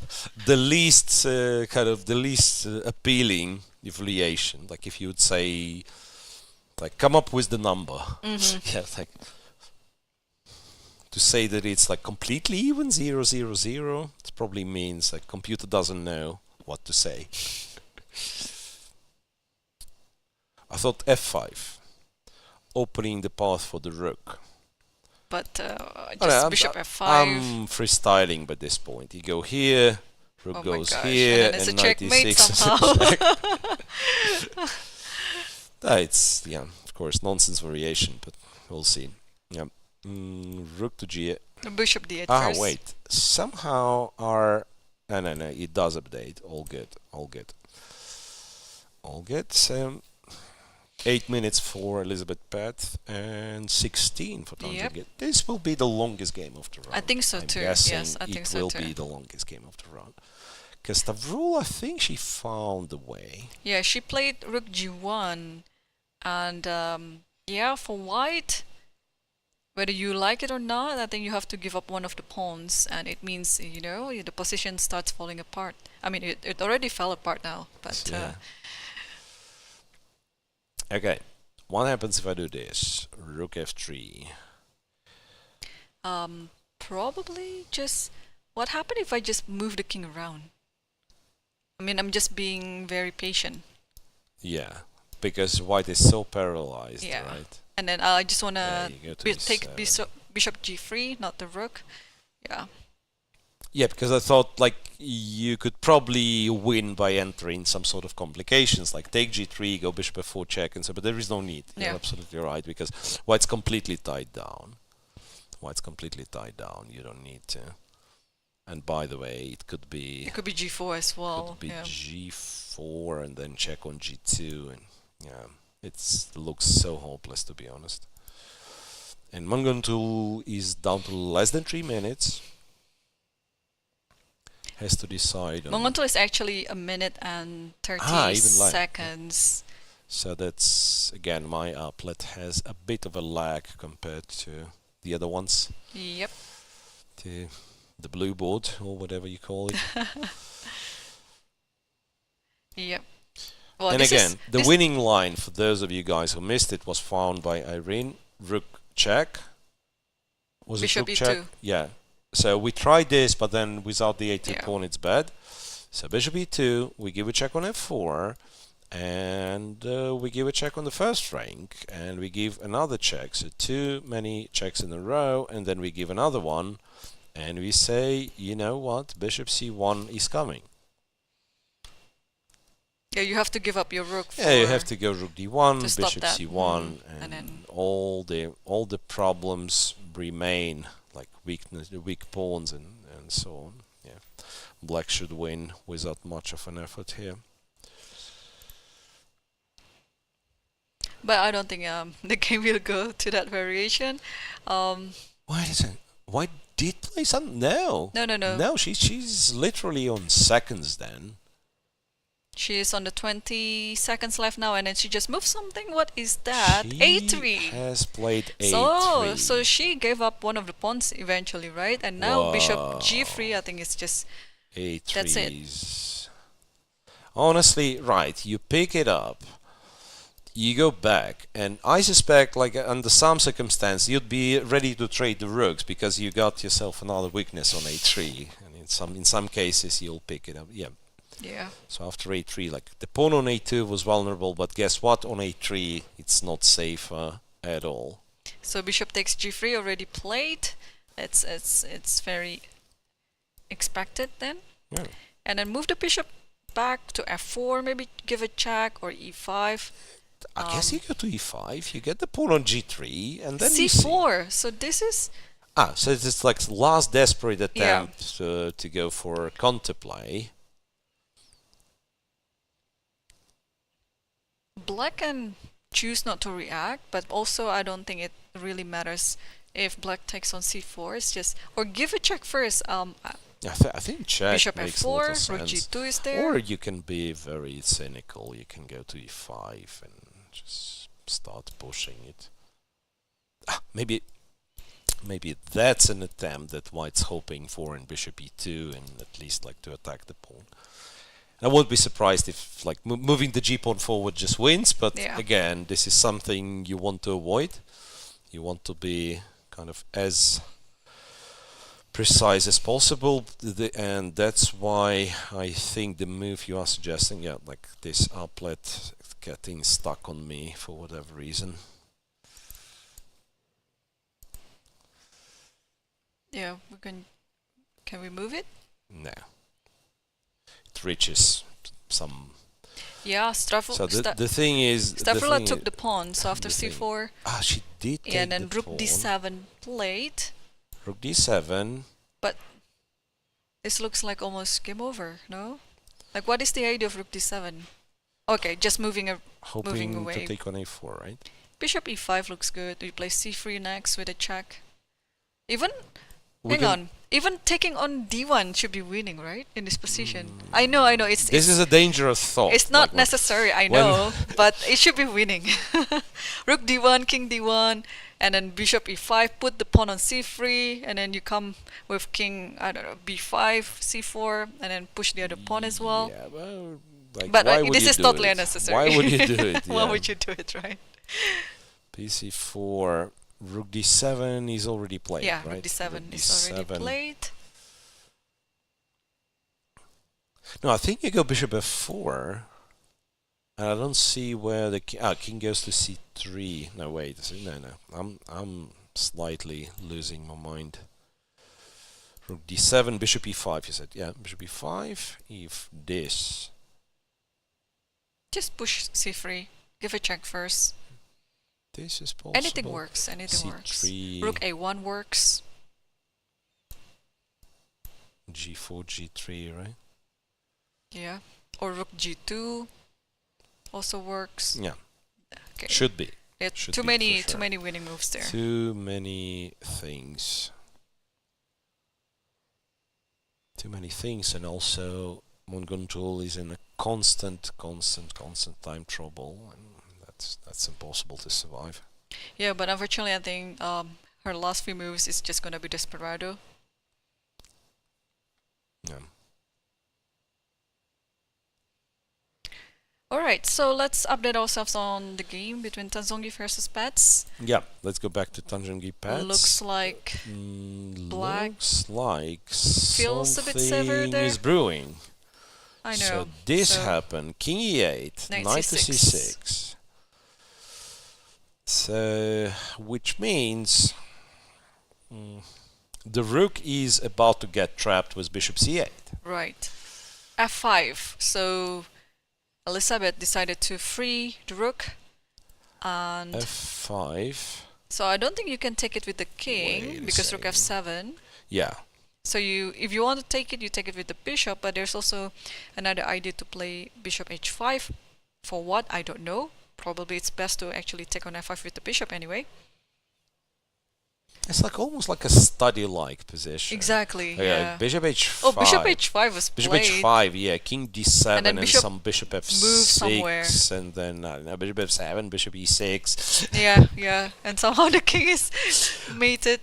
Yeah, and it looks nice. We are kind of restricting the rooks and everything, but you cannot really checkmate the king with 3 pieces. It's too much. Yeah, they're always going to be the square. So my feeling is like it can last almost forever, right? White can keep come up like with new ideas, new moves, But I have a feeling that since Elisabeth is now down to 3 minutes actually on the clock, at some point she might do some blunder because this position is very dangerous for black. Okay, yeah. king d7, King d7. and now where does the bishop on d8 go? I like bishop f6. Yeah, it's. I don't know, like if bishop f6 or bishop g5 are, but what's more precise? Is it too much of a difference? What I know, I don't want to go to a5 anymore. Like it's done its job on a5. It's not much to do there. So I'm guessing, yeah, like bishop f6 or bishop g5.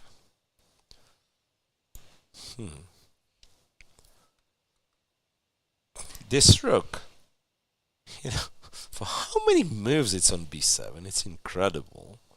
Where was the last time it was Yeah. on b7? That's exactly what I'm trying to figure out. So Okay. the rook went on b7. I don't see it.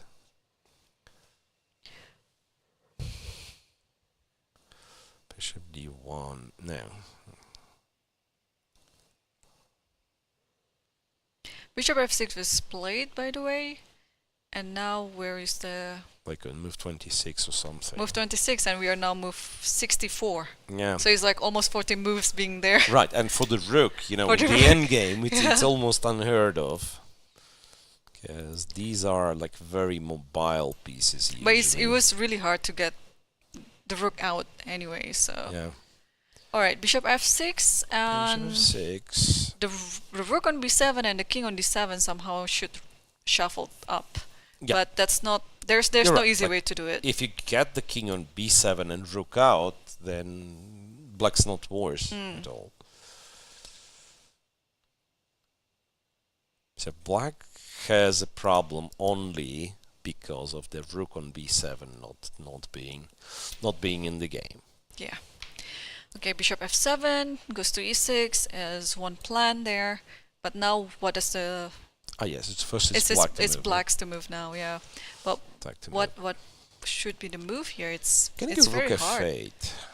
Okay, fate maybe now you can take on f5. Yeah, and my plan was to go here and, I'm sorry, to swing the rook to, like, say, somewhere, King h7. e6. Ah, yeah, this one I completely forgotten. Yeah, you go in Yeah, you just go in, knight e7's coming. here. Still tricky. To be honest, it's still tricky. Because now, let's say you go, bishop g6 or There's g4. knight e7. There's always knight e7. If g6. Yeah, we're thinking, like, Rook- this one? rook a3 then. Okay, 3, and at some point I'm even ready to, let's say, sacrifice, go king c7, take a3. Yeah, white has to be careful to win it cleanly. Yeah. Okay. So Anyway, gets chances, you're right, gets chances, and then combined with the fact that Elisabeth's slow on time, getting low on time, it can, yeah, Elisabeth is can now mean something. a minute and 15 seconds. Yeah, this is a tough Still situation to be. Still no move from Elisabeth. Yep. Still no move. Yeah. And yeah, something I perhaps would like to add, that for computer it's easy to do nothing if white cannot make progress. But for us humans, like, imagine your rook is stuck on b7 40 moves. You look for the ways to kind of to improve the situation, which sometimes makes it counterproductive. Yeah. You just had to shuffle maybe with the king, and that would be a draw. But yeah, it's in a human nature to activate the pieces and so on. So 40 seconds left. Yeah, the zoom in on the clock. Yeah, I think if we ask Elisabeth about the evaluation of this position, she wouldn't believe that it's actually roughly equal. I think both of the players wouldn't believe that it was equal. I think both of the players believe that white is actually almost winning here. Let's see, maybe we get a chance. However, yeah, for the first round it is already quite a long round, and almost 5 you hours never now. know. Yeah, you never know. Maybe we just have to leave players alone. Let's see. Both games are still in progress. I'm just like taking a peek at this one, the other one, Munguntuul against Tsolakidou, and there black is completely winning. Yeah, Geoffrey just played in this position. Yeah, like not much to discuss. Rook g7 just played also. I think if black wants, black can play f5, but there should be a better way to deal this position. Like c3. I think you cannot really refuse this temptation. c3. Yes, sorry, not c3 immediately. Move the rook first. Rook and Yeah. c3 and Or rook a3 first, or doesn't matter, rook e3. anything. Yeah, anything. but okay, here I know I've been there. I messed up like absolutely winning positions. I know it's a very dangerous thing to say, but anything wins. Here, anything wins. Even taking on d1. Should be. Yeah, should be winning too. Should be winning. It's again not advisable, but should be winning. Oh, why not? Actually, it's very straightforward. Like takes on d1 and then king b5 and take another pawn. And then again, you have to go all the way All the here way to to take the other another side, pawn. yeah, And why yeah, do you yeah. need this? Yeah, like You're go making- rook a3, win in a couple of moves. But Miro, Yeah. if you can go for harder way, why do the easy way? Yeah, fair enough. No, but seriously, like rook a3, I think wins in the next couple of moves because you are threatening g2 and rook a2 trick. Yeah, yeah. Not to mention that, yeah, like you can connect all the pawns and right. So even a bit surprised this one still kind of still goes ongoing. on, but yeah. And what just happened? There's some move there, or maybe she was just writing the score sheet, or she was just writing. At move 62. 62. So they've got an additional score sheets and you have to fill them in. Like, so usually the standard score sheets, they have, what, 60 moves. Bishop f4 was just played. I Bishop think that's F4. the straightforward way to play In rook order d2. to go to d2. Exactly. Okay, rook g4. g4. Okay, you can play, oh, rook d2, yeah. Where does the king go? Doesn't matter, because you can take Has d1, to go to e1. then rook f2 is there, and then you play g2, Maybe go g2. or even immediately. g2 immediately too, yeah. Go g2 immediately. It's just like... Yeah, I think we can wait a little bit on this game, because yeah, I think it can be a resignation done soon. any time soon. Of course, Stavroula wants to make sure she doesn't kind of mess it up. It's almost impossible, but you know, when you have the time, you know your position is winning, you are kind of being extra cautious. There is no additional points in chess for winning quickly, right? That's right. So, yeah.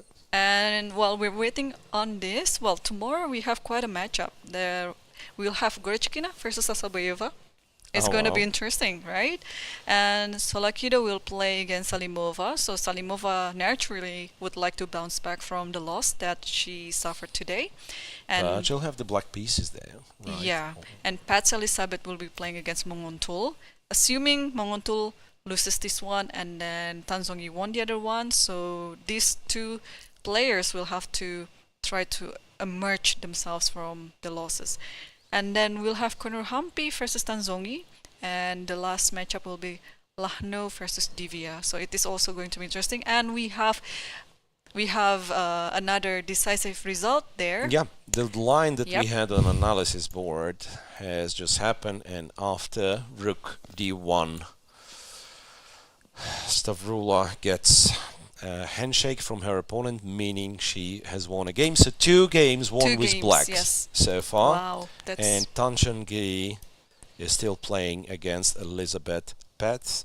and looks like something has happened. looks like Rook b8. now it's getting easier for black.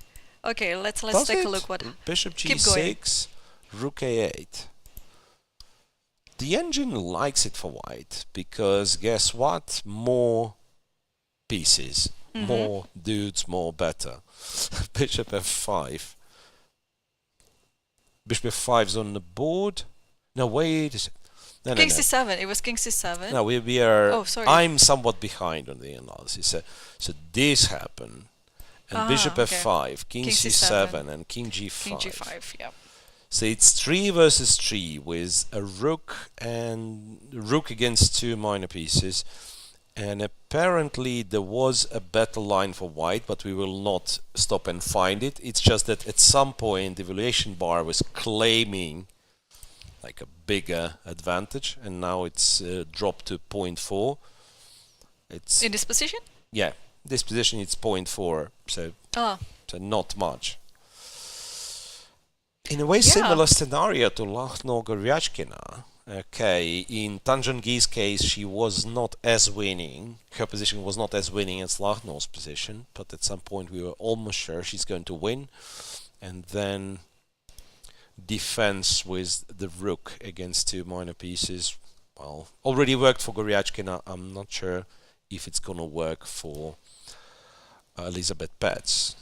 Now, again, something happened because the evaluation bar goes crazy after rook g8 check, and I suspect it's because the king goes in. King f6, and if you go after this pawn, I suspect this is what happens. And then takes And on then a3. you go knight here, and you give a check, and you take this one, and I guess this should be winning.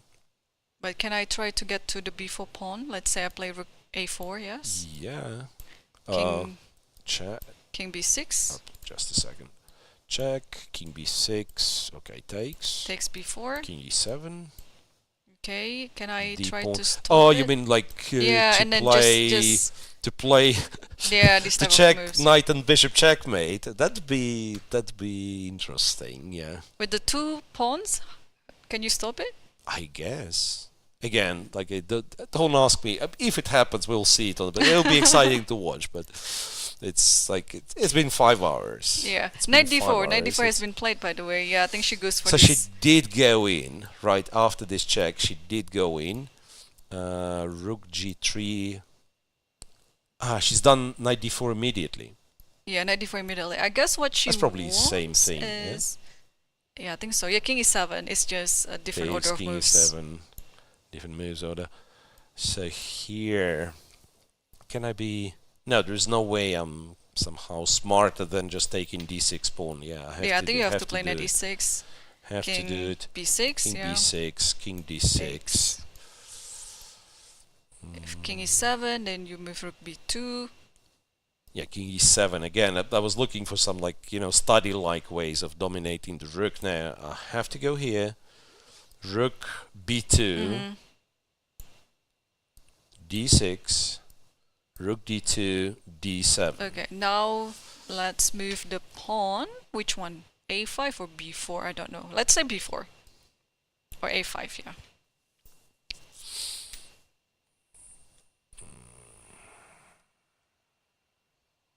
Okay. Okay. Let's say I just go forward.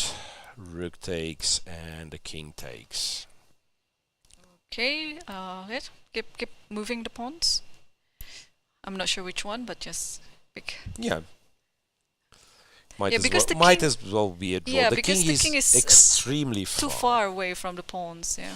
The king is extremely fine. This is where you actually kind of have to have some sort of access to the database, the table base, because figuring out.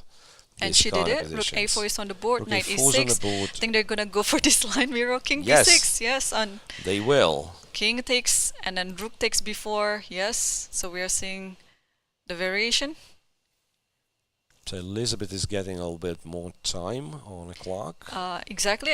Actually, she has 2 minutes and 29 seconds now. So now the question is, and by the way, like even our supposedly live board is somewhat lagging behind compared to the position on the screen, right on the camera view. I'm thinking, could it be that I am not playing king e7 but doing something else? No, that'd be too much. I think you have to make way, yeah, of the pawn. If king e5 with the idea of knight d4, this is interesting actually. But I think you can go the other way, like rook h4 and then rook h8. But then my king is much closer, right? I'm threatening d7. Or maybe I can play king King c6 c6. I now. was thinking about it. No, wait. You But I cannot have play to check bishop you before, take. yeah. And also knight d4, I take also the knight. Yeah. I wanted to say that, okay, here it's dangerous and maybe the pawn's promoting, but of course after bishop e4 you would just take on e4 and that would be the end of this game. Yeah, rook e4, king d6, just a draw. So maybe I should not be fooled by this evaluation bar. Maybe black just holds. Oh, I wasn't even looking at the bar. So I have no choice but to look at the bar, and it is confusing. yep. So the position is up to rook takes b4. This is the current position. All that has happened. Yeah. So Tan Zhongyi is still thinking where to move the king because of course she has to try to promote the pawn. Or is there any other way? Because if you move the knight, rook d4 comes easily. Yeah, it's too slow. Yeah, like also it's not clear what you want. You want to Yeah. go check from d7. It blocks your own pawn. Yeah, king e7 is. Yeah. So probably king e7 or king e5 that she's thinking right now. Yeah, king e7 again. Now if black doesn't play rook b2. And not d7. What about like knight f4, let's say, to... No, not d6, I mean. Or maybe, hang on. No, this is right. This is right. You wanna play knight d3 now, yeah. Or rather bishop d3. Or bishop maybe. d3, yeah, either way. Then you're forced But to... it's like it's hard, no? It's like if I play this, bishop d3, rook h2. Oh, then you do this. And rook h8. This. Bishop and g6. This. And then you have to go the other way. Running. It's crazy, isn't it? Okay, but at least there's rook b7 coming up. So if you want to avoid that, no, you cannot. I think really it's all avoid that. nonsense. Yeah, I think it should be like defendable. white should get no. I have no idea if it's defendable. I mean, our attempts to kind of interpose something. I mean, white has to go d7, promote, and then if somehow by some mystical way he stops the pawns, he wins. Otherwise it's just a draw. Right. And So well, she- Tan Zhongyi still has time to think. Yeah, she has Right. about 9 minutes right now on the clock. Yeah, this is the last game of the first round of the second leg in this women So Grand Prix. already a first round, we have. I mean, first of all, like all games passing the time. Oh my control. gosh, all This is games, what we yeah. have to prepare for. Yeah. All the games passing the time control, and also a very, very long games. So King e7. King e7 is already played, yes. So yeah, in stopping the pawns, either you go to h-file, but I Okay. don't see a way. Probably Let just me rook see. b2. So this one, if I go d7, what evaluation bar has to tell me? a5, d8. I'm borrowing the evaluation bar from this. So d8 is, yeah. Rook takes, and the king takes, I'm guessing. Okay, rook b2. Yeah. I think we're still on the right track. Yeah. I still have no understanding whatsoever how to... Oh, you know what? On the other hand, like, let's imagine something like this happens. How do you continue? Because sometimes it's actually tricky.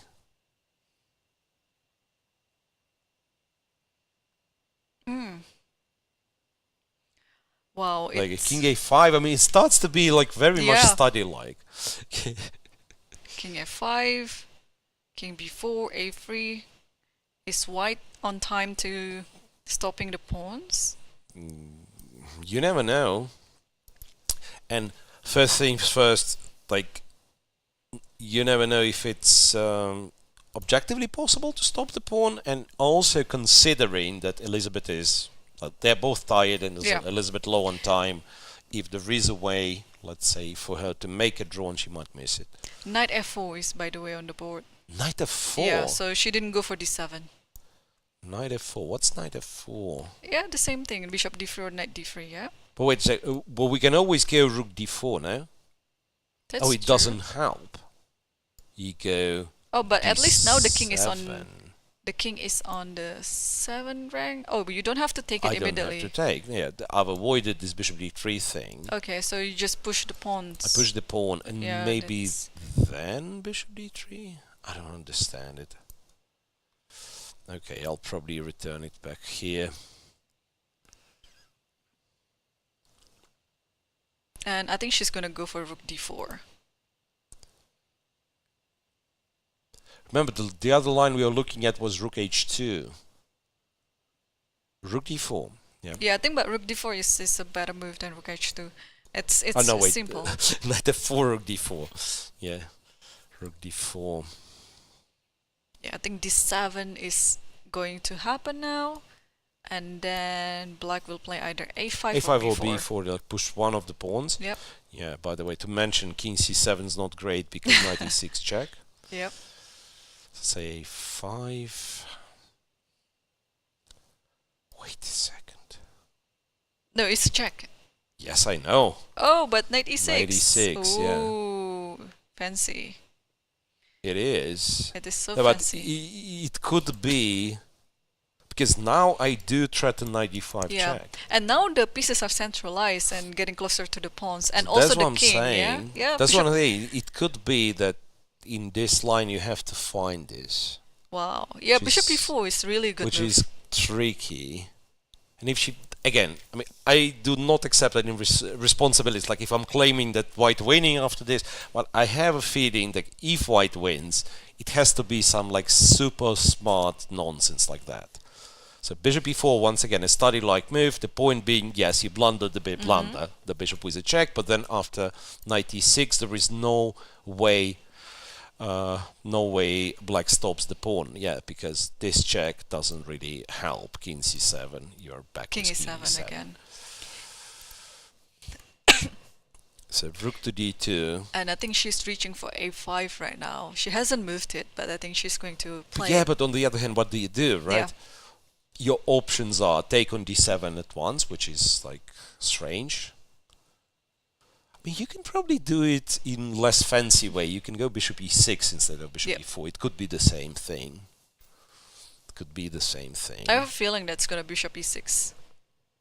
It looks more natural. Yeah, you don't have to. Yeah, you don't have to show off exactly.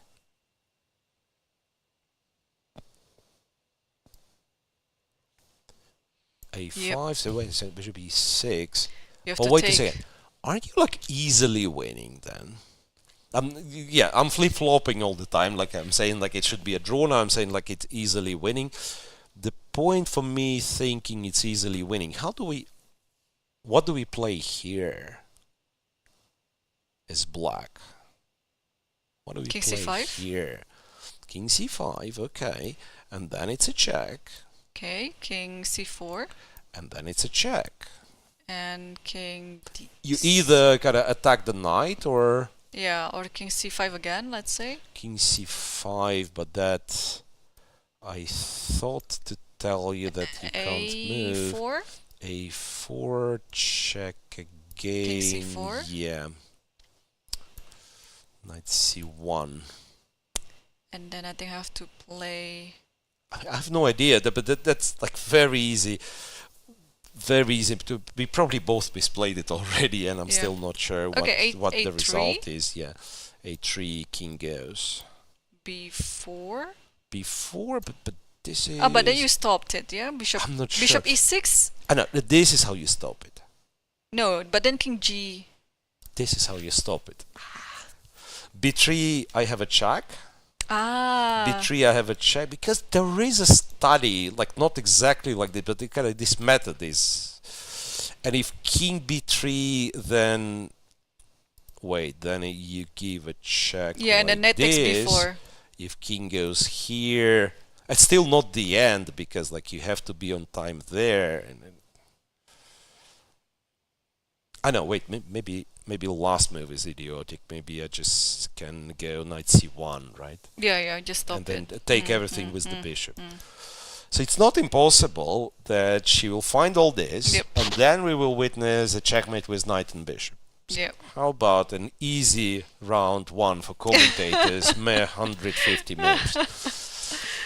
Ooh, bishop e6 is on the board. Yeah, and then Elisabeth forced Move to take 80, the by pawn. the way. Mhm. Move 80. They're gonna have to have another score sheet, I guess.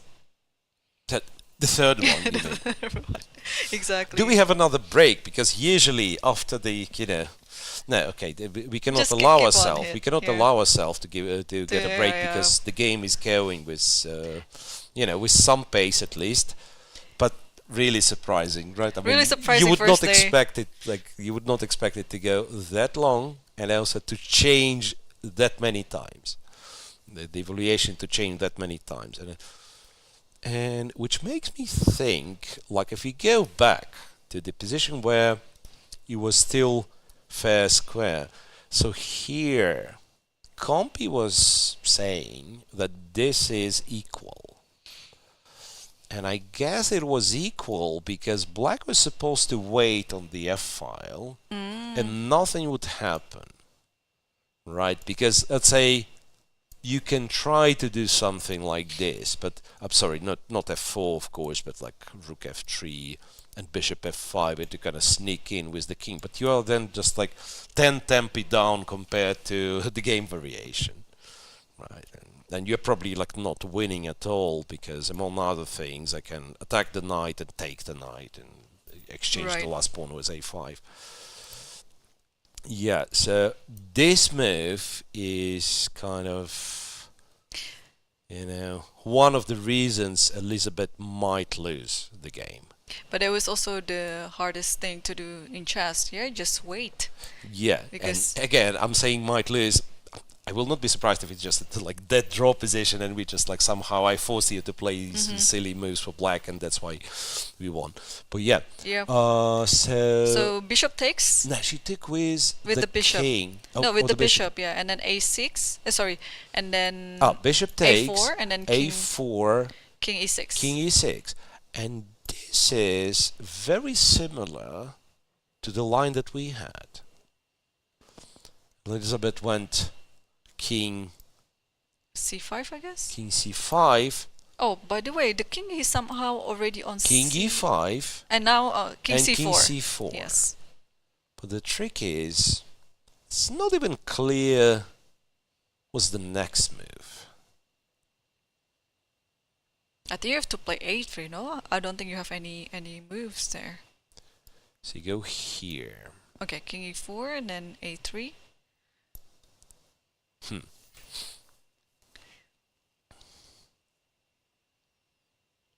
And a2 is not actually a2 is a not threat a because threat there's bishop yet, e6. but king c3 is King c3. perhaps a threat, because no longer b5 can be taken.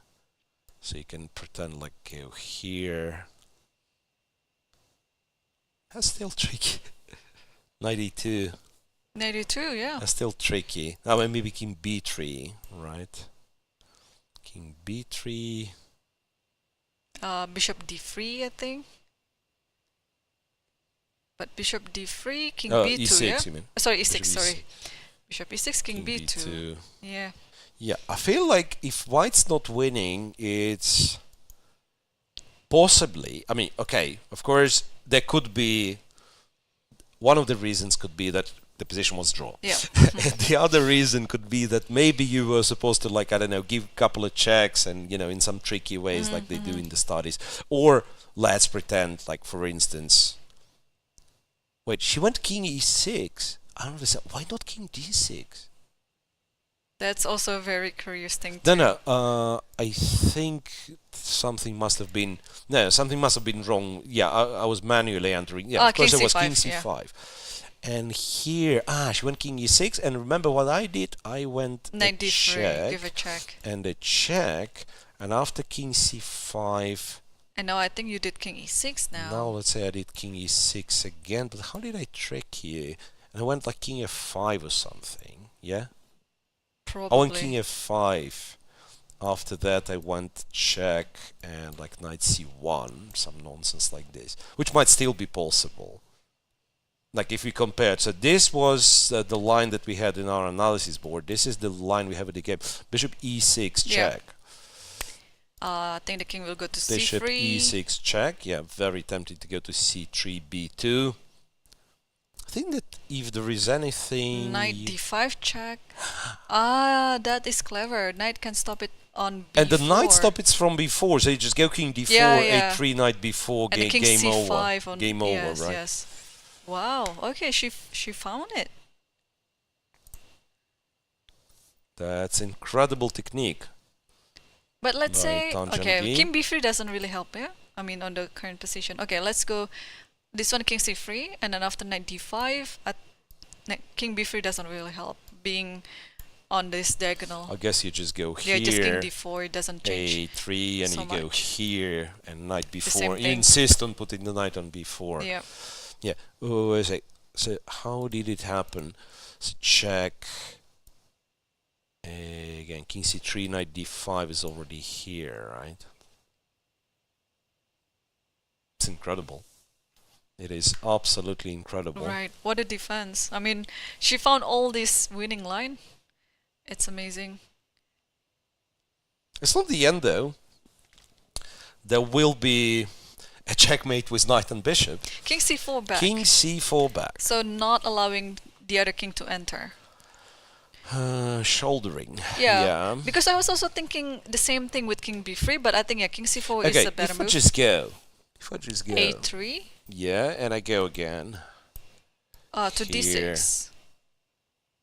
But where's e3? It's e3, d2. But now I play a2 because where does your knight go? I will count. f4 knight or f4. Sorry.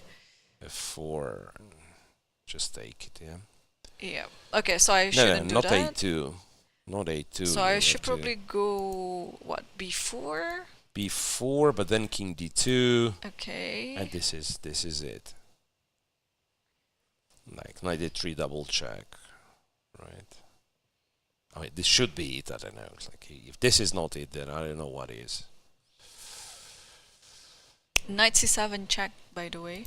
Knight c7 is clever. Also tying the king down to the b5 pawn. Yeah, absolutely. Yeah, and now right. the king is just going to come closer to the pawns. Moreover, if the king c5, like, look at the harmony of white pieces. I mean, you can do this, right? But Knight still, d4. king c5. Knight d3.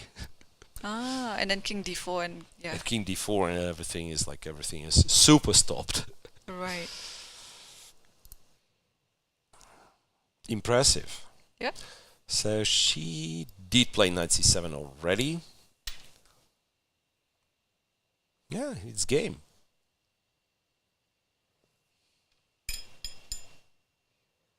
Oops. I thought I have my water in the glass.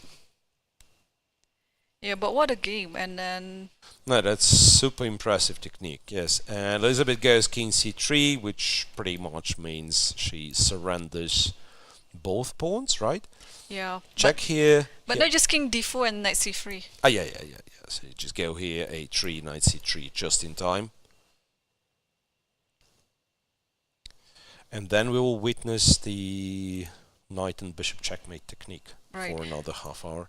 Oh, king c3 is already played, by the way, in this position. Yeah. King c3 is played. It's just like, the applet is lagging. Cannot help this one.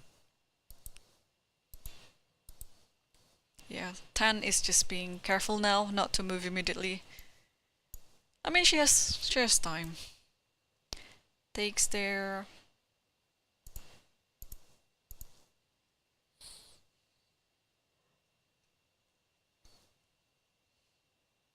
Why wouldn't you take, is the question.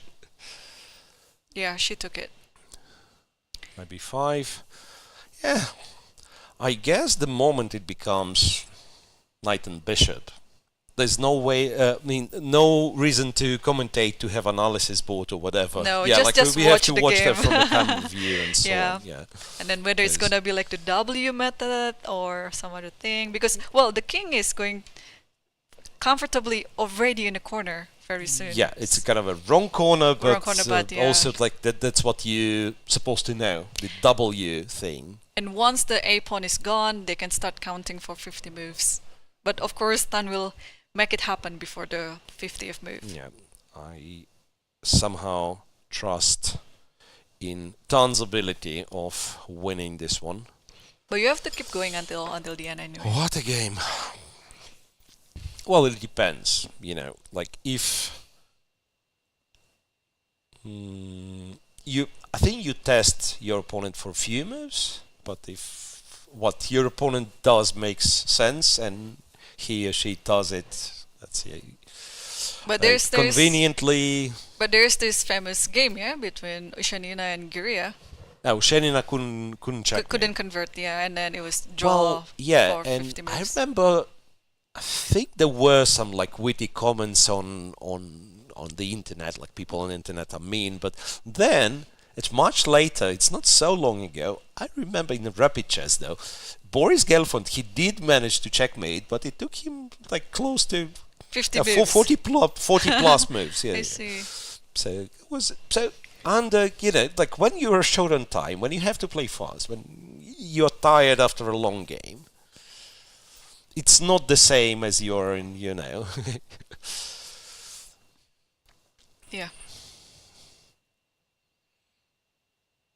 Okay, what is the quickest way here? Probably knight a2, king b2, and then bishop b3, and then you get the pawn Yeah, maybe on the third move.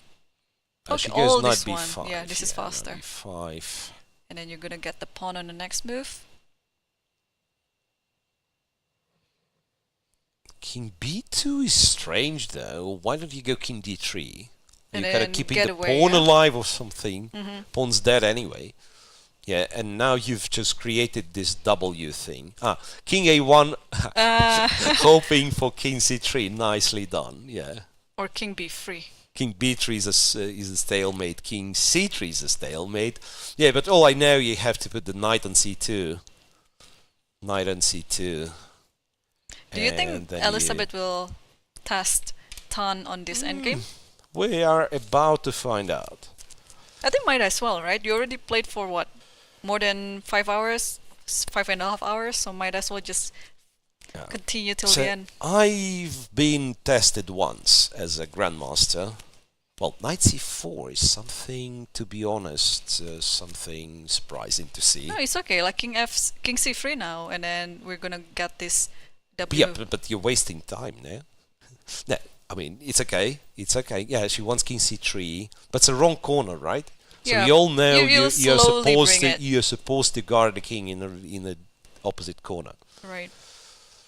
Okay, now you go knight a3 and knight c2, and that's it. Or knight e3, knight c2, or knight whatever you can. Yeah. Okay, we can wait a little bit.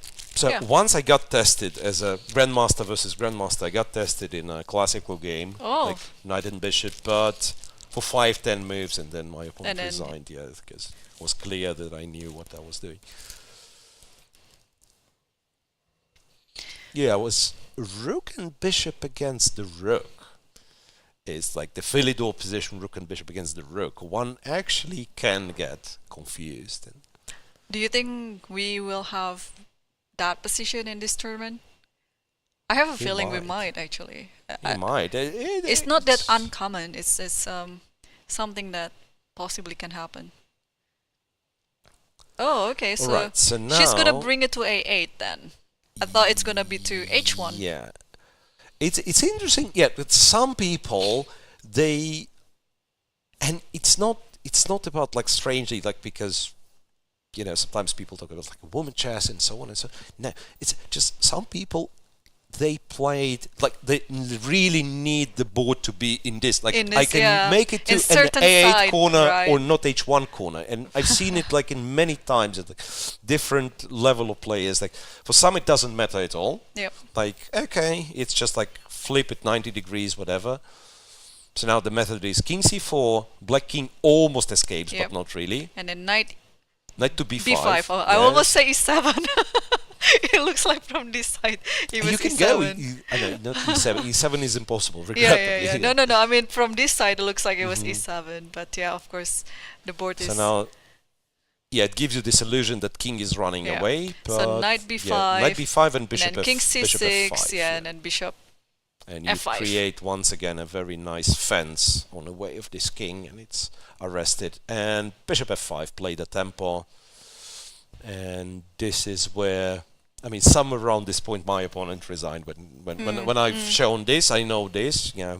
So Elisabeth, of course, like after such a long and in a way painful game, she will continue on. But yeah. Yeah, I think it's Elisabeth had a good chance in the opening towards the middle game, but somehow Yeah. Tan Zhongyi created like a really good. At some point, we thought black was better. Yeah, at right? some And point, maybe at she some point. was. Maybe she was. But I totally believe she was better actually. Okay, now Tan Zhongyi is pausing a bit. Bishop d7 is the move. right. Or e4 as well, I think. E4 you can do. Yeah, bishop e4 as well. Bishop e4, Yeah. bishop d7, both work. Because the king goes to b6. If the king goes to b7, then bishop d7 is the move. Right. So for those of you guys who are watching, and maybe it's hard to follow what like we are talking notation and stuff, but the idea here is the checkmate is only possible in a corner of a color of a bishop, right? So in a light corner in this case, Black King had to be escorted into a1. Yeah, this is non-conventional. This is something, but it works. Knight to d5, right? Okay. It's sort of another method. Oh, you're right. I guess it's some sort of another method, even though, king b7 now. It's less common method, yeah. Less common for sure. Now you just go king b5 and that's it, right? Yeah. And she's very confident with this one. Oh, and there you go. We have a resignation from Elisabeth Paehtz. That's making this number 107. game 107. Wow. Yes. Okay. That's making this is the third decisive game of the day, and 2 other draws actually. They are quite close to decisive as well, right? The other 2 draws we have Lagno Goryachkina and Divya Koneru, even though it was a well played equally, game. it was well played. Like game. both of the players had their initiative. So I mean, today I couldn't expect for actually a better day for the first round. Oh, well, it was a tough day for us. It was a tough day for the players, but a lot of exciting chess was played. Yep. And I think it'll be a bold prediction, but I want to say that we will keep the number of decisive games above 50% till the end of the tournament. Yes, it's a lot of fight. And we have the results, and on the first board we have a draw between Kateryna Lagno versus Aleksandra Goryachkina, and also another draw between Divya Deshmukh versus Humpy, and the 3 other boards, they're decisive. Tan Zhongyi just won a beautiful game against Elisabeth Paehtz, who actually had a chance in the opening and towards the middle game, but managed to fail in the end. And then we have another decisive result there between Batkhuyag Munguntuul versus Stavroula, and this game was actually almost ended with a draw. We thought it's gonna be the first one to finish, but turns out Stavroula managed to win in the opposite colored bishop endgame. Sharp and game then for Salimova in Assaubayeva. And Bibisara Assaubayeva was very sharp today, playing against Salimova, converted nicely in the endgame and almost actually won 2 pawns, but Salimova resigned before it happened.